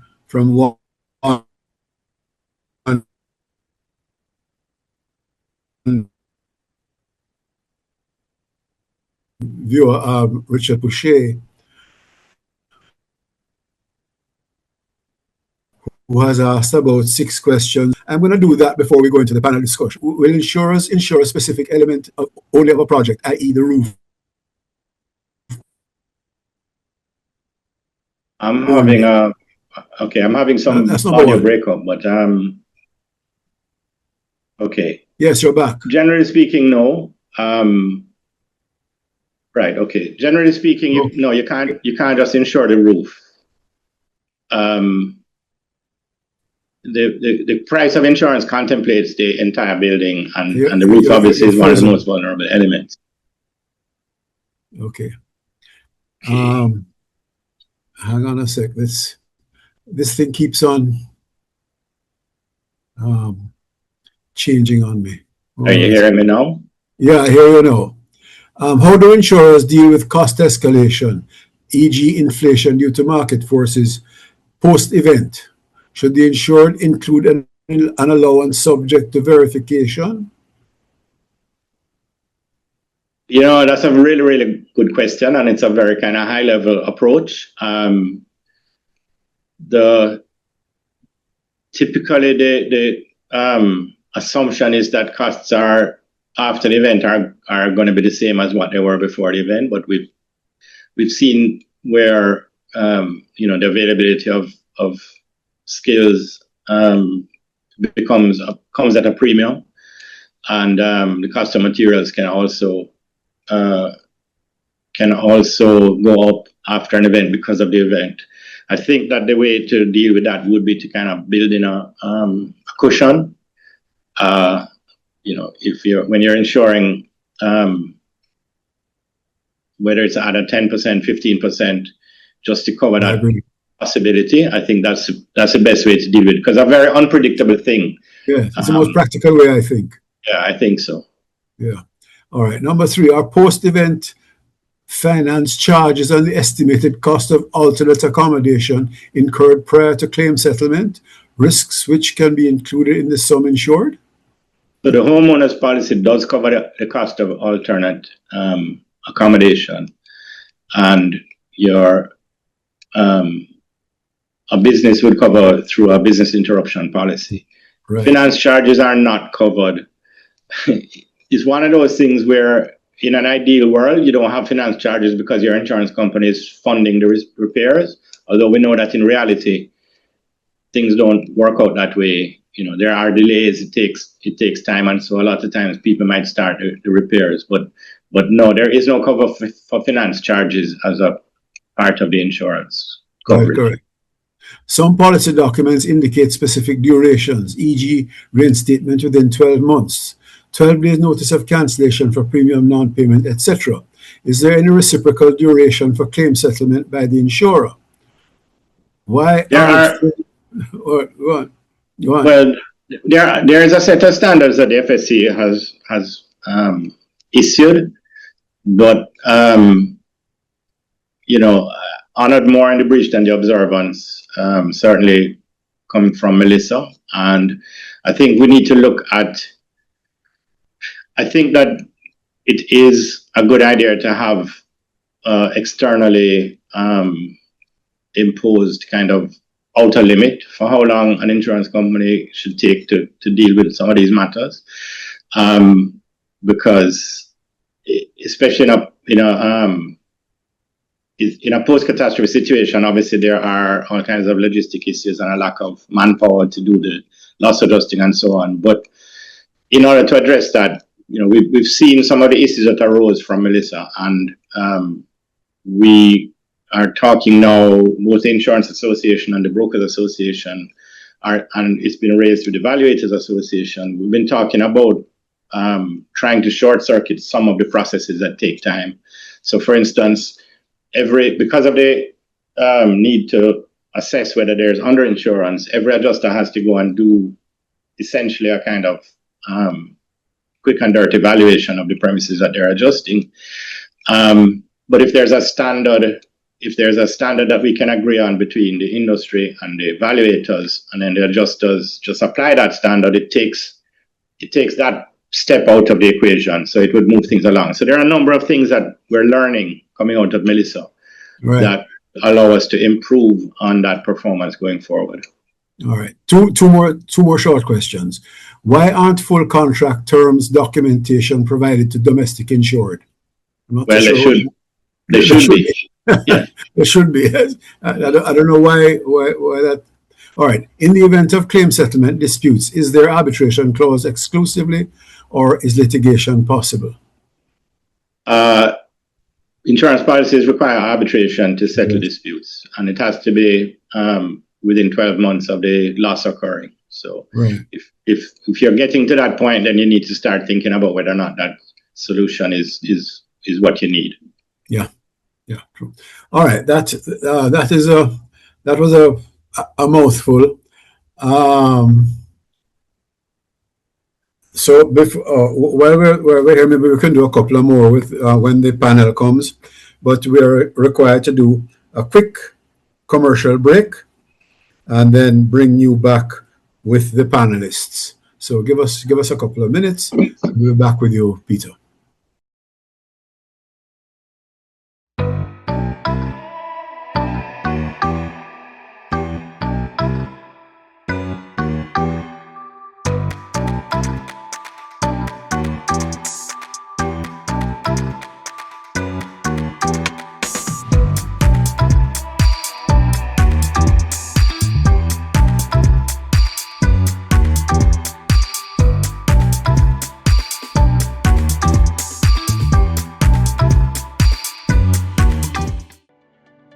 For over 40 years, the GN Group of companies have been developing plans, laying foundations, building hundreds of homes of distinction, creating exclusive and secure communities in which we live, play, and raise families.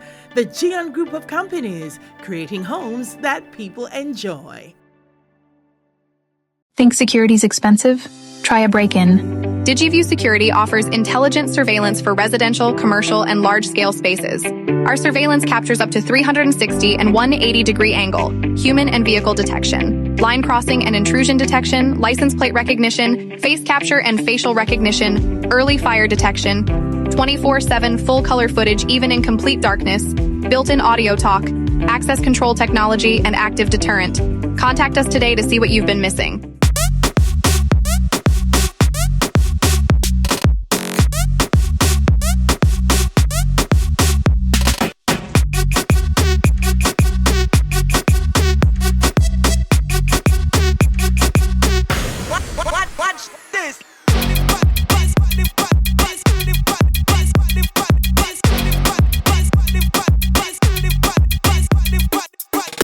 Just A, win the lotto, B, get a low light bill, or C, get news that you can't wait to tell? It's C, because when you refer your friends or family to JN Bank for a mortgage, you could get up to $100,000 cash, even if you don't have a mortgage with us. If your referrals get approved and moves from house hunting to home owning, you get rewarded. So go ahead, tell a friend and earn from it. Visit jnbank.com to learn more about JN's Tell a Friend Mortgage Rewards. JN Bank will help you find a way.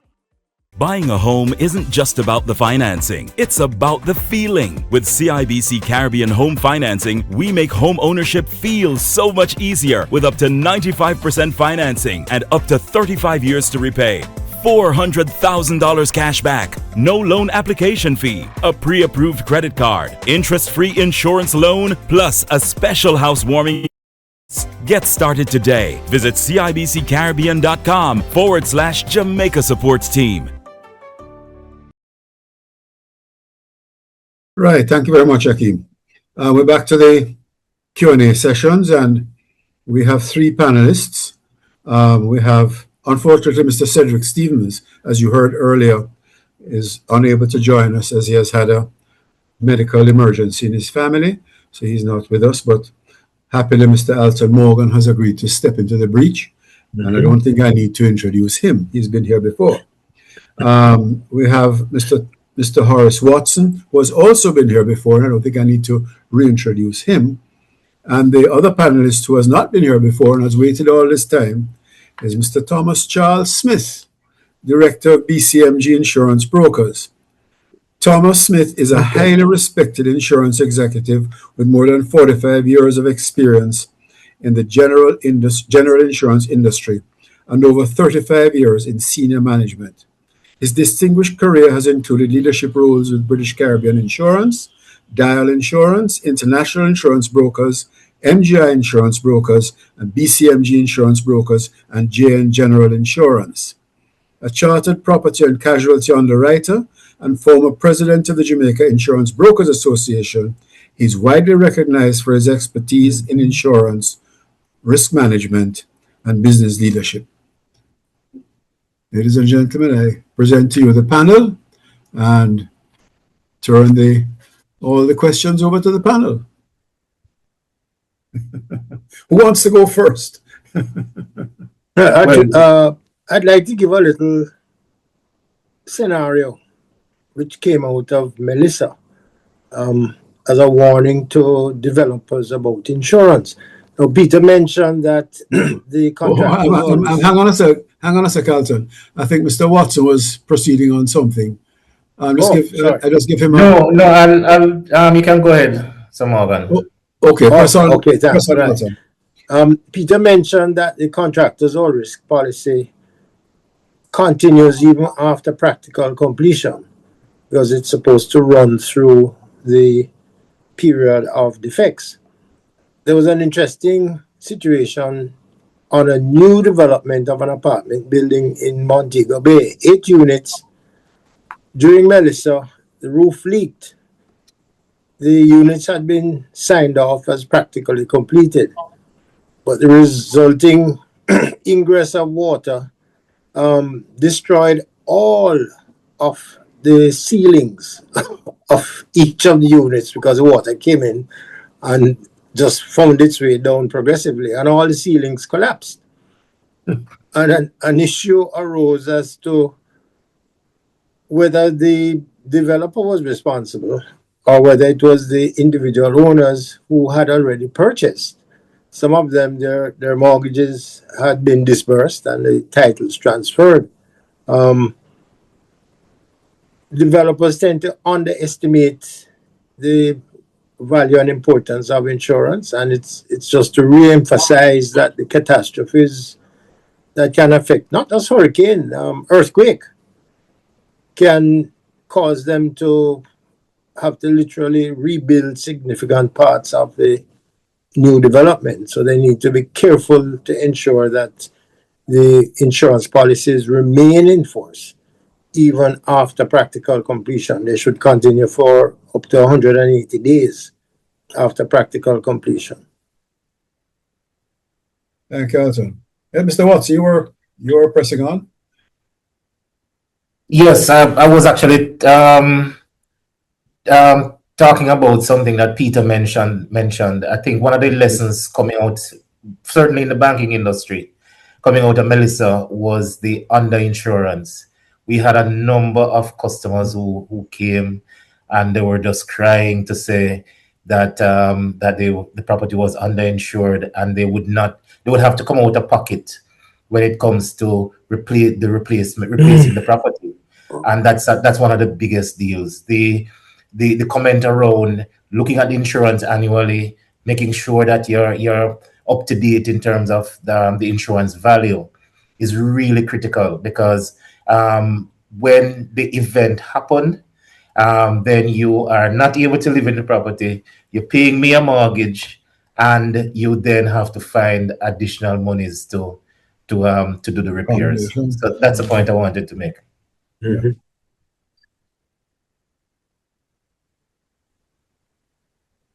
Anything else, Tommy? Thank you, Afif. Afternoon, everybody. Just reinforcing what Horace just said a while ago, our experience coming out of the hurricane has been, the major issue has been the issue of underinsurance and the level of underinsurance, and keeping up to date on the values. And this applies across the board to both commercial clients and private dwelling owners. And it's been a significant impact on ability, not just of insureds to recover, but obviously for general economic recovery, and something that the industry needs to pay close attention to. And Peter certainly highlighted it in his presentation, and so we just like to reinforce that. Let us continue with some of the questions that were posed. One is, does your company offer, Peter, title insurance? I don't think so. I don't think title insurance is available any longer. No, not any longer. No, so I didn't see the need for it in the first place, but anyway. So what about that? Question from Mr. Levy. BCIC, running a business from home. Does this include home office consulting, limited liability business? The truth is, if there's any ambiguity, you want to be on the right side of things. So something like that doesn't have, for instance, doesn't have people coming in, doesn't have traffic, people, outsiders coming in, probably won't move the risk, and there won't be an additional charge for it, but it doesn't hurt you to just let your insurance company know. Most of the time, the business that would give rise to a concern or to maybe sometimes an additional charge would be those that maybe have some kind of processing element to it. I mean, if people are running like cooking from their home, that kind of thing, where you have heat being applied, obviously the risk was up. But kind of typical office type use is not going to be an issue. But the best thing to do is to just let your insurance company know that's going on. Yeah. There's another question here, which is kind of personal to Peter. This one says that he was recently a client of BCIC, informed close to policy renewal that his policy fee would be increased by 50%. He had no claims over the years. Well, he was a client. How do you justify this? I moved to JN, however, now that they've been consumed by BCIC, I'm quite concerned a similar approach is coming. Is this a question of not ensuring the proper value, Peter? Could it be? Obviously, I don't know the specifics. Of course not. I don't even know if it's a homeowner's policy or a building policy, right, commercial policy or a motor policy. Right. But I will just say how the prices are arrived at, basically, certainly for buildings, for property insurance. The biggest cost factor is the cost of reinsurance. We don't have catastrophes every year, so we don't have to, thank God, deal with a Melissa or even a Beryl every year. And the level of claims for non-catastrophe in the property business is relatively low in Jamaica. Fire and those other, what we call minor perils, is a fairly infrequent occurrence among the insured portfolios. But the cost of reinsurance is the biggest factor. And a couple of years ago, there was a significant spike in the cost of reinsurance globally, and property rates spiked accordingly. We're seeing some softening of that lately.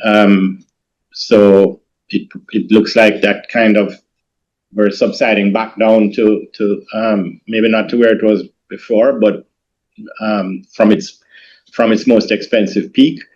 So that could be what they're referring to. And it was a very sudden shift in the market, and there was really no preparation for it. And of course, that's very difficult for whether a homeowner or a business owner to cope with, because you're just not expecting one of your costs to go up by 50% year on year.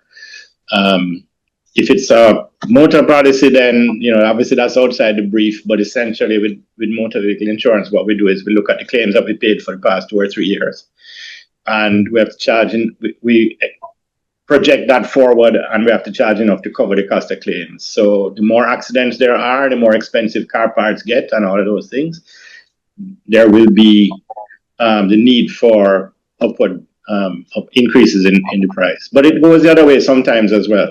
Absolutely. Yeah.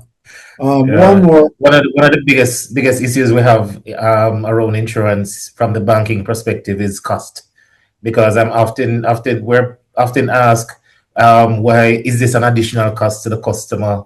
Why we can't do without doing this? But when you have insurance, it protects both the bank and it protects the customer, because you're not going to understand how important that insurance is until you have an event. I have lived long enough now. I made my first claim on insurance after Melissa, and I tell you, it made a difference in terms of being able to recover faster, being able to go on with your normal life, knowing that is covered. When you have to be dealing with all the recovery activity, and then not be able to fix your property, whether it's a business or at home, that's a big deal. So yes, there's a cost component, and no, nobody wants to pay that cost, but it is critical, because you're not going to know the value of it until you actually need it, and that's one of the terrible things about insurance. Tom, you wanted to say something? I just wanted to, I can add a few comments on the pricing issue. Insurance for your home in particular is a very expensive venture. We cannot describe it any other way. But to put things in perspective in relation to what we're paying here in Jamaica, we are relatively on par with the rest of the islands around the Caribbean. Some islands that are much more expensive than we are, and then there are some that are a little cheaper. And it's based on the overall exposure that we face as a double catastrophe zone in terms of being exposed to both hurricanes and earthquakes. And so, just to keep things in perspective, if you look at our neighbors to the north, in Florida in particular, their rates for homeowners insurance are almost double what we're paying here in Jamaica. And it's a real issue. It's a serious expense, and I won't go through the details of how to set up the insurance. I think Peter did a very good job of that in his presentation. But as an owner of the major asset in your life, it's something that you need to pay attention to. It needs a proper discussion, understanding, and a full meeting. It's not just something that you sign on a form and go to bed at night. It really requires a proper assessment of your risk and an understanding of what to do and what you're buying, and to make that commitment for that premium to be paid. I saw a question in the chat, Afif, about strata insurance. But I was just about to focus on that one. Go ahead, Alton. Yes. And well, Peter is familiar with this because we had a little gathering on the subject recently. The regulations under the Strata Titles Act permits that the strata lot owner can insure separately from the strata itself, which is only obliged to insure the building. And in fact, the strata cannot insure the strata lot. because as a principle of insurance, you can't insure what you don't own. What you don't own. Right? No insurable value. Well, there you go. No insurable interest. No insurable interest. So each strata lot owner ought to insure their own unit and not depend upon the coverage that the strata corporation may have placed on the building. And typically, when a loss occurs, it occurs within the unit. Burst pipe, fire, whatever the case may be. In fact, the loss element seems to be going up nowadays with burst pipe because a lot of the newly built apartments are using drywall as the internal walls, and drywall is hygroscopic. It absorbs moisture. So once you get a leak in the premises, you're going to have water getting into the walls, and then it turns to mold, and the mold is a health risk, and you have the cost of literally ripping out the damaged drywall and replacing it. So insurance is necessary in those circumstances. Yeah, there was a question on one of the previous presentations about whether or not, and it was in relation to modular homes, whether or not the foam version of the walls and so on were insurable, or whether you could get a loan based on a foam type of building. And I would assume that you perhaps could get a loan, but the insurance factor would be quite substantial. Yeah, I mean, I think we'd be reliant on the building code and the BSJ findings and so on, and whatever. If it's, in that case, it might be a bigger fire risk than concrete, obviously, and whether what wind resistance it has might also be different. So it would be an objective assessment based on the scientific or engineering findings. Yeah. Anything else? Anybody have any other points to make or questions to ask? If there are was the question on the strata dealt with? I know Alton made reference to it. I'm trying to look at the question. Yes. Alton made reference to it and clarified that it's only the walls and so on that the strata corporation is qualified to take out insurance on. I mean, all the internal fixtures and so on, that's for the owner of the strata lot. Correct. And that's why there appears to be this differential in the cost of coverage plus the cost of recovery, for increased loss. I can just add to that if under the Act, the association is obligated to insure the main structure, the building, including each lot, for the full replacement value. And if the owner feels that the value has not been kept up to date, they can actually buy top-up policy to add to the cover to make sure that their individual unit. There was an issue in a previous one. Yeah, there was an issue in a previous presentation which brought that up. And it was answered, yes. Quite correct, Tommy. Anybody else? Anything else? I think there was a question in the chat. Can a lessee insure the property they lease? They have no insurable value, I don't think. Unless it's for contents. Was that in relation to a private dwelling? Yeah. It'd be relation to a private dwelling or commercial property. We do have some situations in a commercial property where the lessee is granted the authority to insure the property. Good to know. In the lease. But it usually is on the commercial lease. Yeah. Okay. Yeah. All right. Well, we've had a long day, and I want to thank everybody, all the presenters, the chairman, the behind the scenes staff, everybody, for the wonderful way in which the webinar has progressed.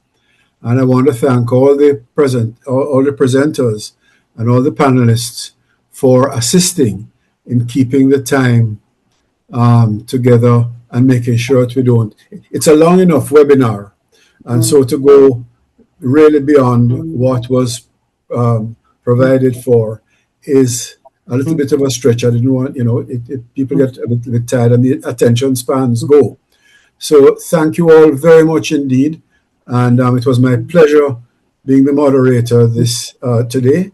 And of course, my congratulations to the Jamaica Developers Association on their continuing efforts to educate the public and so on. And I wish everybody a wonderful rest of the day and Godspeed. Back to you, Mr. Chairman. Thank you so much, Mr. Moderator and panelists.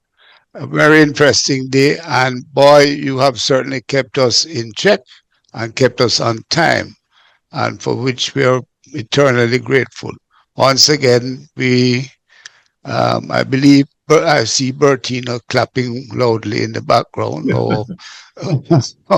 or Marshall, who looks after all things electronic, and certainly it has been a long day, but a very informative day. And we started off the day with a wonderful prayer by our Chairman Emeritus, Reynolds Scott. And then, of course, you introduced Mr. Moderator, you introduced our Minister, Montague, who gave us our marching orders and told us he was happy to hear that we had 3 members of the government, various arms of the government on the panel this morning. And they certainly did us proud. We started off with Ms. Charlene Lawton, who gave us an excellent presentation on land titling.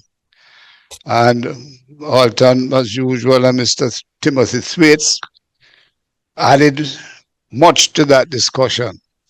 And we had then went on to hear from infrastructure financing from Ayana Campbell from the DBJ, and Peter Jarvis and Mr.